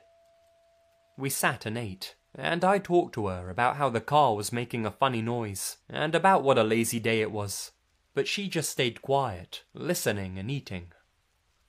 When we finished, we both walked into the kitchen and placed our dishes in the sink, and I went ahead of her and walked out of the kitchen, into the living room between where the kitchen and the stairs that lead up are. I stopped for a second, knowing her eyes were on me from behind, and I had a bone-chilling moment when I heard my girlfriend's voice call from the top of the stairs, asking about her breakfast. I turned around in a flash, and saw no one there. The hairs on my neck stood up. I walked around the whole downstairs area a few times to confirm. I went upstairs with a noticeable look of shock and looked at my girlfriend suspiciously. She had genuinely asked where her food was, and I had trouble explaining to her what I just saw. She swears that she hadn't been downstairs at all that day, and doesn't remember us talking about the car or anything. What was so freaky about it was that we both knew how noisy our stairs were. The sounds of weight on wood are very evident in our home, and I was standing between her or it and the stairs. I'm only 29 years old, so I don't believe it was a senior moment, but it was truly terrifying. Seeing your own double is one thing. Seeing, hearing, feeding and conversing with something you think is a loved one is a completely different and sobering experience.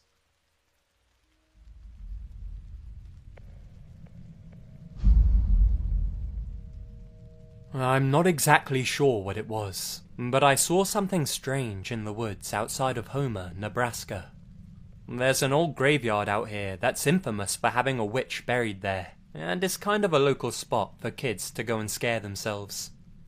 Most of the land out there is flat, and is used for farming, but this graveyard sits on the edge of a big hill, and is surrounded by thick woods. One night at around midnight, me and 5 of my friends decide to go out there in the woods and find that witch's grave, because the one in the actual graveyard is fake, and supposedly the real one is out in the forest. So we begin our adventure trekking through the dark forest. It doesn't take us long to find the real grave, as a couple of people I was with had been there before. We stick around for a couple of minutes, just fucking around and trying to scare each other, when we all just get this instinctual feeling of dread. I know a lot of stories talk about this, but it's a very real feeling, like your body responding to danger before you can even realize what's going on. It's probably worth mentioning that as a kid, I lived in a supposedly haunted house, and I'd never felt this feeling before. We decided to get the fuck away from the grave. Now, this is where us, being stupid teenagers, almost got ourselves killed. One of the kids I was with says that some people grow pot around this area, and that he knows where to find some. So, even though we all clearly felt something was wrong, we decided, fuck it, let's get high. As we started walking back through the woods, I began to feel like we were being watched, and every now and then, I'd hear the rustling of leaves or the crackling of undergrowth behind me.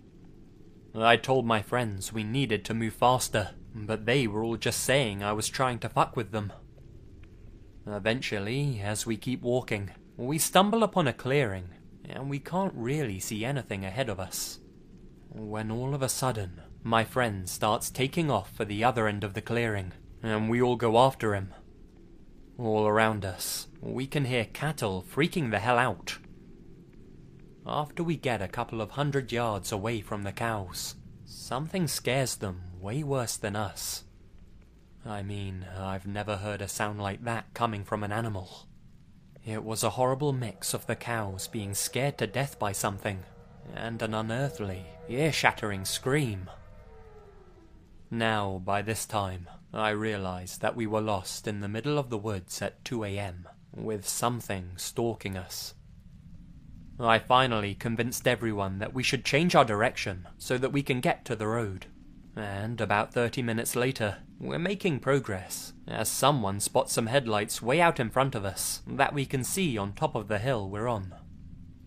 We start walking down towards the road, when I notice that those sounds from behind us earlier had started up again. I turn to my friend and tell him to point his iPhone flashlight back behind us. I only saw something for a moment, but about 30 yards behind us, I saw a blackish-brown figure with yellow eyes lean its head from behind a tree and then quickly duck back behind it. This is what really freaked me out, as animals around here don't sneak around and duck behind trees. I get the best look out of all of my friends, and the head looked kind of like a gaunt German shepherd with a little resemblance to a human face. The eyes and mouth looked far more human than dog. There aren't any wolves or bears around here. As far as I know, there are no large predators here at all. It was a little bit elevated, but it was still eye level with me. I'm 6'2", and this thing was at least 6 foot, so I'm pretty sure it was standing on 2 legs. At this point, I take the fuck off. I swear I've never ran that fast in my life. We make it to the road in under 5 minutes, but realize we came out the other side of the woods and have to walk back 3 miles down the road to our cars. It was honestly the scariest night of my life. Whatever it was, wasn't human or animal. I've been back there multiple times, but never at night now. If anyone's interested, I've left a link to the place on Google Maps in the description below.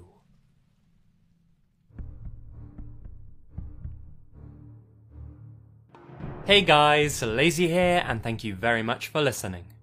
Hopefully this video introduced you to some new creatures, cause I hadn't heard of fleshgates before this, but they seem pretty spoopy, so spoopy. So hopefully you enjoyed that one and all the other stories too. I'm planning on making another video soon that isn't as paranormal based, so stick around for that. And if you like this video, then pound that like button, giggity, and I'll have another video for you guys very, very soon. Until then, stay spooky, and remember, the best things happen in the dark.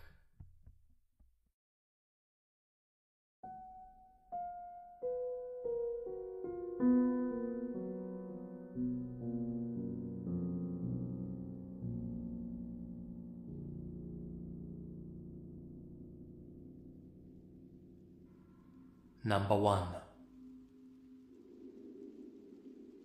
When I was 14, our family dog, a German Shepherd named Benny, went missing. My older brother and I had taken him out for a walk in the Arizonan woods that surround our house. The dog disappeared out of eyeshot and didn't return when we called for him. Must have looked for a solid 3 hours before the sun started to set and we had to jog back to our house. We told our dad that Benny had disappeared on our usual walking trail. Well, old Benny was part of the family, so my dad and uncle went out with a couple of flashlights in search of him, reassuring my brother and I that they'd find him. Despite their reassurances, I honestly didn't hold out much hope. We live in the middle of nowhere, with vast woodland almost surrounding the house. Even though Benny knew this area like the back of his paw, if he'd wandered too far out in those woods, he could have easily lost his bearings. It's possible he caught sight of a critter and chased it too deep in. I was distressed, of course, because I loved that dog like a brother, and so did, well, my brother. We waited alone in the house for a couple more hours, anxiously awaiting our elder's return. It was a fair trek down to where we'd lost sight of him, but every minute we had to wait was disheartening. You can imagine my jubilation when I heard a dog's bark coming from the surrounding woods. My first assumption was that our uncle and dad had found him, but when I peered out of my bedroom window overlooking the front, I saw nothing. Our family members weren't anywhere to be seen. Had Benny found his way back by himself? Did I just imagine that barking? I called my brother over, telling him I just heard what must have been Benny out by the trees. As he stared out of the window beside me, a second bark rang out, much louder than the first. Actually, a little too loud. Being a German Shepherd, Benny had a strong bark, but this seemed almost unnatural, and almost seemed to reverberate. The tree line where it was coming from was a fair distance from the house, but it sounded like he was just outside the window. After an interval of a few seconds, another identical bark. It might sound odd to say this, since dog barks sound pretty alike, but it was almost too similar to the last one. There was a static quality to it, almost like an old recording. Then came a whimpering, like an injured dog would make. I knew that my brother thought this was strange as well, as he shot me an unnerved look, and told me to stay put whilst he went out with my dad's rifle to investigate. If Benny was hurt out there, we'd have to help him pronto. I kept a watchful eye and ear from my bedroom, and my brother ventured outside, cautiously approaching the tree line. About 10 meters away, I saw him freeze on the spot, shining his flashlight at a specific point in the woods.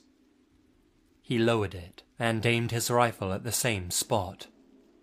All this time I'm hollering at him from my bedroom window, asking what the hell's going on. He doesn't answer me, just stands there for the longest moment. Then he pulls a 180 and hightails it back inside. I ask him what the hell that was all about. He says that as he got close to the tree line, he saw old Benny all right, tail wagging and everything. Gave him a little, "Come here, boy." The dog wouldn't budge. It wanted my brother to go to him.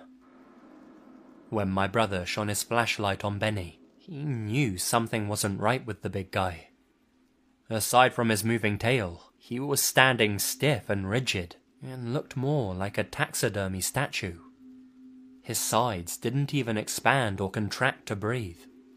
And his eyes, they weren't dog-like. He said it was more like looking into the eyes of a human stranger. They were large, wide, and full of white. That might be difficult to picture, but he said you wouldn't have to know what Benny looked like to know this was unnatural for a dog. That's when he raised his rifle, and the damn thing stood up on its back legs and sprinted off deep into the woods, running just like a man. Since it looked like Benny, he couldn't take the shot. He claims to this day that the thing was trying to lure us out into those woods, projecting its voice and trying to catch us off guard, that it hadn't yet learned the little nuances of acting like an authentic dog. Our dad and uncle returned home about 15 minutes later. They'd found Benny's mauled body by a lake a couple of miles out. They said he must have been there for hours. Number 2. Not much is known about skinwalkers, other than the obvious, since the Navajo generally don't like to talk about them. It's said that even discussing the creatures attracts their attention, though I think their reluctance has more to do with not letting outsiders in on their native lore. That being said, a part Navajo friend of mine has filled me in on some of the stories he's heard about the creatures, and quite frankly, they're pretty chilling. He's mostly apathetic when it comes to the whole native secrecy deal. He told us a story that happened to his uncle when he was only 21 and out on a camping trip with a few buddies of his. It was an annual trip they made to honor a friend of theirs who died young a couple of years prior. For the sake of this story, we'll say the friend's name was Jeremy. The rest of the guys had ventured out to those woods every year. Even with Jeremy having passed away, they kept the tradition very much alive. It was early one morning during the trip, and my friend's uncle had woken up before his buddies. He got out of the tent to take a little stroll around the area, stretch his legs, and appreciate the beautiful nature that surrounded him.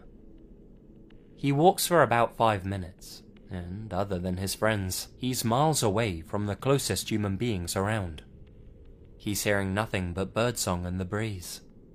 But the calm atmosphere suddenly shifts, and the air around him started to feel heavy. The sound of the birds around him seemed to dissipate, and things became eerily and unusually silent.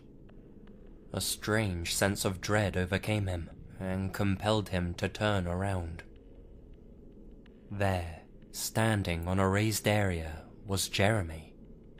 More accurately, it was Jeremy's face, seemingly superimposed on a weird, crooked body. He just stood there, waving at him.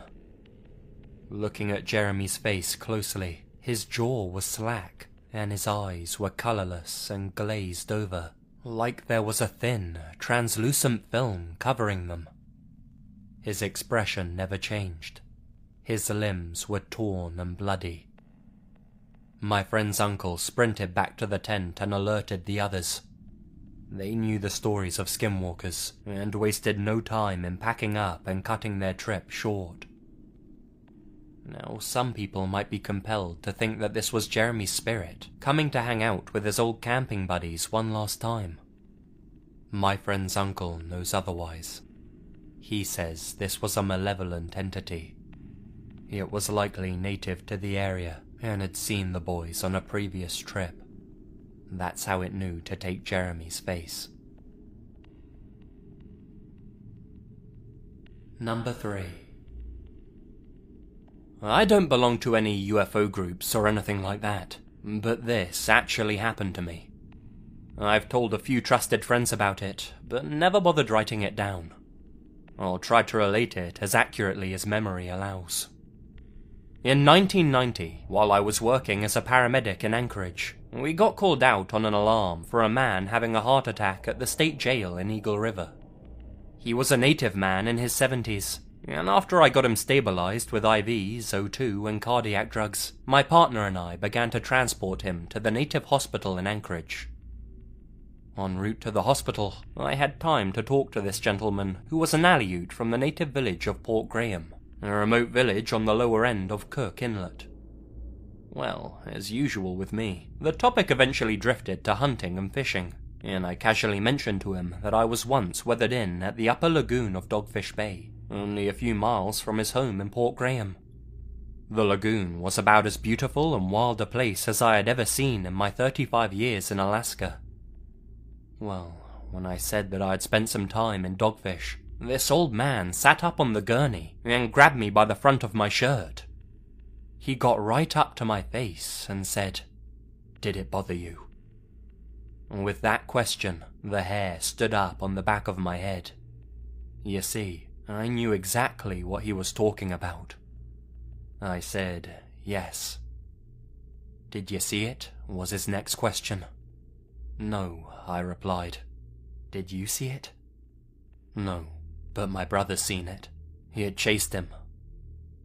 This old Aleut and I were talking about the same thing, but we never used the words skinwalker, or Bigfoot, or legend, or anything like that. We just both knew what we were talking about. Allow me to explain.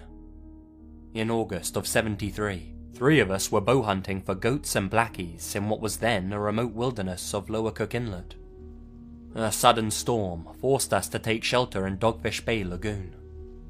We beached our skiff and let the tide run her dry. After a dinner of broiled salmon, we turned into our tent. Back in those days, the best tent I had was a dark green canvas job with a center pole and no windows or floor. We left the fire burning and cleared the pots and pans so not to attract bears during the night. The sky was clear, but the wind was howling through the old-growth timber that lined the shore. Sometime around 2 a.m, my friend Dennis woke me up by squeezing my leg. I could dimly see his face in the tent. His finger was across his lips. I listened. Then I heard it. A step. A man was quietly walking outside our tent, taking very deliberate steps. When you spend as much time in the great outdoors as we all had, you become intimately familiar with the sounds of the wilderness. This wasn't a natural sound. It definitely wasn't a bear, or any other kind of animal for that matter. Scenes from the movie Deliverance flashed in my mind. We woke Joe, the 3rd member of our party, with the same leg grab and finger to the lips. The walking, or rather sneaking, continued until it had half-circled our tent. And then all was quiet, except for the wind. We had our bows and the 06 leaning against the tree outside our tent, so somehow we talked Joe into belly-crawling out of the tent to get the rifle. We were scared shitless, I tell you. The next day and night, the storm continued to blow. We saw several black bears on the salmon stream at the head of the lagoon during the evening hunt, but had no chance for a shot. We didn't talk about what happened the previous night. Too embarrassed, I guess, to be scared by a black bear that sounded like a man. We got back to camp early, built a big fire, sat around it and ate dinner until about midnight. In August, there's still some light in the sky at about 10 or 11. I recall we were all embarrassed about being afraid of the coming night. We had a flashlight and the rifle in the tent between us, locked and loaded. I finally dozed off, but woke right up when Dennis squeezed my leg. The illuminated hands on my watch showed it was 2:30 a.m. Joe was already sitting up and had the rifle in his hands. I heard the first step, no more than 10 feet away from the back of the tent. It was moving slowly.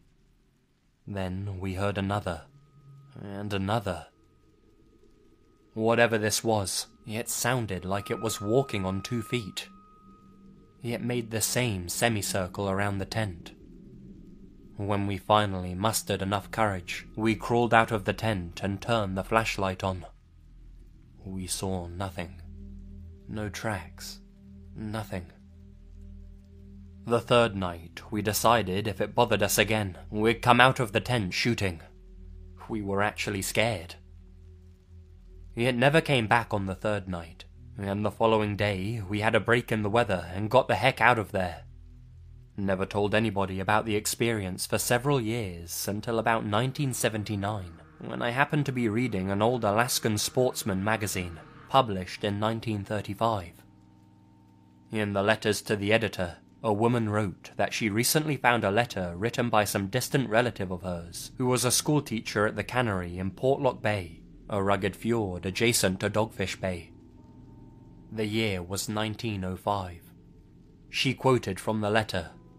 It said that the cannery employed a small group of Aleuts from a small village in Portlock Bay during salmon season. Their camp was about a mile from the cannery buildings. One day, all of the Aleuts moved out of the village and paddled their biddercasts back to Port Graham. The letter said that the Aleuts claimed a hairy man was bothering them and frightened them to the point where they had to leave. I've since done some research into the subject and found written histories of natives from Seldovia to Port Graham being frightened and bothered by something. They even have a native name for it. It doesn't translate into English very well. These accounts mostly take place during the first half of the 1900s and are native related. Not all of them though. I talked to one white guy who, in 1968, got the bejeebers scared out of him while coming down an alderchoke gully while on a goat hunt in Portlock. Most of these accounts precede the Bigfoot hype that appeared in the 60s and 70s in the Northwest. Me and my buddies will never know what was circling our tent those nights, but it sure as hell wasn't an animal, we can tell you that much. Anyway, that's my story, and I'm sticking to it.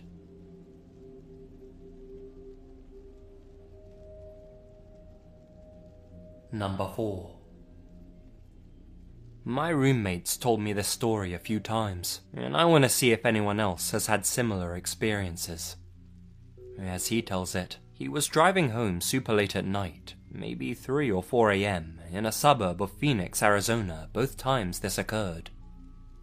The first time, he was driving alone on a road that has an open field to the left of it, when out of nowhere, a black figure on all fours bounds up out of the field and across the road in front of his car.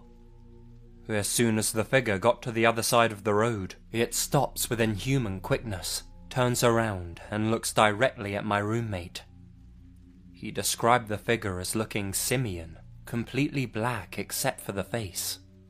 The creature's face was a stark white human face. Not white as in Caucasian, but white as snow. This happened again a few weeks later, but this time the creature was sitting in a tree. As his car approached it, it climbed down the tree, again with inhuman quickness, bounded across the road, stopped on a dime, turned around and made eye contact with him. This time he had a friend in the car who also saw it and began freaking out. It was the same exact thing as the first time. A simian black body with a snow-white, expressionless human face. My roommate, ever the curious one, turned the car around and began searching for the creature, but it was nowhere to be seen. Could this be Skinwalker related?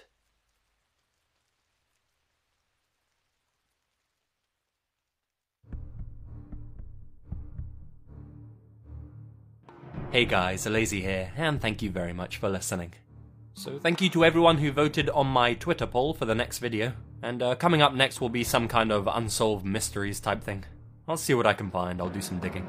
I don't really like to reuse stuff that's already been talked about a bunch in the past, so hopefully I can find some interesting unused material. And if not, well, you'll get some more stories or something, I don't know. Anyway, I'm gonna try and get that out in the next few days. I know I always say this and it's always later, but this time I'm gonna try do my best. If you like this video, then be sure to smash that like button, or I'll smash you. And subscribe and join the Lazy Legion if you haven't already. Until the next one, guys, you all stay spooky. And remember, the best things happen in the dark.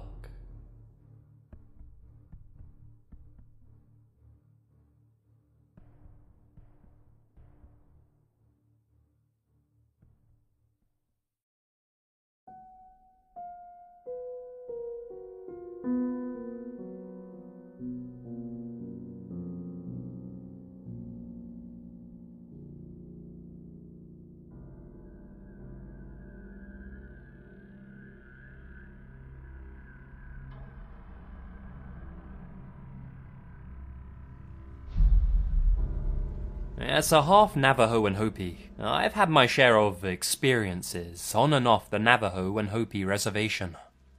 I hope that I won't get any ridicule from other Native Americans for posting these stories. One experience that I'd like to share happened when I was 14 years old. I'm now 29, so you can do the math. This is an experience that I've only shared with a small number of people, and that I'm now writing down for the very first time. My brother, who's now a hardened soldier, is still scared about what happened to us this particular evening. Anyway, on with the story. As a teenager, I'd visit my grandma at her home on the Navajo res for several weeks every summer. I loved to spend time with her, eat her delicious fried bread, and hear all of her stories. Every so often, my grandma would hire a worker to do odd jobs around her house and property. It was usually the harmless town drunk that she'd hire. One evening, right before the sun went down, I was asked by my grandma to take him home, which was about 4 miles out of the valley. Seeing that I was only 14 years old and being asked to drive a truck, I was more than happy to. Mind you, that on the res, nobody really cares that you're only 14 years old and driving around. Hell, there's hardly anybody out there to see you anyway. My 9-year-old brother jumped in the truck cab with me, while this worker and my dog shared the tailgate of the truck. After I dropped the worker off at the shack that he and his brother called a house, we headed back down the road to Grandma's. As I mentioned before, it was evening, and the sky was a deep red as the sun began to set behind us. We were leaving a nice dust trail from the dirt road, and the radio was playing music from the only station that could be picked up from the nearest town of Holbrook, Arizona. There was nothing unusual, nothing weird. It was at this time that my eye caught movement of something in the bushes a little up the road to the right of us. I remember slowing down, thinking that it was one of the many free-roaming sheep in the area that would dart out in front of the truck. As I passed where I thought I saw it, I sped up, thinking nothing else of it. Then, out of nowhere, I just felt this dark feeling of fear and dread. I had no idea why I was feeling this way, but I definitely felt that something was wrong. As I play this memory back in my mind, there are only a few clear memories that I have of that evening. I clearly remember looking in my rearview mirror and seeing the dark silhouette of something very tall and very skinny that seemed to be covered with some kind of hair or fur running behind the truck after us. Whatever it wasn't a normal human or even human at all. I remember hearing my brother crying and my dog barking ferociously at whatever was chasing us. I remember speeding very fast and shaking violently as the truck bounced on the washboard dirt road. I distinctly remember that this thing was getting closer as my brother cried, "It's coming up on your side." I remember being scared as hell and thinking that I didn't want to die. At the moment that I thought would be our last, I remember speeding around a bend in the road and seeing a car coming towards us in the opposite direction. At that moment, I felt instant relief and thought that whatever was following us was gone. Shaken up but still alive, we made it to my grandma's house, wondering what the hell had just happened. We ran inside, not looking back, hoping that whatever was chasing us hadn't followed us home.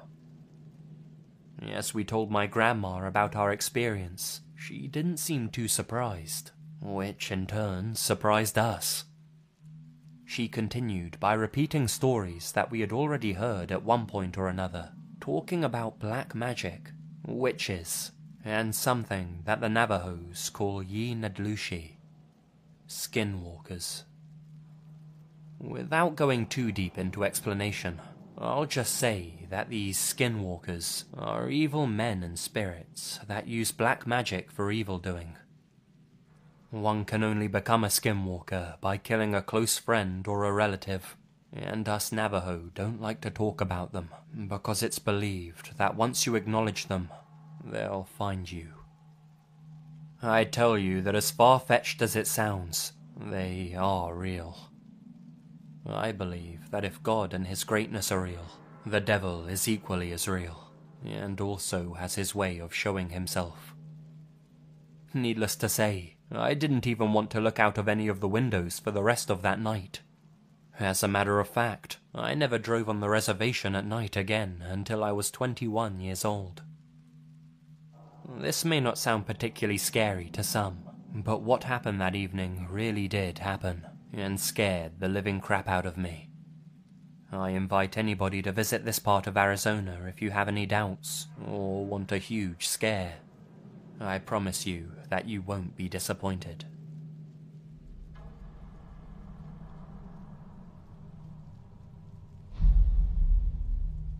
This is my parents' story, and it took place in Colorado many years ago, back before I was even born. They're both natives, and have always been a very superstitious pair. That might just have saved their lives that night. They were traveling along $1 Million Highway through Red Mountain Pass after a long road trip. It was around 2 or 3 a.m., and my dad was behind the wheel, while my mum slept in the passenger seat. They both knew the road well, and Dad was driving cautiously. The road is notoriously dangerous for its lack of guardrails and sheer steep drops over the edge. At one point, Dad nudges my mum awake. There's something not quite right about the road up ahead. After letting her eyes adjust for a moment, she too could see that the road ahead was different than usual. After having driven that road so many times, they both knew that the sharp left curve they were fast approaching was going the opposite way it should have been. This part of the road was meant to curve right around the mountain. Always had, always would. Even the sign they just passed said so. Neither of them knew what to say as they approached the bend in the road. They both rubbed their eyes, but they're not seeing things. The road really is turning left, not right. But that was impossible. The silence was killing them, and as they reached the point of no return, Mum screamed to turn right instead. She needn't have bothered, as Dad was already spinning the wheel in that direction, knowing that was how the road was supposed to go. As he turned, the actual road seemed to appear before them, just how it had always been. The road that turned left was now just gone, as if it had never been there to begin with, and all that was left in its place was a sheer drop. Had they followed the illusionary road they both saw, they would have plunged over the side of the mountain. Dad maintains that this was some sort of trickster trying to force them off the side of the cliff and into an early grave.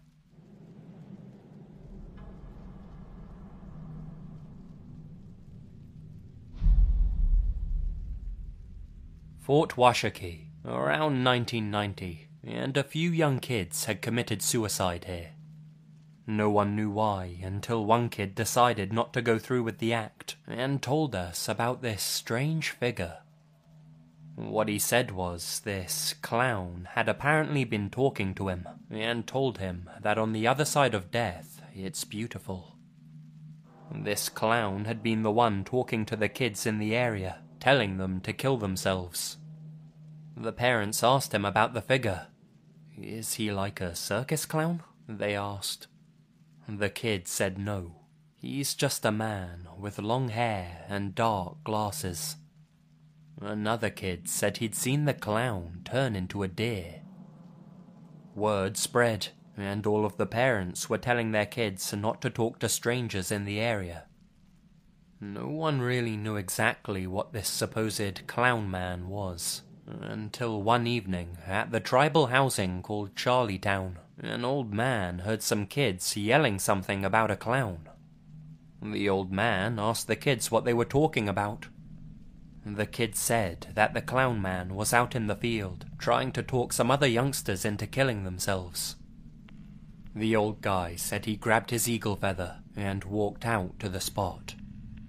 And there he was, the alleged clown man. He said this man had on nice clothes and had long, straight, dark hair and wore dark glasses just like that kid had said. When this clown man saw the old fella, he turned and ran down into a ditch, but all the old man saw jump back out was a deer that kept running away.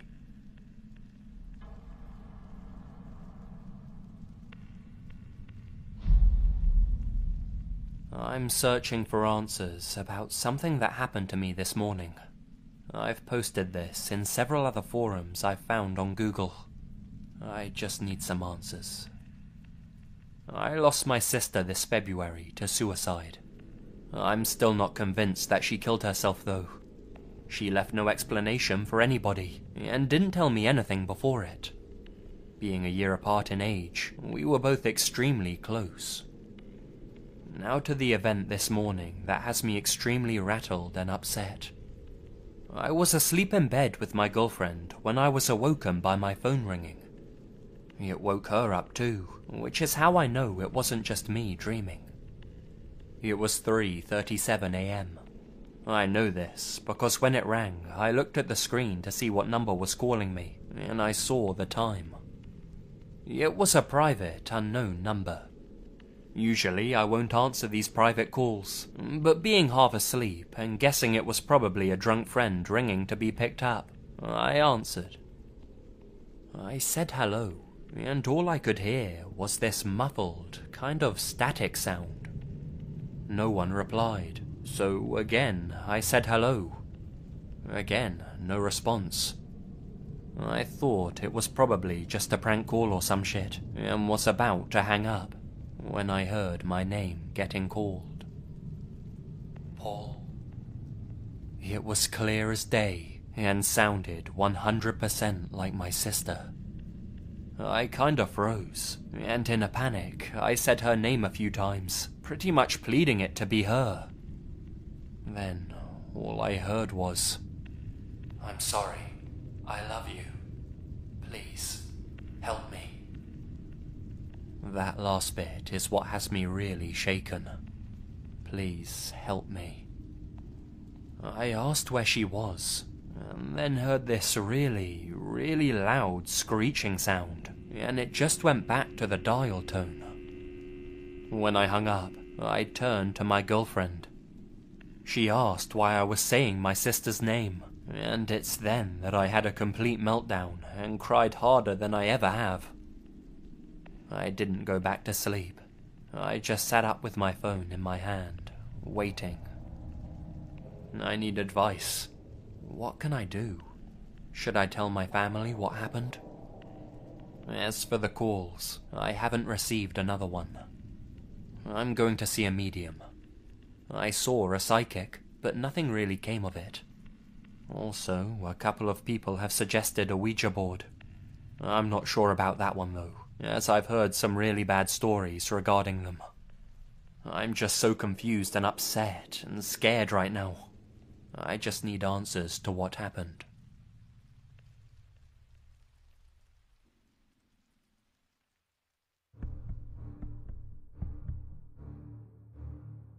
Hey guys, Lazy here, and thank you very much for listening.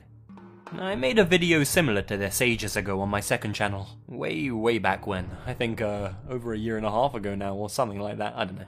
But I'll put a link down to it in the description for anyone who's interested, so make sure to check it out if you enjoyed these stories.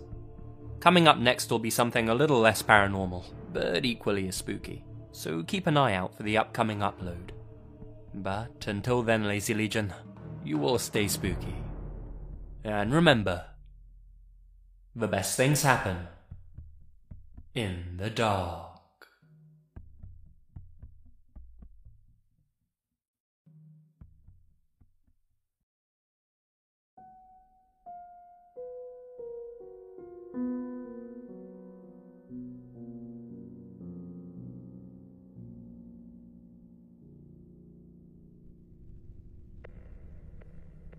Number 1.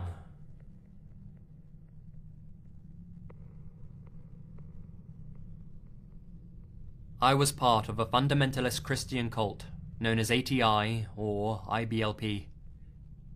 Fairly recent scandals have hit the news about the cult leader, Bill Gothard, when over 50 women came forward with allegations that he sexually harassed them.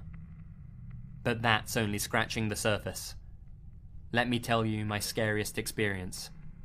And just keep in mind, I'm far from the only one. First off, throughout my childhood, my father and sisters abused me sexually. Since the cult taught a strict familial hierarchy, with the father being the top dog, and then the mother, and then the children in order of birth, I was the youngest, and so at the bottom of the totem pole. My father would twist Bible verses to justify rape, death threats, and more. Because ATI is a homeschool cult, it was really easy to cover up the abuse from any prying eyes. My home was essentially a prison for 11 years, until my father died of a massive heart attack. Fast forward 2 years. I'm 13, with a mother who's frantically fixated on me being a troubled child, because 1, I dared to resist my father's advances and argue against the abuse I was suffering, gaining me the reputation of being rebellious. 2, I'm severely depressed because I'm a freaking rape victim, but depression is considered a sin. And 3, I asked too many questions as to why we believed the things we did. Needless to say, you don't ask questions. So, she calls some cult members here and there, pulls some strings, and long story short, she gets me placed in a secretive program called the Log Cabin Program. They tell her very few details about it, and she tells me even less. All I know is I'm about to move to Oklahoma for a while to be fixed by nice counselors because I'm a dirty sinner. Wednesday, July 11th, 2001. I'm dropped off at a lockdown compound in the middle of nowhere near Skiatook, Oklahoma, called Eagle Spring Training Center. For appearance sake, they pose as a residential childcare facility. This means my mother literally signs over custody of me, her own child, to a bunch of strangers in a compound in the middle of nowhere, and leaves me there, and goes back home, far away. They assure her I'm in good hands. For the next 2 years, I'm brainwashed, starved, sleep-deprived, threatened with a shotgun, punished, humiliated, interrogated, and terrorized. I lost 40 pounds in the first month or 2. They took me off of my medications, believing it was wrong to take them. I went cold turkey. I exhibited severe symptoms of withdrawal, and they go ignored. I'm worked grueling hours, sent on aimless hikes and marches, scrubbing floors on my hands and knees until my knuckles are cracked and bleeding from the bleach, punished with hard labor until I'm near fainting. Oh, they had such fun coming up with new and strange punishments, and they used the word punishment to imply that we deserved it, when in fact they are instructed specifically to break the student's will, whatever it takes. One such punishment was a forced vow of silence. You were told to never speak for days, or maybe even weeks on end. If you do, you are punished further. I was given tasks that were designed to fail. For example, extremely short time limits on difficult tasks. This was all in order to be punished and humiliated further. I was forced to grovel and confess humiliating sins, existent or not, in front of 30 or so members in the compound. I was given spoiled, undercooked foods, and even chemically treated water that burned my throat and left me horribly sick. I was placed in solitary confinement for 2.5 weeks, while they bled music to torture me. The song lyrics went, "Trust in the Lord, he makes no mistakes. He knoweth the end of each path we take. For when I am tried and purified, I shall come forth as gold." Basically, it was a blatant message. You're being tortured because God loves you, and he's going to put you through fire to melt you into gold. I was screamed at and exercised for hours on end. I had no privacy. Even going to the bathroom, they would stand outside the door. I could go on and on and on. After all, I was there for 2 years. The scariest part of all of this is that I am far from the only one. The log cabin program was run in Oklahoma, and I believe an alternate version for Russian orphans was done elsewhere, either in Indiana or Illinois. All of these programs secretly tortured and brainwashed children and teenagers. Many of them were so-called delinquents, who were ordered by judges to be shipped to these compounds and held against their wills. This runs very deep. It's never been accounted for, and probably never will. They tried to investigate alarming allegations of child abuse in Indianapolis, and the whole thing got swept under the rug. The only thing you got to hear about on the news was Gothard feeling up a bunch of women. You never heard about his systematic child torture programs. Bill Gothard and the IBLP simply have their fundamentalist hands in too many pies. They'll probably never be caught. Number 2.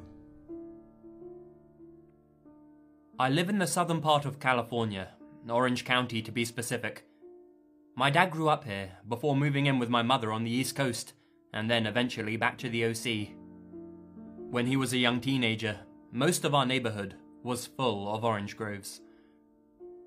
He and his friends used to explore in there and smoke weed in them. My dad told me he once had a friend whose name I can't remember, so for the sake of this story, we'll call him Jack. He was the son of a woman named Frances Marie Klug, a religious cult leader who thought she'd been visited by God or Jesus or something. She claimed to be a prophet, and eventually broke away from the Catholic Church to form the Hill of Hope congregation. This woman had a lot of followers. Her son was definitely not one of them, as he would often hang out with my dad in the groves, smoking weed and talking shit about his mother and her followers. Frances, according to my dad, always had these bodyguard-type dudes around her, who, oftentimes, were armed. This made her far scarier than any elderly crazy woman should be. They'd go looking for Jack, forcing him sometimes to hide in the groves. The Hill of Hope eventually created a fort of some kind in Carbon Canyon, fitting because a bunch of creepy as fuck things go on there all the time. At this time, the fort, or compound, was in the process of being built.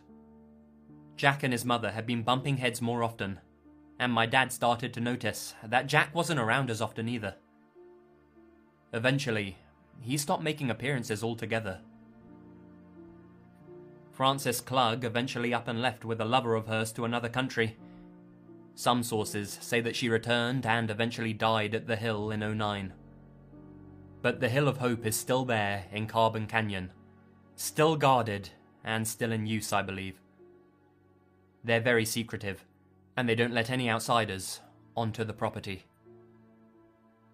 My dad swears that Klug had her followers kill her son and hide his body under the cement foundations of the hill. The kid disappeared without a trace. Klug didn't seem fazed, and the cement was laid down shortly afterwards. My dad says it's too much of a coincidence. He never did hear from his friend again. The original poster has included information, an article, and a link to the website of the Hill of Hope. This can all be found in the description below. Number 3. Years ago, as a 17-year-old, I worked at a deli in a grocery store. This grocery store was in a small town, so it seemed as if we had a very concentrated amount of crazy people. I was really naive, and I wasn't very good at saying no to people, so I got into a lot of perplexing situations there. For our uniforms, we had to wear white button-up blouses, black pants, black aprons, and a huge name tag. The name tag not only had our first names, but our last names as well. My first name is slightly unique, and my last name is uncommon. Basically, I'm really easy to find. You search my name in Google or Facebook, and I'm the only one, as of now, that pops up. I was always really uncomfortable with people seeing my full name in such a public job. An older man with big glasses, a white beard, and a red plaid coat came in one day, asking for something small. As I was dishing it up, I did my usual chatter with the customer. He was asking me a lot of really uncomfortable, personal questions, but I wasn't quite catching on that he was getting creepy. I was a senior, and I shared that with him. He asked me a few more things, and he was on his merry way. I promptly forgot about him. 1 week later, he came back in, and asked me if he could take a picture of me. I didn't know what to think of it, but I smiled, and I said that I belonged behind a camera, not in front of one. He nervously laughed, and then disappeared. About 15 minutes later, a co-worker ran up to me and asked me if I had just seen this old guy in a red plaid coat take a picture of me from behind a glass window we had by the entrance. It was really creepy, but I let it go. About 2 weeks after this, he came back in and waited until I was free to speak to him. He told me that his name was something like Emmanuel Lamb Branch. He asked me if I would like to go out to his house in the country every Thursday night and be his hostess for these readings that he had. He said he wanted a beautiful woman to greet his guests and be admired by his side. I told him thank you, but I work 2 jobs, and I value the few nights I get off a week, and I would rather spend them with my family. In trying to convince me, he told me that he had a community of people that lived on his land, and they were all very peaceful. I turned him down again, and I moved on to another customer who was waiting for me. Later on that week, Emmanuel Lamb Branch came back in with some flyers. Apparently, he had been going door to door. He handed them to me, and then told me he was waiting for me, and then left. I read the literature on my break. One of them was a typed-out love poem. It was very sexual. The next was some political flyer. I guess he was running for president or something. The third absolutely creeped me out. I wish I still had it to type out word for word. Basically, it was informing people of the new kingdom, and how Emmanuel Lamb Branch was the leader of this new kingdom, and that he had a bride waiting for him. His bride was me. He put my full stinking name in there, and explained how he'd commissioned a local artist to paint a large portrait portraying me as his bride. Apparently, it was sitting above his fireplace. He said that we were supposed to have his descendants who would rule the new kingdom. That was it. I'd had enough of him. I went home crying, and I asked my mum what I should do. She immediately called the police, and they issued a restraining order on him. They took all of the papers that he had given me, and they went to talk with him. He told them I wanted to be his bride, and was waiting until I turned 18. Well, Emmanuel Lamb Branch still came into the store that I worked at for the next month. He would stand over by the magazines and just watch me for hours. It made me really nervous. Finally, a co-worker alerted the manager, who told him he could never come back inside. No, he just stood outside the door. Apparently that summer, he was jailed for some violent behavior, and I never saw him again.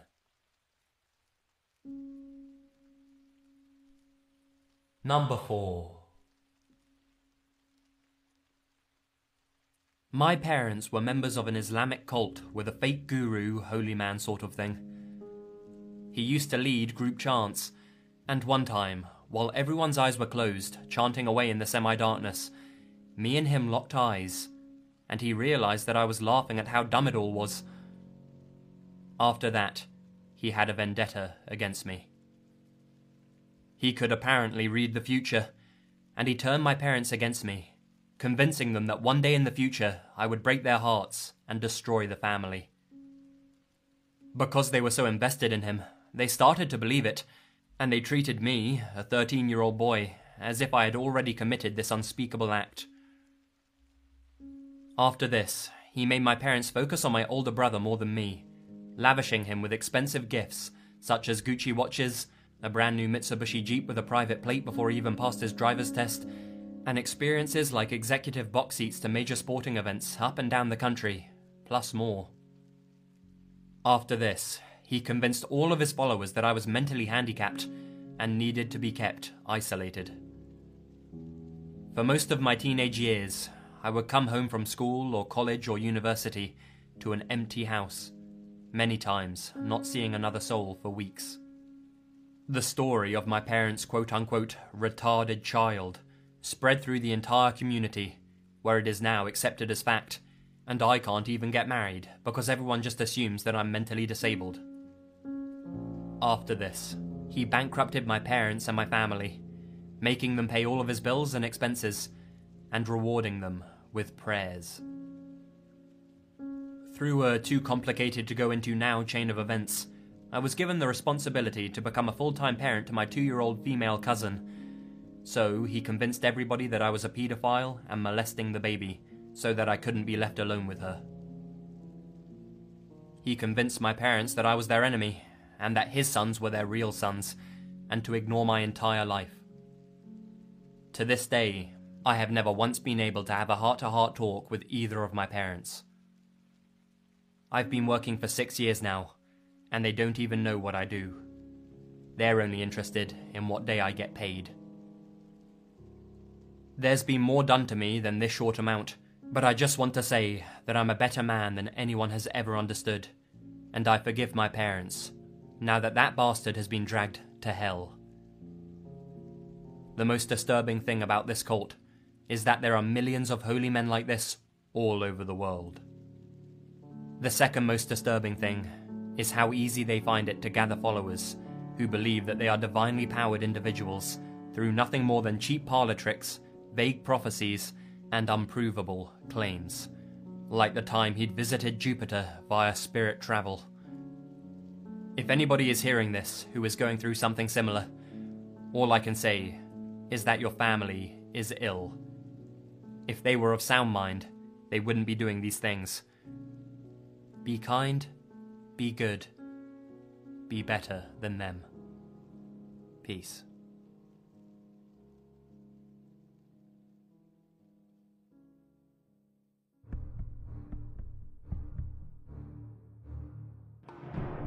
Hi guys, Lazy here, and thank you very much for listening. I think that cults are a really interesting topic actually. The way that a handful of people, or sometimes even just one individual, are able to effectively control others. Sort of like brainwashing, I suppose, promising them eternal salvation or whatever in return for their complete and utter loyalty, when we all really know that the only true salvation comes from subscribing to this channel and watching all of my videos religiously. Stay spooky, and remember, the best things happen in the dark.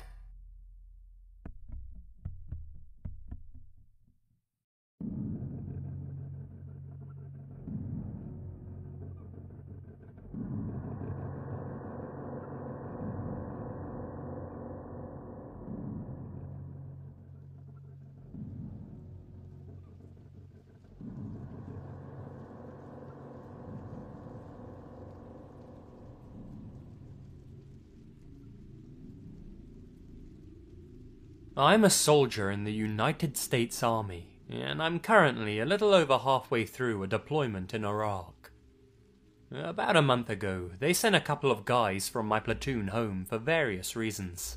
Gym-related injuries, family tragedies, children being born, things like that.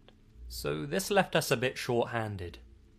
I ended up with an extra guard shift at the motor pool, essentially a big parking lot for military vehicles. This shift lasted from 2 AM to 4 AM. Anyway, 4 rolls around. Our replacements show up, and we're relieved right on time. I grab my weapon and head back to my room. Just as I pass through the small opening in the T-wall barrier, about 50 feet from the shack where I was staying, something caught my eye on the cement sidewalk in front of me. I stopped dead in my tracks. In front of me, about 30 feet or so, was a black and white cat. I don't know why, but just the sight of it caused me to jump, and for some reason, I was afraid. Not typical, like, oh shit type of fear, but more like an overwhelming anxiety and paranoia. The cat just sat there and didn't move, but looked directly at me. I noticed something a little odd about it. I have a cat back in the States who's the absolute light of my life.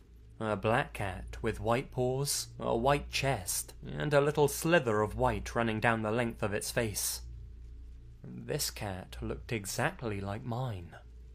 Now, obviously, I knew it wasn't, but the sight of a familiar-looking feline friend was enough for me to somewhat relax the jumpy feeling I had previously felt. I took about 3 steps forward, slung my rifle to my side, and crouched down with one arm outstretched in an attempt to coax the cat to come over. My lips pursed to make that little "come here" sound when I became completely paralyzed with fear.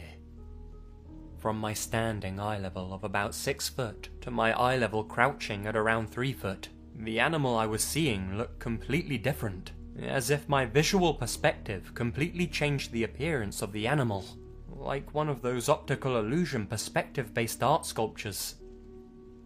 What I was looking at no longer looked like a cat, but a large, broad dog-like animal, crouched with its head lowered just inches off the ground. All rationality abandoned me at this point, and all I could do was stare back at whatever it was. I couldn't make out much of a face. The only light source around was from a street lamp about 50 meters behind me. What I was able to make out were its eyes, which I could see clearer than daylight, and they were human. Go and look into a mirror, and open your eyes as wide as you possibly can. That's pretty much what I was looking at. It just stared at me, and I stared back. I'll tell you now that I've never been more terrified in my entire life. I slowly stood back up, half expecting whatever I was looking at to take on the appearance of a cat once again, but it didn't. The thing didn't move a fucking inch during this entire encounter. At this point, my weapon wasn't even enough to make me feel safe. I backed away slowly, all the while keeping my eyes on what was in front of me.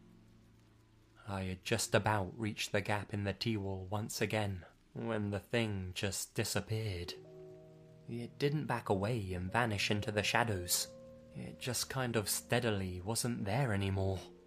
But right before it vanished entirely, I heard what sounded like a low, but somehow loud, guttural growling noise that resonated off of the T-wall surrounding the area.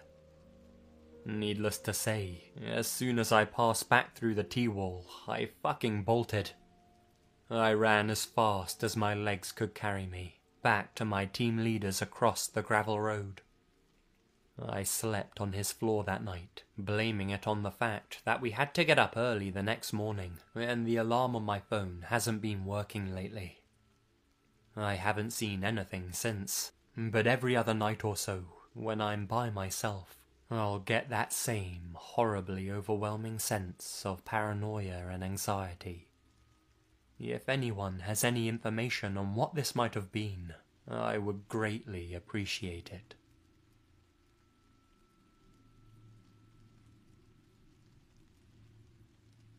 I was out driving alone in a national park. There was a huge clear moon, the kind of moonlight you can read by. The road went straight along the bottom of a wide, flat, mostly barren valley, then banked up sharply to the left onto the ridge. It was about 10 p.m, and I drove through the valley on full alert, watching for animals and loving the scenery in this crazy bright moonlight. When I hit the curve and went into the sharp uphill left, I saw something through my side window. A white thing. It was rapidly getting larger in my peripheral, as though it had been moving parallel to me, but the turn in the road meant I was now in its path. So I turned my head and looked directly at it. It was white, man-shaped, but without genitals, and completely naked.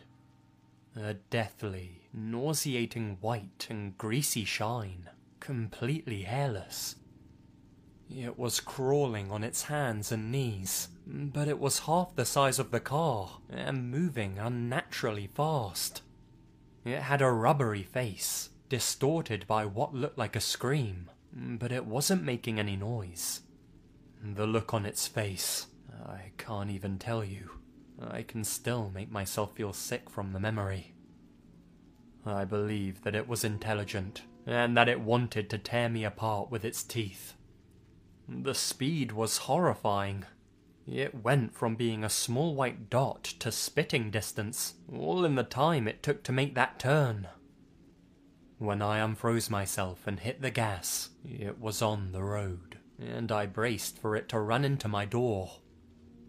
And then it was gone. The rearview mirror showed me nothing.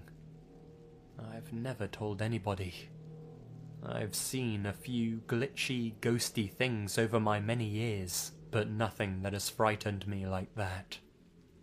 I can't seem to find any reference to anything like it, and I'd like to know if this thing is known folklore.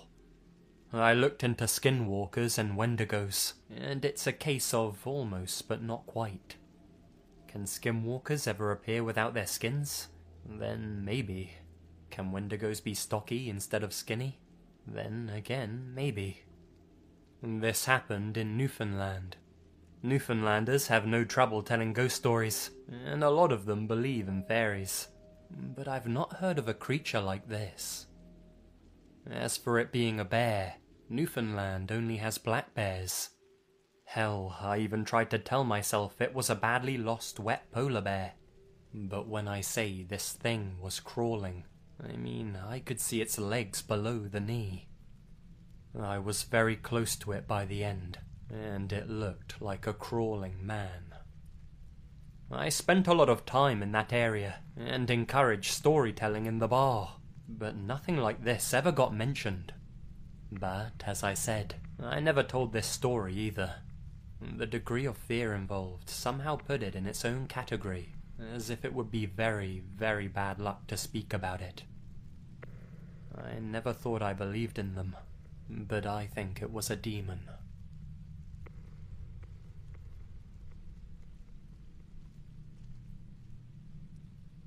Some backstory.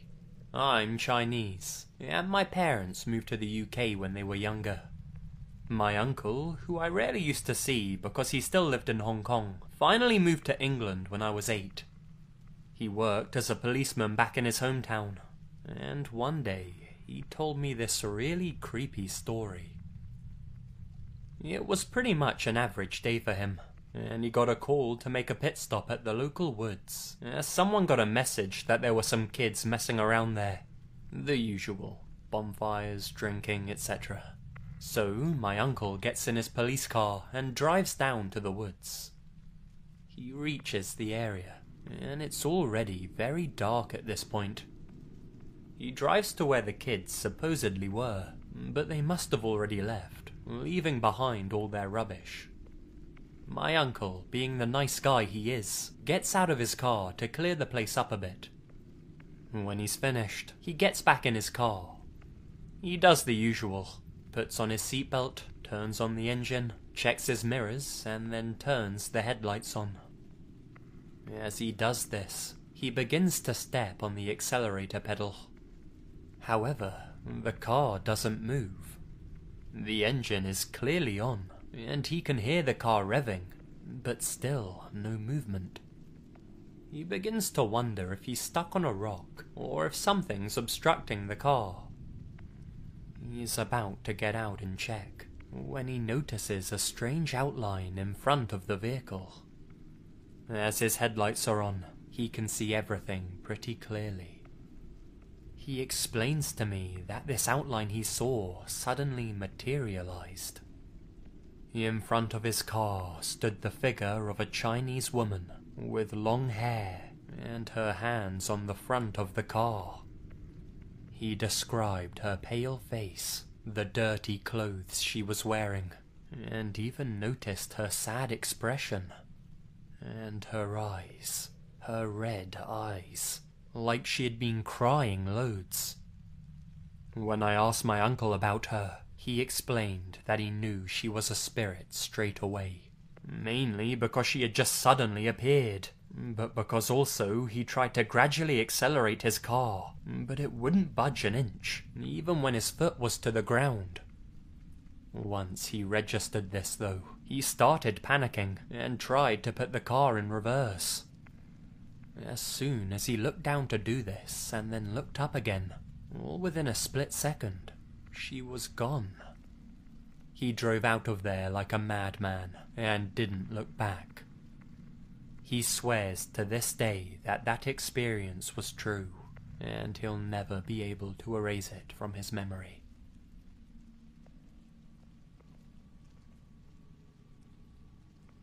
I've never been a believer in the paranormal, or anything that didn't have a rational explanation. That is, until I saw what I saw. I have a daughter named Ellie. Her mother and I split up when she was 6 years old, and because of some problems that her mother was having, we decided that it would be best if she lived with me. My grandpa left my dad his old house in his will, and my dad had it fixed up with the intent to sell it. But with the situation, we decided that I'd move in and rent the house from him. The house was perfect for myself and Ellie. It was a small 2-bedroom house, and it was out of the way from everything. The only downside was that the bedrooms didn't have closets, but we didn't have a whole lot, so I knew we could make it work. After our very first night of staying in the house, Ellie came to me and said that someone was in her room. I can't remember the exact conversation, but I basically told her that she was just imagining things because it was a new, possibly scary environment. That night, I walked her around the house, showing her that everything was locked up. I took her into her bedroom and looked under her bed, checked her window and looked behind every nook and cranny basically. I managed to convince her that there was no way that anyone could get in to do her any harm. I told her that I wouldn't let anyone hurt her, and with the help of a nightlight, I was able to get her to go to bed. The next morning, Ellie again complained that there was someone in her room, and she didn't want to stay in the house anymore. She wanted to go live with my parents, her grandma and pa. I had honestly never seen her this upset. I told her that I would sleep in her room that night, to prove that there was nothing to be scared of. I brought my blankets and pillows into Ellie's room, and made myself a comfy spot beside her bed. We both said our good nights, and it didn't take me long to fall asleep. I'm not sure what time it was, but I woke up to the sound of metal softly clanging together. It took me a minute to focus my eyes, and the first thing I noticed was that Ellie had left her bed and snuggled up with me on the floor. At first I thought I imagined the noise, but then I heard it again. Ellie's nightlight was on, so there was a soft orange glow illuminating the room, and even though I could make out things in the room pretty clearly, I saw nothing out of the ordinary. As I mentioned earlier, there were no closets in the room, so I had bought some racks to hang our clothes on. Her hanging clothes were the first thing I noticed moving. The clanging was the sound of hangers hitting each other and sliding on the rack. Then the clothes parted, almost as if you were going to open the curtains on a window to look outside, and the shadowy figure of someone or something's head appeared in the gap of the clothes. I was paralyzed. I wanted to grab Ellie and run as fast as I could, but I couldn't do anything. My body wouldn't allow me to do so. The only thing I could do was keep my eyes fixated on whatever was staring at me and my daughter. "What is that, Daddy?" A tiny whisper came from behind me. "Shh," was the only thing I managed to get out. I can't tell you how long I laid there staring at whatever it was, but it felt like an eternity. Eventually, this thing backed away, disappeared, whatever you want to say it did. It didn't matter to me. It was gone, and so were we. I took Ellie out of the room and put her in my bed, and I didn't sleep a wink the rest of the night. The next day, I gave her what she wanted. We moved in with her grandma and grandpa until I was able to get a place of our own. This was a little over 4 years ago, and I still get goosebumps if Ellie brings it up, or even just now while writing this. I've never been that scared in my life, and I doubt I ever will be again.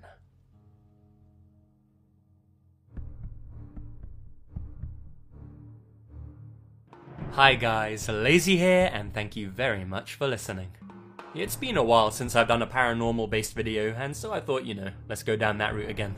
So hopefully you enjoyed it, and if you did, make sure to let me know down below, and tell me what kind of videos you'd like to see for the next upcoming uploads, because I've got a bit more spare time this week. So maybe I can bring another video out in the next couple of days, we'll see. A big thank you to the wickedly talented Anthony Salinas for the thumbnail. And yes, that is my John Travolta impersonation. Make sure to check out Anthony down in the description below for more awesome pieces, because he really is a talented guy and does some amazing work. So, yeah, big props to him. Check him out. And hey, while you're down there, be sure to do some naughty things with that like button. Until the next video, Lazy Legion, you'll stay spooky. And remember, the best things happen in the dark.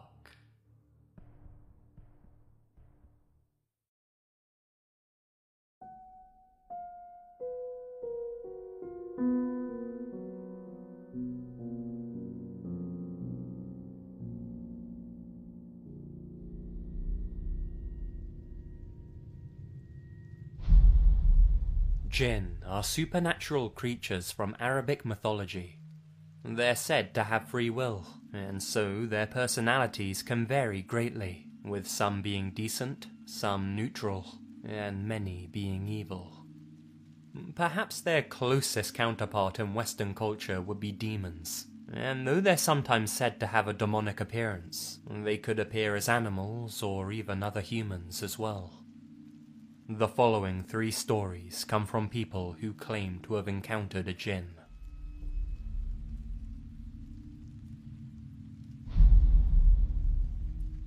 Before I begin, I should describe myself a bit. I was born in the States, and I was raised around people who don't believe we're alone in the universe. I believe that children hold a type of intuition that many of us have either lost or chosen to ignore. In the summer of 2009, my family travelled to Iraq, quite a few years after the war was quote-unquote over.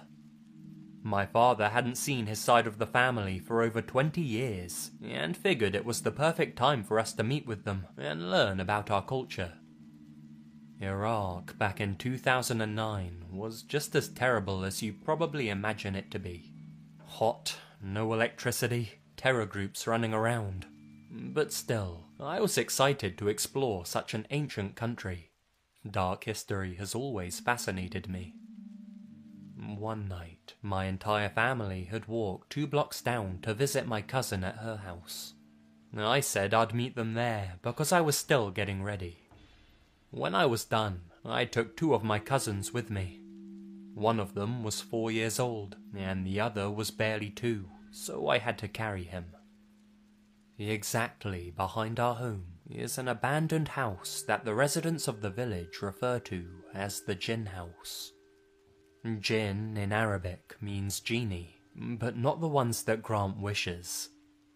Jinns are almost always bad, and do terrible things to either scare or harm people. Here's a picture of the house that I took. Multiple families had tried to move into that house, but were either scared out, or a tragedy would occur that made them move. The last tenants suffered a lot. At first, it was just silly things, like waking up with the TV set upside down.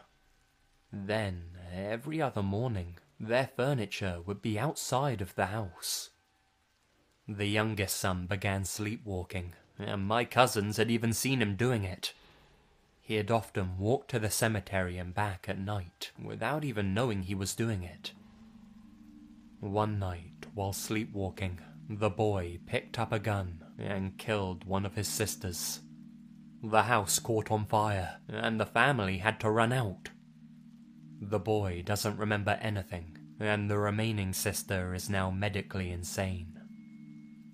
I took the 2 boys and started walking past the Jinn House, because it was the only way I knew to get to my cousin's house. The 2-year-old was in my arms, and the 4-year-old was holding my left hand and walking with me. Walking past the Jinn House, which was on my left, I tried not to look at it because it really freaked me out. There were a bunch of broken TV sets all around the house, and all the windows were busted. Still, something made me look. On the roof of the house, I saw something that could only be described as having the body of a donkey, but the way it was sitting looked exactly like how a cat would sit. I stared at it for probably 10 seconds, when both of the little boys started screaming at the same time. The 2-year-old was facing behind me, since I was holding him up to my chest, so there was no way he was seeing what I was seeing. I felt like he sensed that something wasn't right. The longer I looked at the thing, I began to notice that it had these eyes that weren't a color I could explain. They weren't visible in the dark, but at the same time, I saw right into them. It was like my brain couldn't process what I was looking at.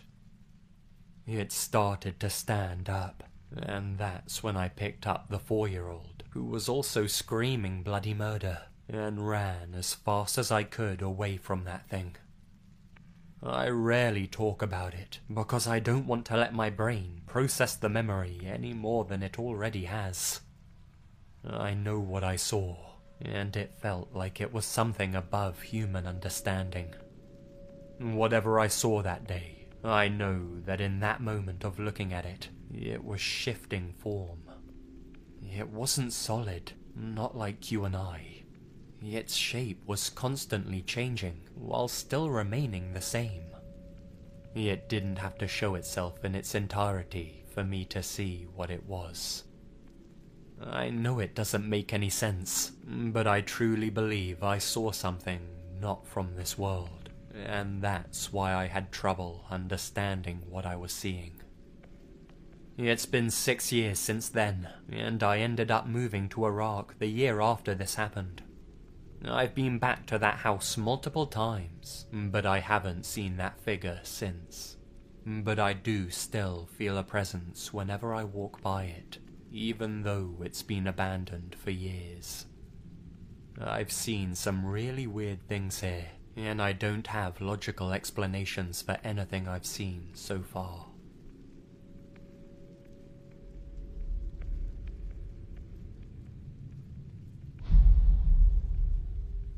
We were deployed in southern Afghanistan, and one night we had to set up a position to secure a site. It was around 2 in the morning, and only me and the forward gunner were awake.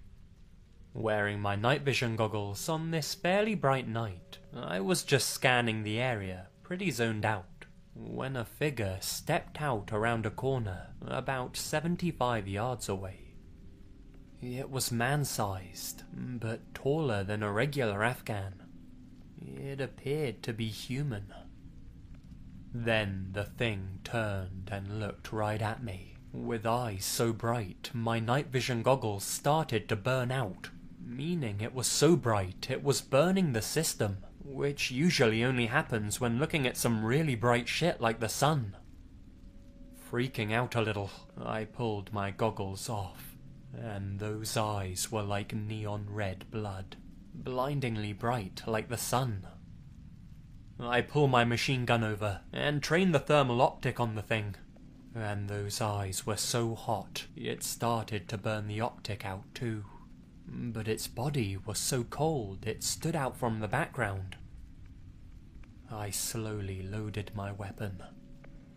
Those eyes moved like whatever it was cocked its head at me before turning and walking off. I haven't spoken a word about this to anyone in the army.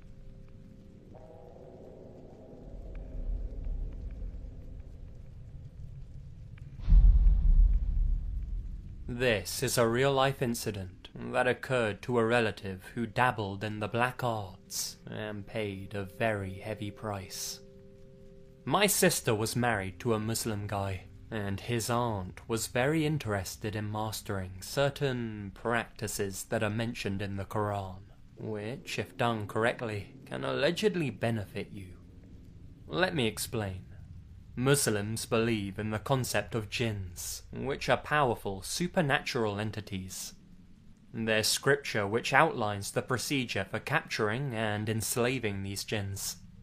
Apparently, it's a very dangerous procedure, due to the fact that it has to be performed by the person when he or she is alone, and the complete procedure stretches over several days, for a few hours each day. Obviously, the jinns aren't very happy if a person tries to perform this ritual, and will try their best to stop that person. Getting scared and leaving the procedure halfway through is one of the worst things you can do, as failure to complete it will lead to the death of the person, or result in them becoming insane or possessed. Even after the ritual is successfully completed, and the person has managed to capture a jinn, he or she has to exert a lot of control, since otherwise that jinn can turn against its master and kill them. One has to read the namaz 5 times a day, fast, and observe other strict disciplines to keep the jinn in control. The jinn will implicitly obey its master and do whatever is asked of it. The master is expected to use the powers for the benefit of others. All of this I learned from my Muslim friends. Anyway, that was some context on the mythology. Now, coming back to my story, this lady, my brother-in-law's aunt, was somehow fascinated with this ritual and wanted to perform it. All of this happened 30 to 35 years ago, when she was still quite young. Nobody knows why she wanted to get involved in something so supposedly dangerous. Maybe her youth and naivety made her oblivious to the risks, or she was simply bored and wanted something exciting to do. Whatever the reason, she didn't inform her husband, as he would have most certainly forbidden her, and she practiced it daily when he was away at work.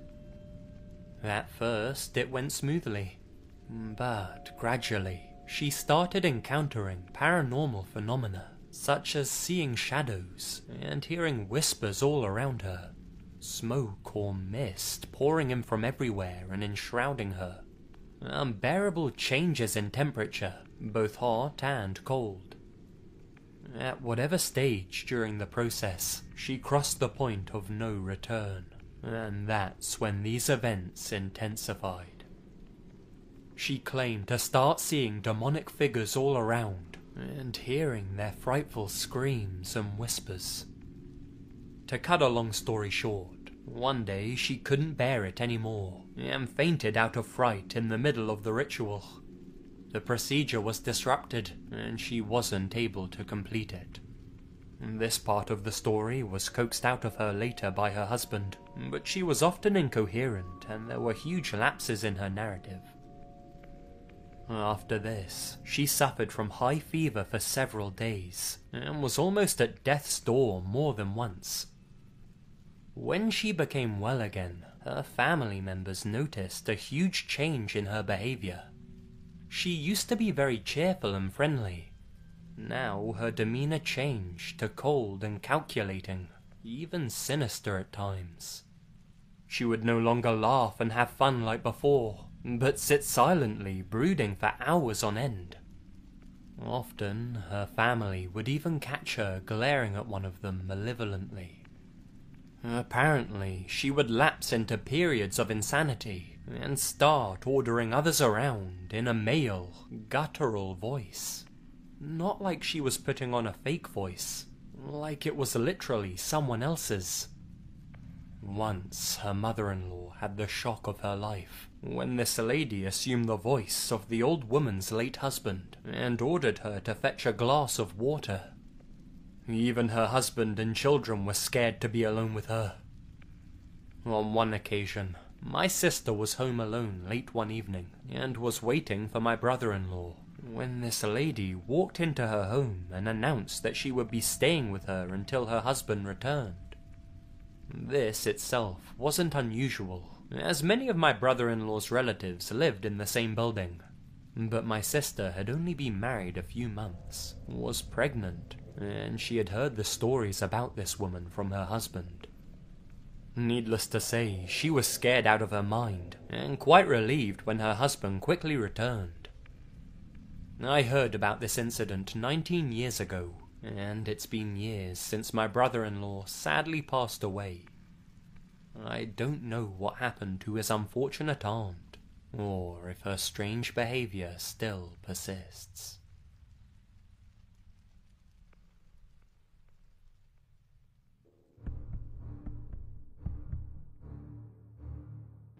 Hi guys, Lazy here, and thank you very much for listening. I've only recently found out about djinns, and I did a lot of research on them and everything, and they're pretty interesting actually. So if you enjoyed these stories, you might want to check them out online as well and find out about their backstory, etc. You're cool, you're cool. Another big thank you to Anthony Salinas for the thumbnail for this video. Make sure to check him out by the links in the description and tell him Lazy sent you. Go ahead and do some naughty things with that like button, and I'll be back again very, very soon with some more stories. Until then, Lazy Legion, you will stay spooky. And remember, the best things happen in the dark.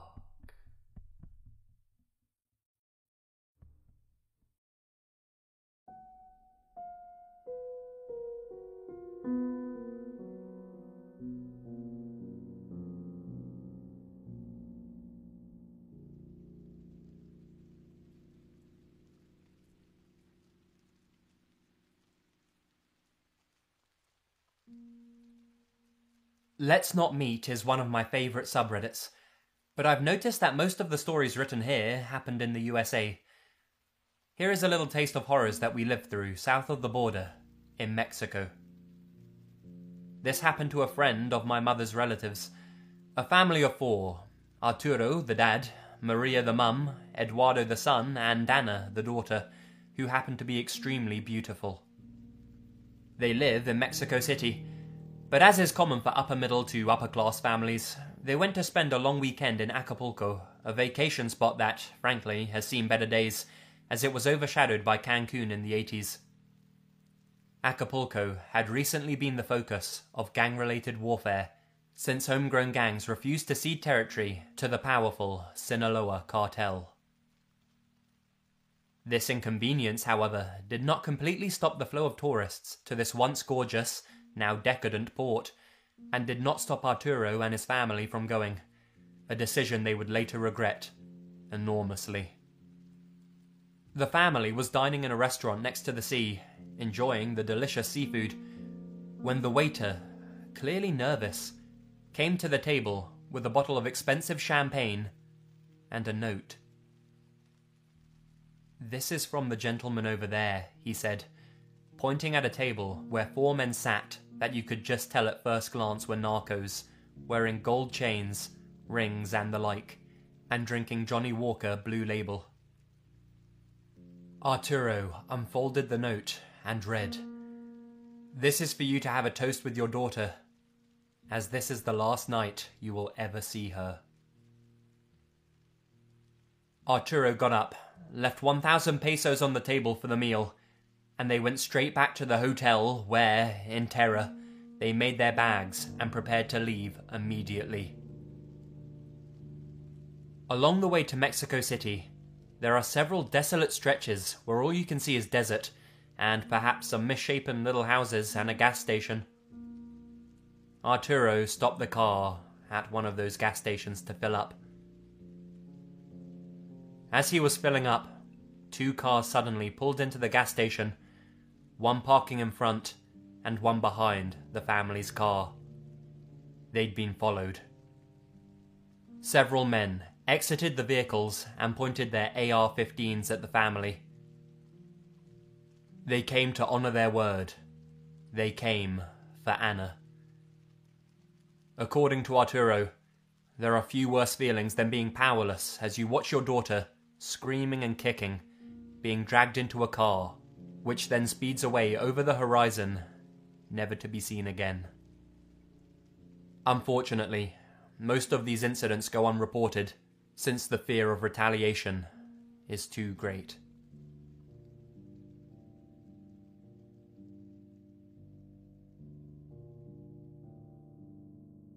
This happened when I was 18 years old, during the summer before I moved to the US for college. I was living in Mexico City at the time. I spent that summer hanging out with my friends, partying, drinking and the like. It was very fun. After one of those nights of heavy drinking, I woke up in my buddy's house at around noon and headed straight out. I had a pounding headache, and the sun's hard rays blurred my vision, dazing me as I got off the bus and walked the few blocks between the bus stop and my house. No one was home, except our maid, Carmen. Maids are a lot more common and cheaper for middle-class families in Mexico. I entered, and I laid down on the first couch I saw. I started drifting off into Morpheus's embrace, when I was woken up by the phone ringing. Carmen answered, and about a minute later, came to give me the phone. I could see in her eyes that something was not right. Her hand was shaking as she handed me the handset. She said, in a very tiny voice, "I think someone has La Señora." "What?" I said, incredulous as I put the phone to my ear. On the line was a woman, screaming in agony. I couldn't understand what she was saying. She was mostly screaming and crying and something about a finger, and all I could think was, fuck, they've got my mum. The woman's scream stopped, and suddenly a man was on the line, who said in a threateningly calm voice, "We've got your mum. We've already cut off one of her fingers." At this point, my vision became all black with rage and anguish, and I started to lose my grip on reality. Do you guys have any idea how it feels to know that your mother, the woman who's been there for you all your life, is being tortured in some dark room somewhere in the largest city in the world? I hope you never find out. The man demanded money, and I didn't have any. I frantically searched my parents' bedroom for a hidden stash of cash, anything. The guy kept saying that he would kill her if I didn't have any, and I kept pleading to the man to wait until my father gets home. He has money. At that point, I was in tears, living some of the worst moments of my life, when all of a sudden, I heard the door of the house open, and with unfathomable relief, I heard the sweet, angelic voice of my mother as she yelled at my dad to grab something from the car. I ran downstairs and hugged her so hard. I yelled into the handset, "Chinga tu madre puto," and I hung up. Turns out, I was the victim of a scam that had just become common in Mexico, where people would call random phones and pretend to have kidnapped a family member. They ask for you to meet them somewhere immediately and bring cash for a ransom. saying they will kill or keep torturing the victim until you give them what they want. Obviously, not everyone falls for this, but a lot of people like myself get so freaked out and confused that they don't think it through, and just end up giving away their cash.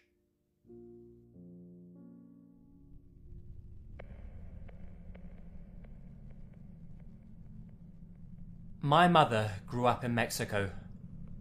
She was born in 1963, and only made it to her first year of high school before she could no longer afford to attend. Unlike in the US, you have to pay for your tuition the entire time, not just for college.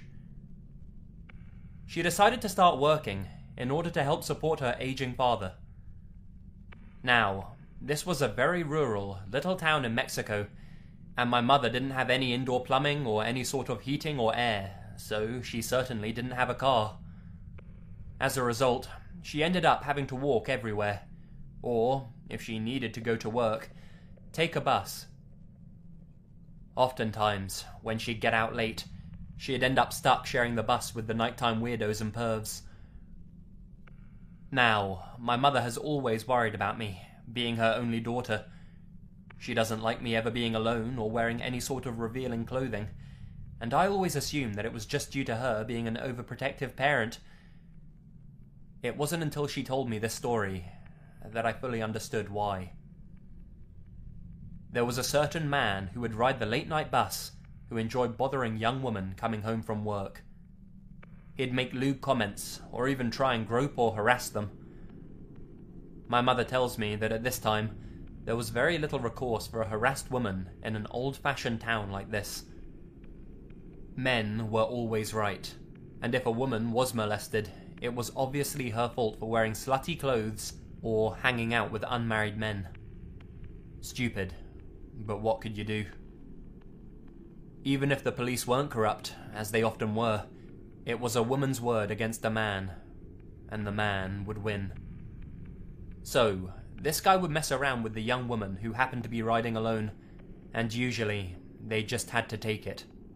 Until one day, my mother watched this creeper go up to a young woman and straight up grab her breast, a big ugly smirk on his face. But, unlike the girls before, she didn't just sit there and take it. She stood up and slapped him in the face, screaming at him not to touch her again, and calling him names, telling him the reason he had to bother women was because he wasn't man enough to find a real girlfriend. Everyone on the bus was in awe, and some people even laughed at him. Getting hit and talked down to by a woman was shameful for a man, and my mother could see his face turning red and purple with resentment and fury that she'd resisted him. About 2 stops later, the girl got off the bus and began walking down a dark dirt road. This was very late at night, and of course, there were no streetlights at this time. I can remember my mother's breath hitching in her throat as she recalled this part of the story, as if she wanted to cry. She told me that she looked at the man's face at that moment and saw the coldest, most hateful fury reflected in his eyes as he watched her get off, and then he got off the bus as well. There was nothing my mother could do as she watched him follow her down the road at a distance, growing smaller and smaller as they both got further away. She wanted to do something, but she was just a teenage girl, even younger than the woman. The bus driver would have said it was none of his business, and the police wouldn't have cared, as my mother had no proof that any crime was committed. She couldn't do a thing. She just rode the bus to her stop and ran to her house when she got there. My mother had never told anyone else this story, and I can remember the look in her eyes as she recounted it to me. They were red and glazed over, as if she was looking at something far beyond me. My mother never saw that woman again.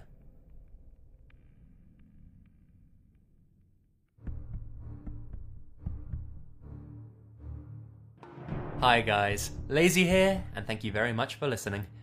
I've never been to Mexico myself, but my brother has, and he says it's absolutely amazing, so if these stories freaked you out a bit, don't let them put you off from actually visiting. I'm sure it's a wonderful place. According to my brother it is anyway. And I'd really like to check it out myself one day as well. As always, make sure to check out the artwork of Anthony Salinas, and you'll hear from me again very, very soon. Stay spooky, and remember, the best things happen in the dark.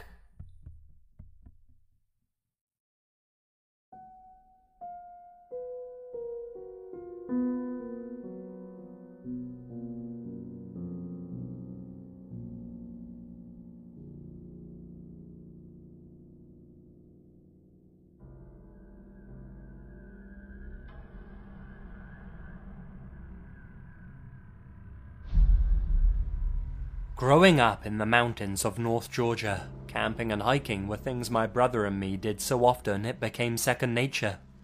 Any time Ryan and I had a break from school, we'd head out straight for the woods. We packed our gear, let our parents know where we were going, and that was that. No questions asked. We decided to camp about midways through Jack's River Trail in Cohutta Wilderness, and it's a trail we knew fairly well since we'd used it a few times before to practice long hikes. We arrived at the trailhead around lunchtime, parked the car, got out our gear, and headed into the woods. We passed a few hikers as we moved along and asked them how the trail looked, and the answer was always the same: wet. Jack's River Trail probably crossed the river 50 times as it went along its 17-mile journey, and with the colder temperatures of late fall setting in, it was harder for the trail to stay dry. We moved deeper into the trail and started to look for a place to make camp. This is where Ryan and I made our first mistake. You see, me and Ryan have this rule: we don't camp near people if at all possible. Call us paranoid, but the last thing we want is for someone to drag us out of our tents and into the woods never to be seen again. So, we always camped a pretty decent ways off the trail, and in the area that wasn't popular with overnight camping. After roughly 2.5 hours or so, we found what we thought was the perfect place to set up for the 2 nights that we'd be out. We came up to Horseshoe Bend and ventured about half a mile off the trail into a clearing and set up. We built a teepee fire lay for that night. After setting up and unloading, we decided to walk back to the trail and go exploring around many of the swimming holes Jack's River had to offer. This was during Thanksgiving break, and I remember being surprised at how few people were on the trail. Maybe it was the weather, or the fact that this was early in the week, but there didn't seem to be anyone hiking, much less staying the night. Around 5 o'clock, Ryan and I headed back to our camp to start our fire, make dinner, and settle in for the night. As soon as the sun began to set, the cold rushed in. We added more wood to the fire, sat close, and just enjoyed conversation. Ryan was 2 years behind me in school. I was a senior and he was a sophomore, but growing up, we had always been close. We always hung out in the same groups, played the same sports, had the same hobbies. Around 9 PM, we're settling comfortably around the fire. I just texted our mum to let her know we were safe and settling down. And I remember we were talking about dreading going to our grandparents' house for Thanksgiving, when things started getting strange.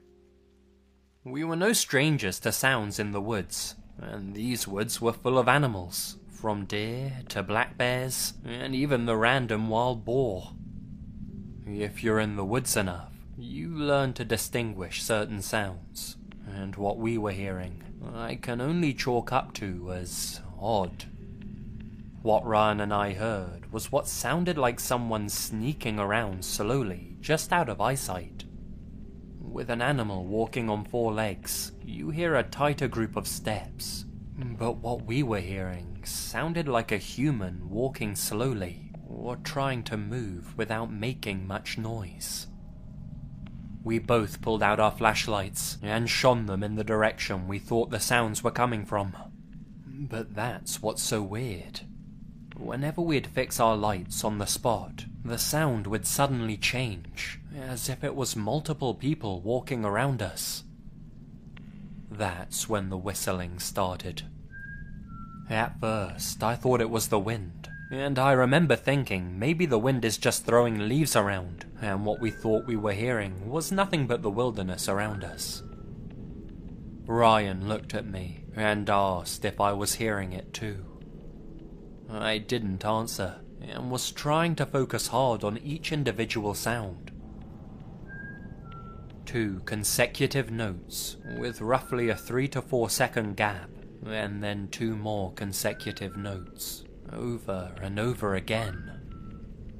Ryan kept asking me if I heard it, and I put my finger to my lips, trying to keep him from talking. The fear I felt was incredible.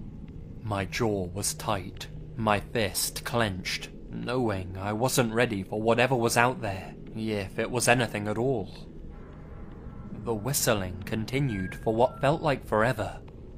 That's when Ryan finally yelled out into the darkness, "Hey!" Quiet. The whistling stopped. The crunching of the wood stopped. Nothing. I was pissed. I looked at Ryan with a what the hell look, and he shrugged his shoulders. I had to do something, he said. I just shook my head. We sat there in silence for a few minutes, when the woods erupted with noise.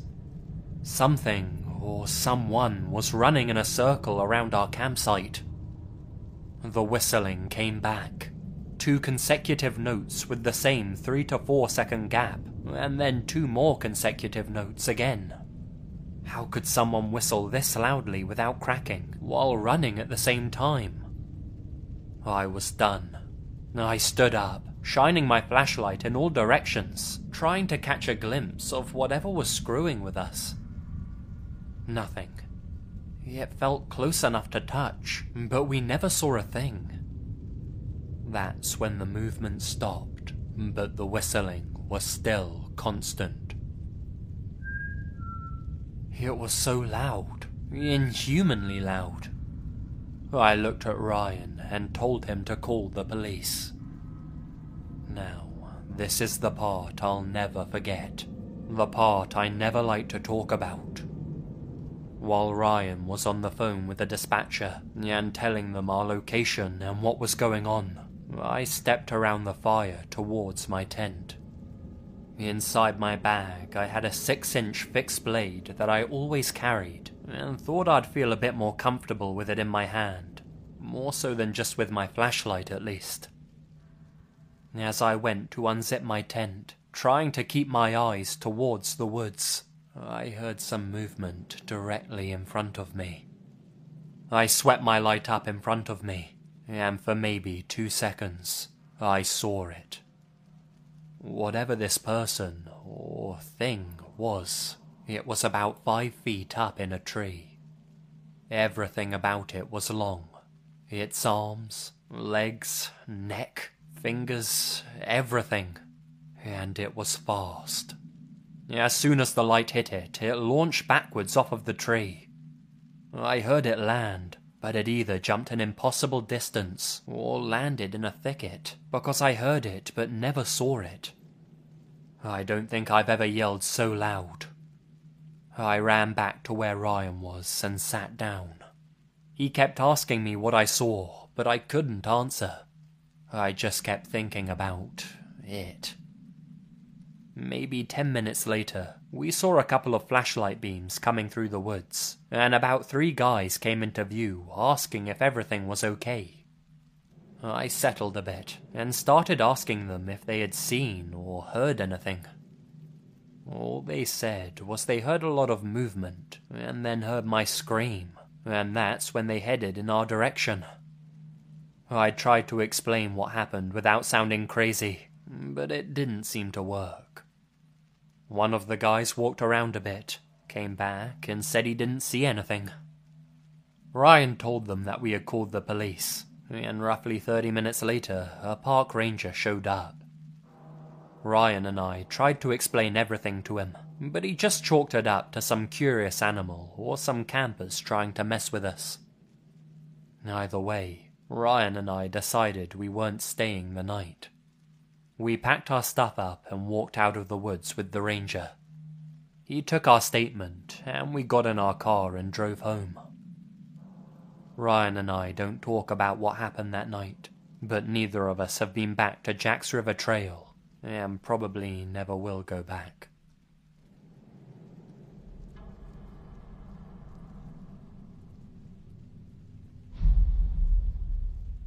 I'd like to share an encounter I had back in 2005 or 2006.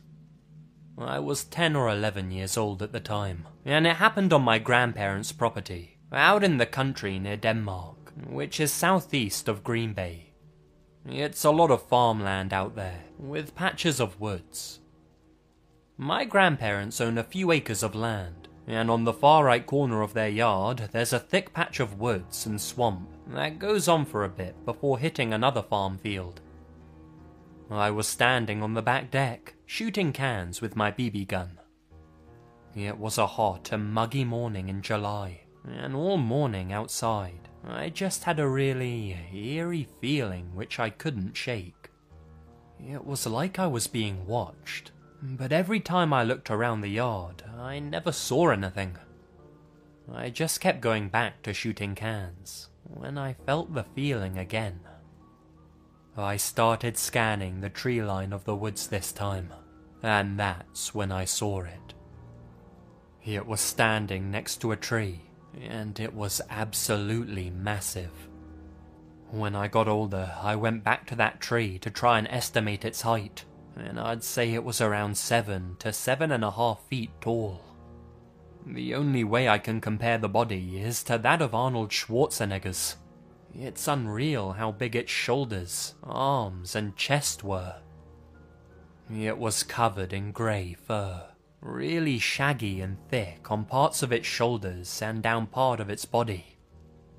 I know when people describe dogmen, you hear a lot of, "It looked like a timber wolf standing on 2 legs," or "it had the face of a German shepherd," but this wasn't like that at all.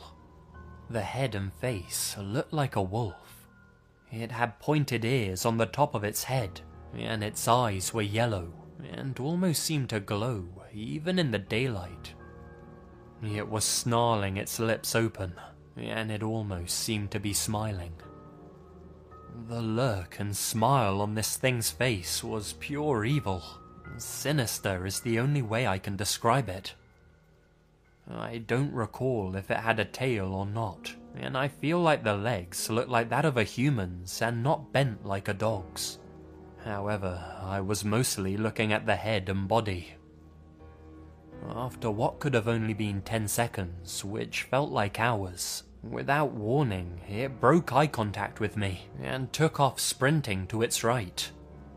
It went through some really thick brush, emerging farther down the tree line, and took off into the woods. The thing is, no person could clear what it cleared in the time it did it. In seconds, it ran probably a good 50 to 60 yards, and it was all thick brush through there. Being absolutely terrified, I went back into the house and didn't go outside for the rest of the day.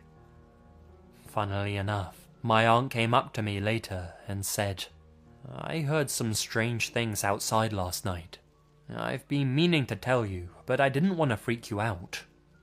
I didn't tell her what I saw, thinking that she'd think I was crazy or making it up, but I insisted that she tell me. She said she heard a loud growling and snarling walking around the house the previous night, unlike anything she's ever heard before. I still visit my grandma's quite often, and haven't seen anything since.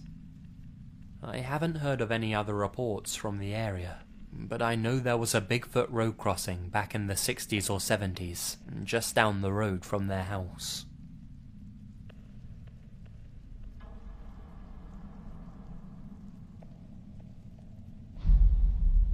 Three nights ago, I went to hang out at a friend's house maybe 20 minutes away. My husband was home with our 6-year-old son, and put him to bed around 9 o'clock. While I was gone, my son woke up crying and threw up in his bed.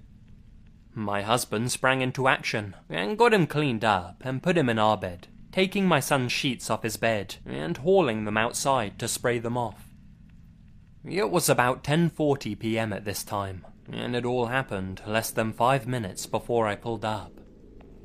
Anyways, my husband goes around to the side of our house to grab the water hose and starts to drag it around to the side of the house where he was laying our son's blanket. Oh, the joys of parenting. Now bear in mind, we live out in the country in an old farmhouse surrounded by woods. He drags the hose to the area, and as soon as he stops dragging it and it's quiet, he hears, "Hey, Dad, come out of the woods about 75 to 100 feet away." My husband froze and ran into the house to make sure our son was still in bed. He was knocked out cold and happily snoozing. I pulled up about 5 minutes later and greeted him, and everything was fine until he tells me about what he heard. My husband is a pretty straightforward person. You know how sometimes you think you hear someone call your name and you're not sure? He said it wasn't like that. It was definitely, as clear as day, "Hey Dad," exactly how our son greets him, and the exact same voice too. I was left a little perplexed by this. I don't know what to make of it. Is it a spirit? A creature? Is it nothing? We've had some weird stuff happen around the house before. Last year, around deer season, we had some strange lights in the woods. Orbs. They set off our trail cam. I may still have the pictures, but that's about it. Anyways, just wanted to share my story and see what you guys thought.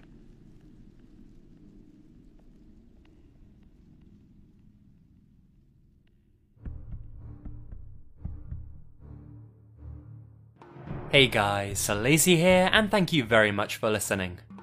I've been really busy recently, so I'm gonna try and make up for the lack of videos by bringing you another one very soon, in the next couple of days I hope. Just something to tide you guys over until I can start getting back into the rhythm of things, so to speak. Either way, I hope you enjoyed this video, and I'll be back with some more very, very soon. Until then, you all stay spooky. And remember, the best things happen in the dark.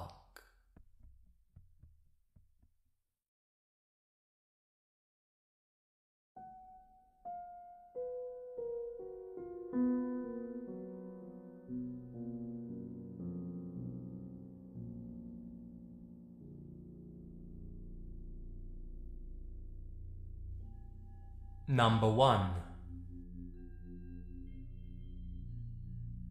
About 12 years ago, when I was a teenager, I met two girls. Their names were Michelle and Anna. I met Michelle first, and was introduced to Anna through her. We spent a massive amount of time together over the course of several years. Anna and I were actually dating for the majority of that period, and I still have tons of pictures and online chat logs to prove it. Eventually, college came up. Anna moved away, and we split completely amicably. Michelle left for college not long afterwards, but things between us were also amicable. We gradually just lost touch. I hadn't really thought about them for a long time, but I ran into Michelle a couple of years ago. I said hello, but she seemed to have absolutely no idea who I was. I told her my name, and she just stared at me completely dumbfounded. At first, I thought maybe I had misidentified her, so I asked if she was Michelle Jones, who went to so-and-so high school and had been friends with Anna. She stated that she was, but still seemed incredibly confused. I told her a few other things in an effort to jog her memory, but her expression gradually changed of one to absolute terror. She became angry and started yelling, "Who the fuck are you? Get away from me!" With no other options, I left. The meeting with Michelle had really freaked me out. I considered that maybe she had suffered a head injury, or something of that sort, but I decided to look up Anna online. I found her, living out of state, and I sent her an email.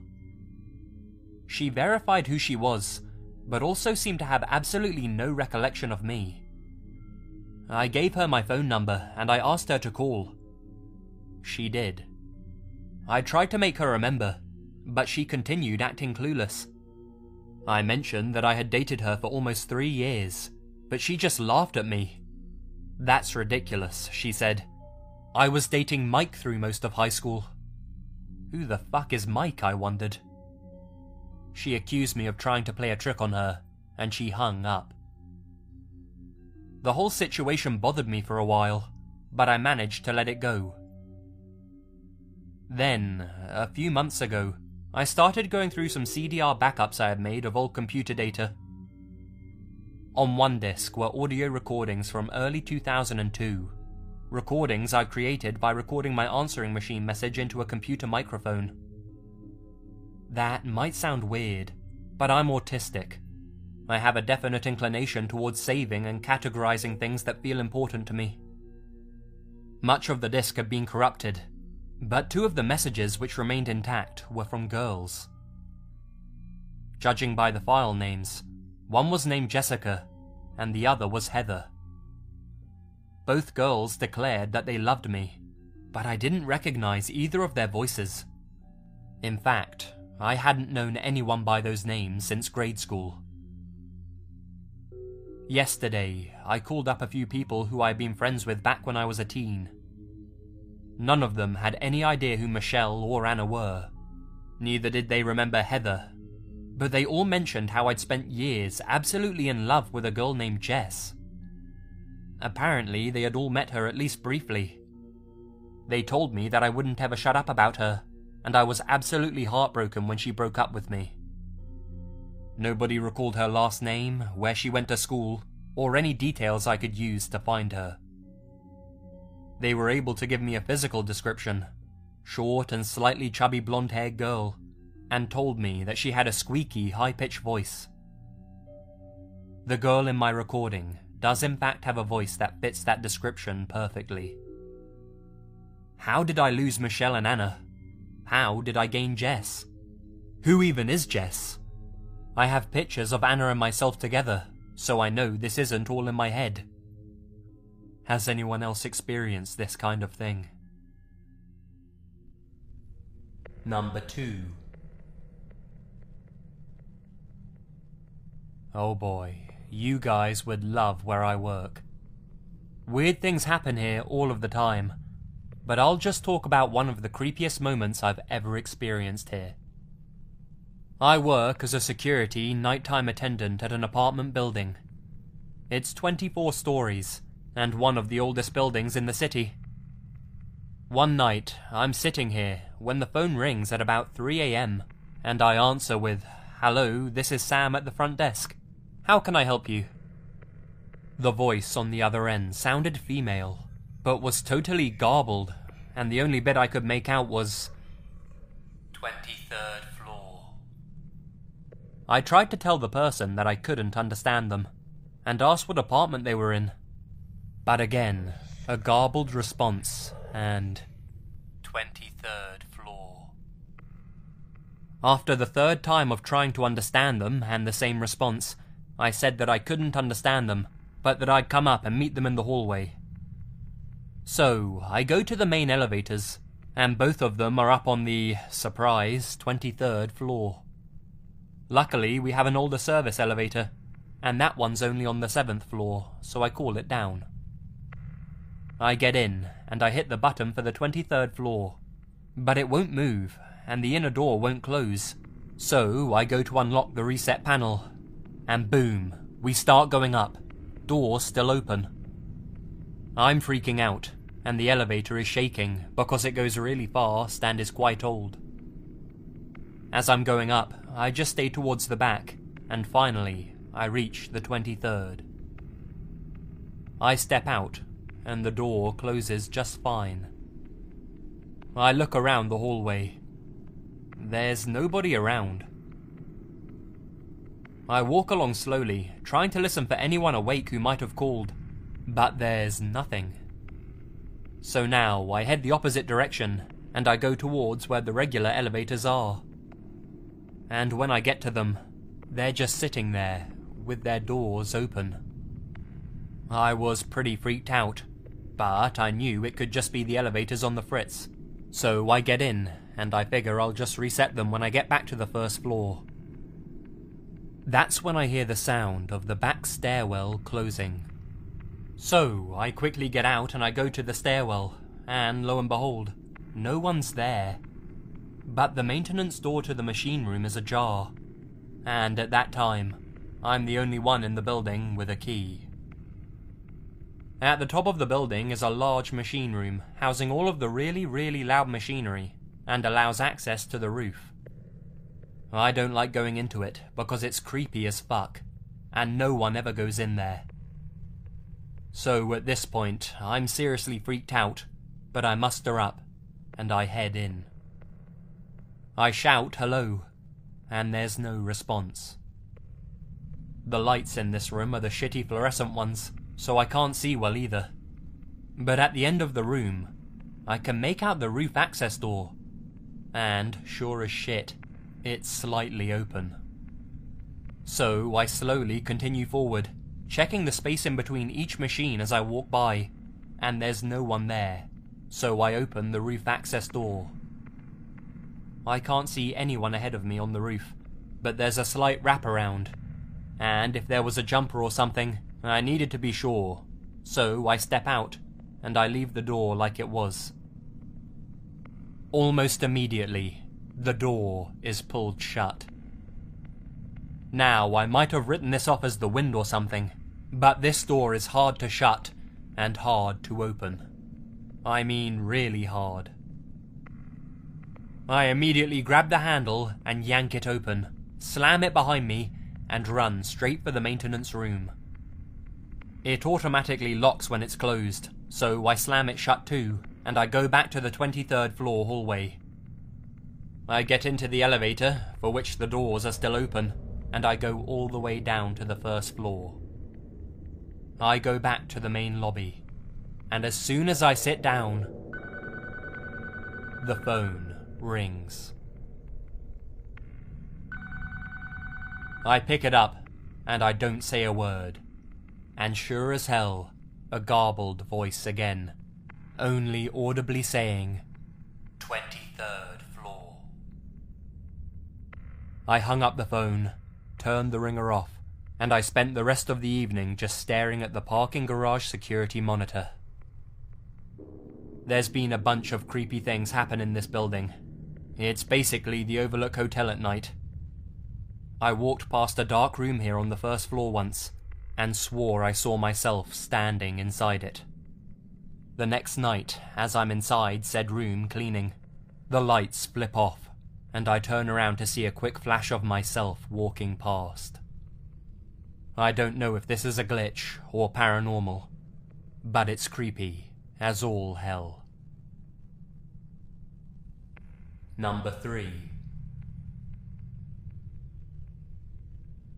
I've got an experience to share.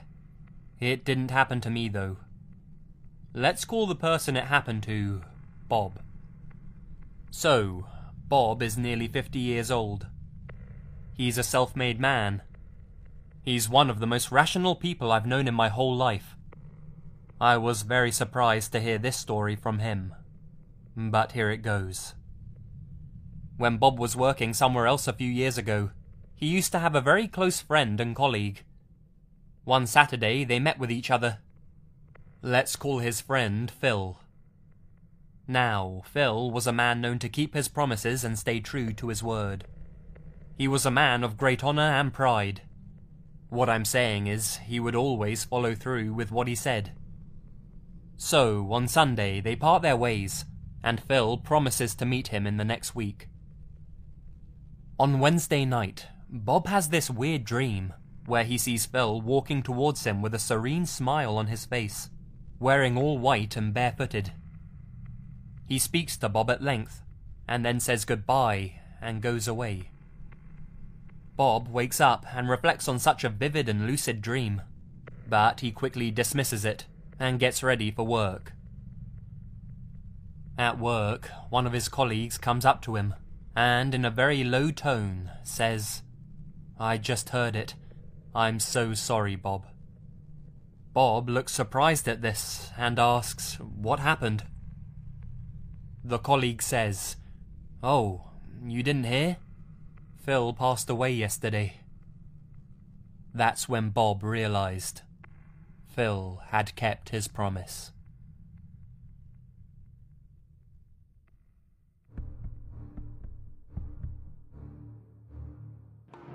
Hi guys, Lazy here. There may be completely rational explanations for these experiences, but it's fun to think about how the world could potentially be glitching out at any given moment. And what's also interesting is that so many people seem to have their own glitch in the Matrix stories to share. If you have one that you'd like to share with me, then feel free to email it my way, or share it down in the comments section below. Anywho, I hope you enjoyed these stories, and let me know if you want to hear some more of these, or some more of some other types of stories, or if you just want me to shut up altogether. Stay spooky. And remember, the best things happen in the dark.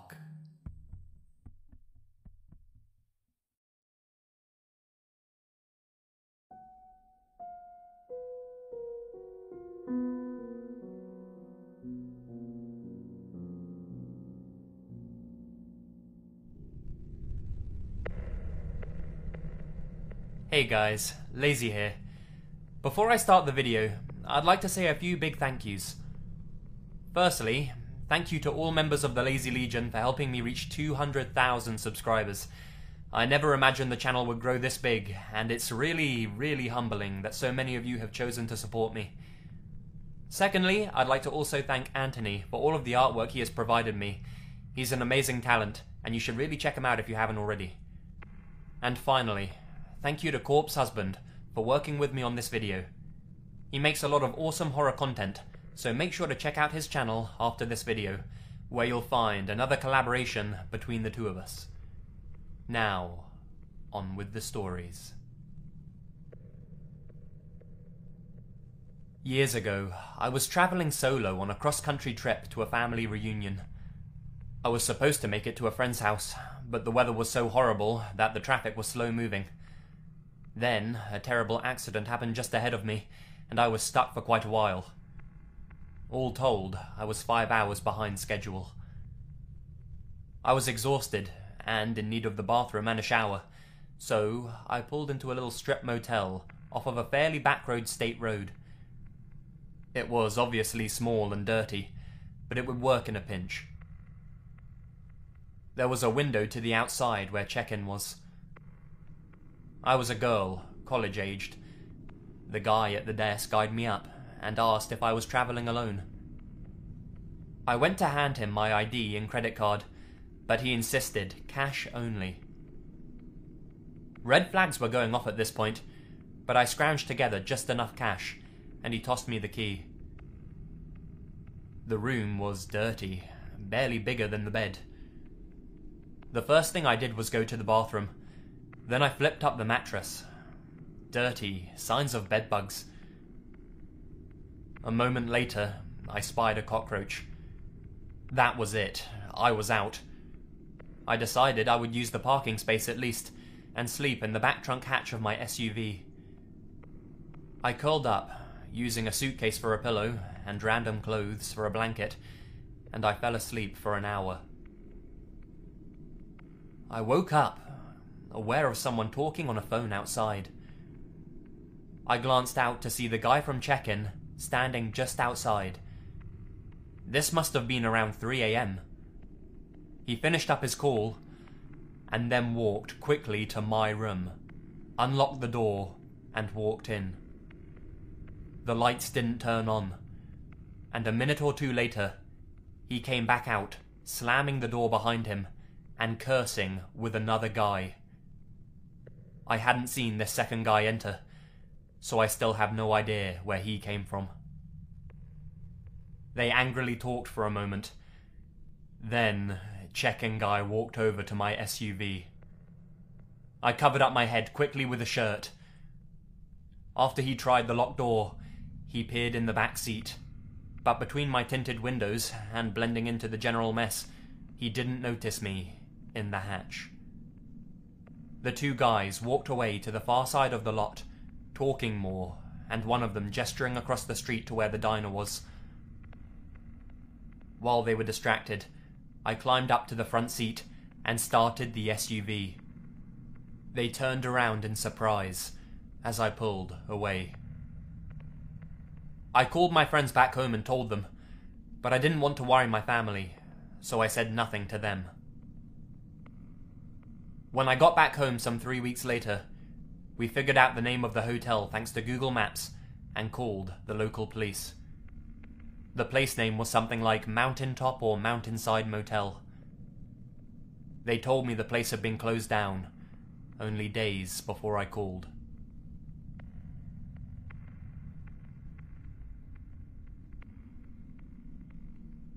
My little sister used to tell me stories of the evil truck driver, as she called him. She was around 7, I was 10, maybe 11 years old. She told me he had stalked her friend and that he was now stalking her. My sister had a rather crazy imagination at the time, and I dismissed it as fiction, and so did my parents. Now, they really did have a very good reason to dismiss it. My sister made up stories like this almost every day about strange people, aliens, and teddy bears coming to life. She was a strange kid, to say the least. Anyway, one day we're playing outside in the front yard and a truck drives up the street. It's one of those old Mercedes trucks, falling apart from all the rust, and it looks like it's been in service since World War II. My sister completely freaks out and starts shouting that that's the evil truck driver. I look to the street and sure enough, there's some seriously evil-looking dude behind the wheel just pointing at us. And then reality hits me like a brick in the face. She didn't make this one up. This shit's for real. I grab her hand and pull her into the house, crying, and lock the door. My mom was at the store and she didn't come home for another 10 minutes, so we're alone in the house. I called my mom and she came home. We never saw the driver again until a few years later we discovered the identity of the driver. Turns out he was a repeat offender child rapist and committed suicide after being charged for another assault.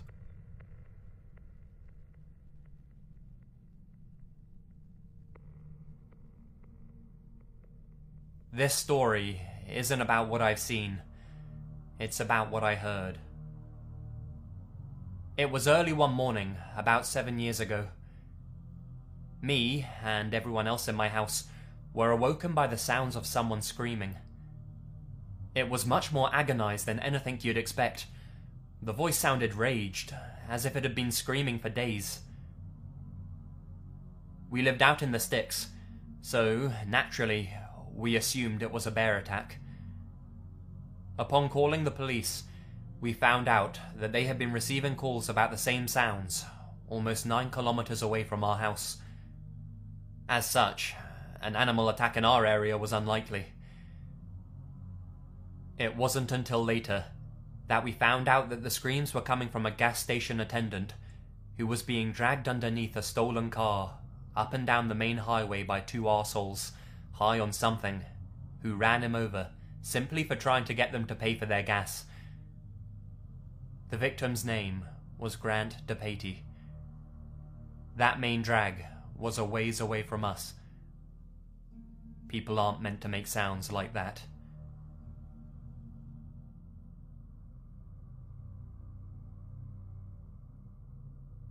I was sitting in my room watching TV, typical 9-year-old stuff. All of a sudden I hear moaning and faint cries for help. I didn't quite understand where it was coming from since it was so foreign to me at the time. At first I thought it was my brother playing Perfect Dark because my dad always joked to my friends that people would scream bloody murder in that game, much to the annoyance of my brother.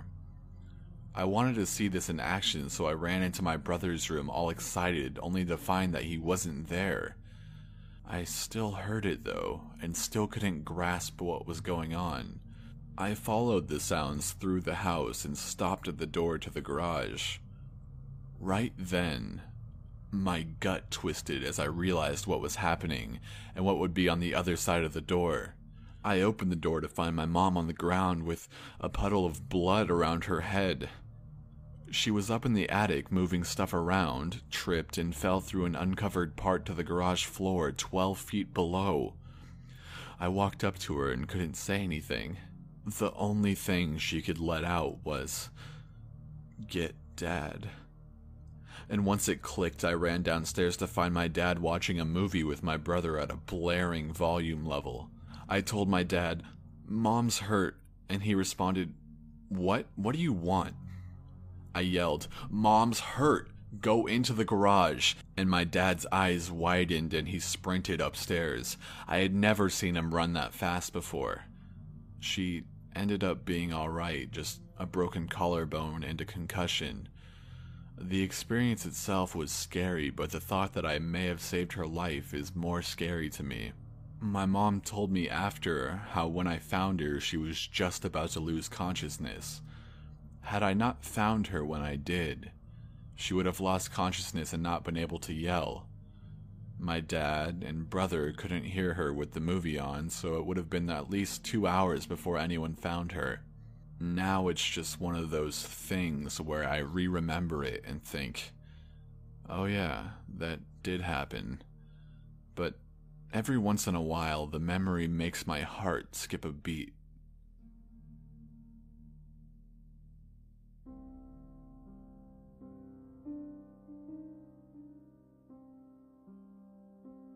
Sometimes, when I'm going to sleep, I like to keep track of how weird my thoughts get right before actually falling asleep. Usually within a few minutes before I conk out, my thoughts are just a bunch of non sequiturs, stuff that doesn't make sense, but it's sort of fun to listen in.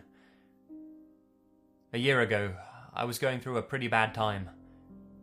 My girlfriend dumped me for another guy, work was terribly stressful, and I only found a new apartment a couple of days before my lease was up and I had to move out. A day or two before I had to move, all my stuff was moved out, and I was sleeping on an air mattress in the living room because my bedroom had no lights and felt really empty. I was falling asleep and paying attention to how weird my thoughts were getting. Nothing too strange, just a bunch of random thoughts and phrases popping through my head, when all of a sudden, clear as a bell, I heard what sounded like a voice just a few feet away from me. I remember him saying, "Well, fuck it. Just cut him open. Oh, fuck, he can hear us," in a flat, monotone voice. I snapped up, and, of course, there was nobody there. It was just a creepy auditory hallucination, but it felt absolutely real for a few seconds, made all the worse by how strange my home felt at that moment.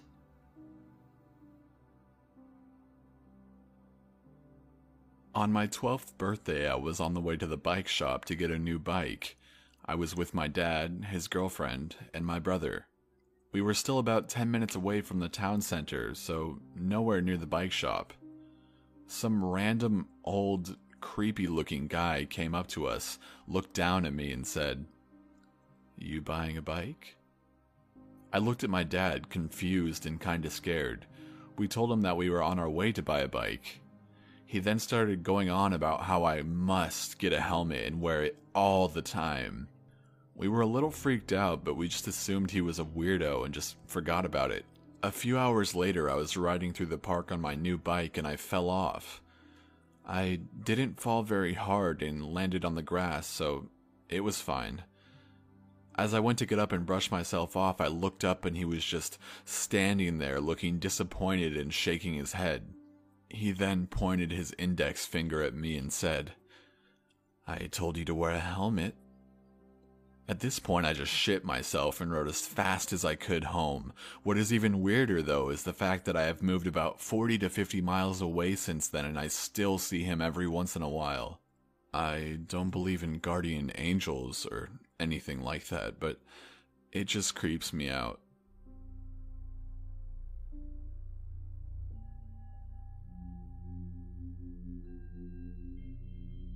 I once watched the Domino's delivery woman die in my driveway while seeing stuffed animals and a world's best grandma sticker on the back of her van.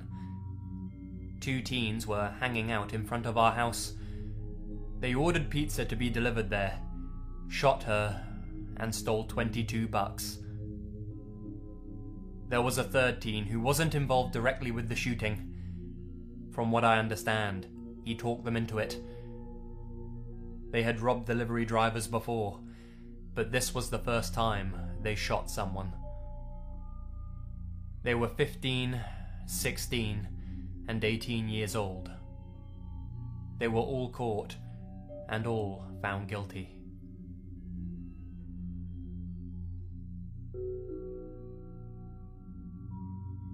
I have a friend who lives about 90 minutes north of me, and he comes down to spend the weekend at our place every couple of weeks. We do a thing on Friday up near his house and then drive back to my place together at about 1 a.m. One Friday night, we're driving down the bypass to the highway and he suddenly startles in his seat and comments, "For a second I thought we'd both died and we'd be driving down the bypass forever." Well, that's a fucking morbid thought, but I just laugh and tell him that it would suck to be driving down a bypass for all of eternity. He comments something to the effect of, "Yeah, well, I wouldn't just want you for company forever, so I'd probably start haunting other cars, jumping out in front of them to cause an accident so we can have some company on the bypass." We drop the subject not long after, and by this point we've turned onto the highway. About 10 minutes later, I go over this crest on the road and have to slam on the brakes because there's a man that has just jumped out onto the road directly into the path of my car.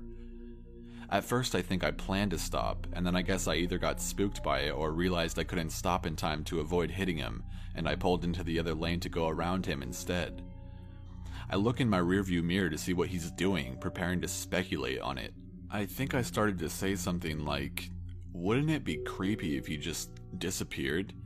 And then realized that he just gotten into a car and started driving. He ended up tailgating us down most of the highway until I got freaked out and took a random exit. He put his blinker on as though he was going to take the same exit, and then he pulled into the other lane instead and sped away. I don't know what was going on, and it was probably not nearly as spooky as it seemed to be at like 1:30 a.m., but I didn't sleep well that night.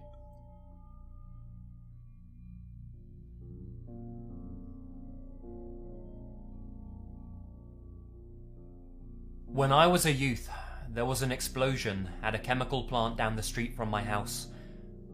It wasn't a massive environmental ruining explosion, but it was still kind of a big scene.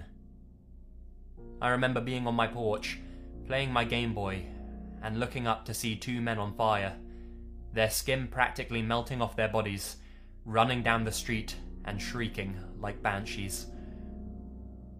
One of them collapsed and died on the spot, and the other one kept running for God knows how long.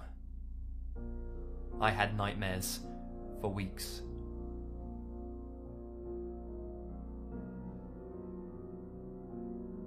I was riding my bike home late one night, and coming my way is a big guy with sunglasses on. He gets me to stop and says, "Do you mind if I ask you some questions?" The fact that he said questions weirded me out, so I said, "No, sorry, I have to go," and I started riding away. At the next block there was a red light, so I stopped. I look back and the guy is running towards me. He is about 20 feet away and I freak out and just go. He got as close as 5 feet from me before I pulled away. So I'm pedaling on my bike, and like 3 or 4 blocks later I think I'm far enough away and I look back. He's still chasing me. I never pedaled so hard in my life all the way home.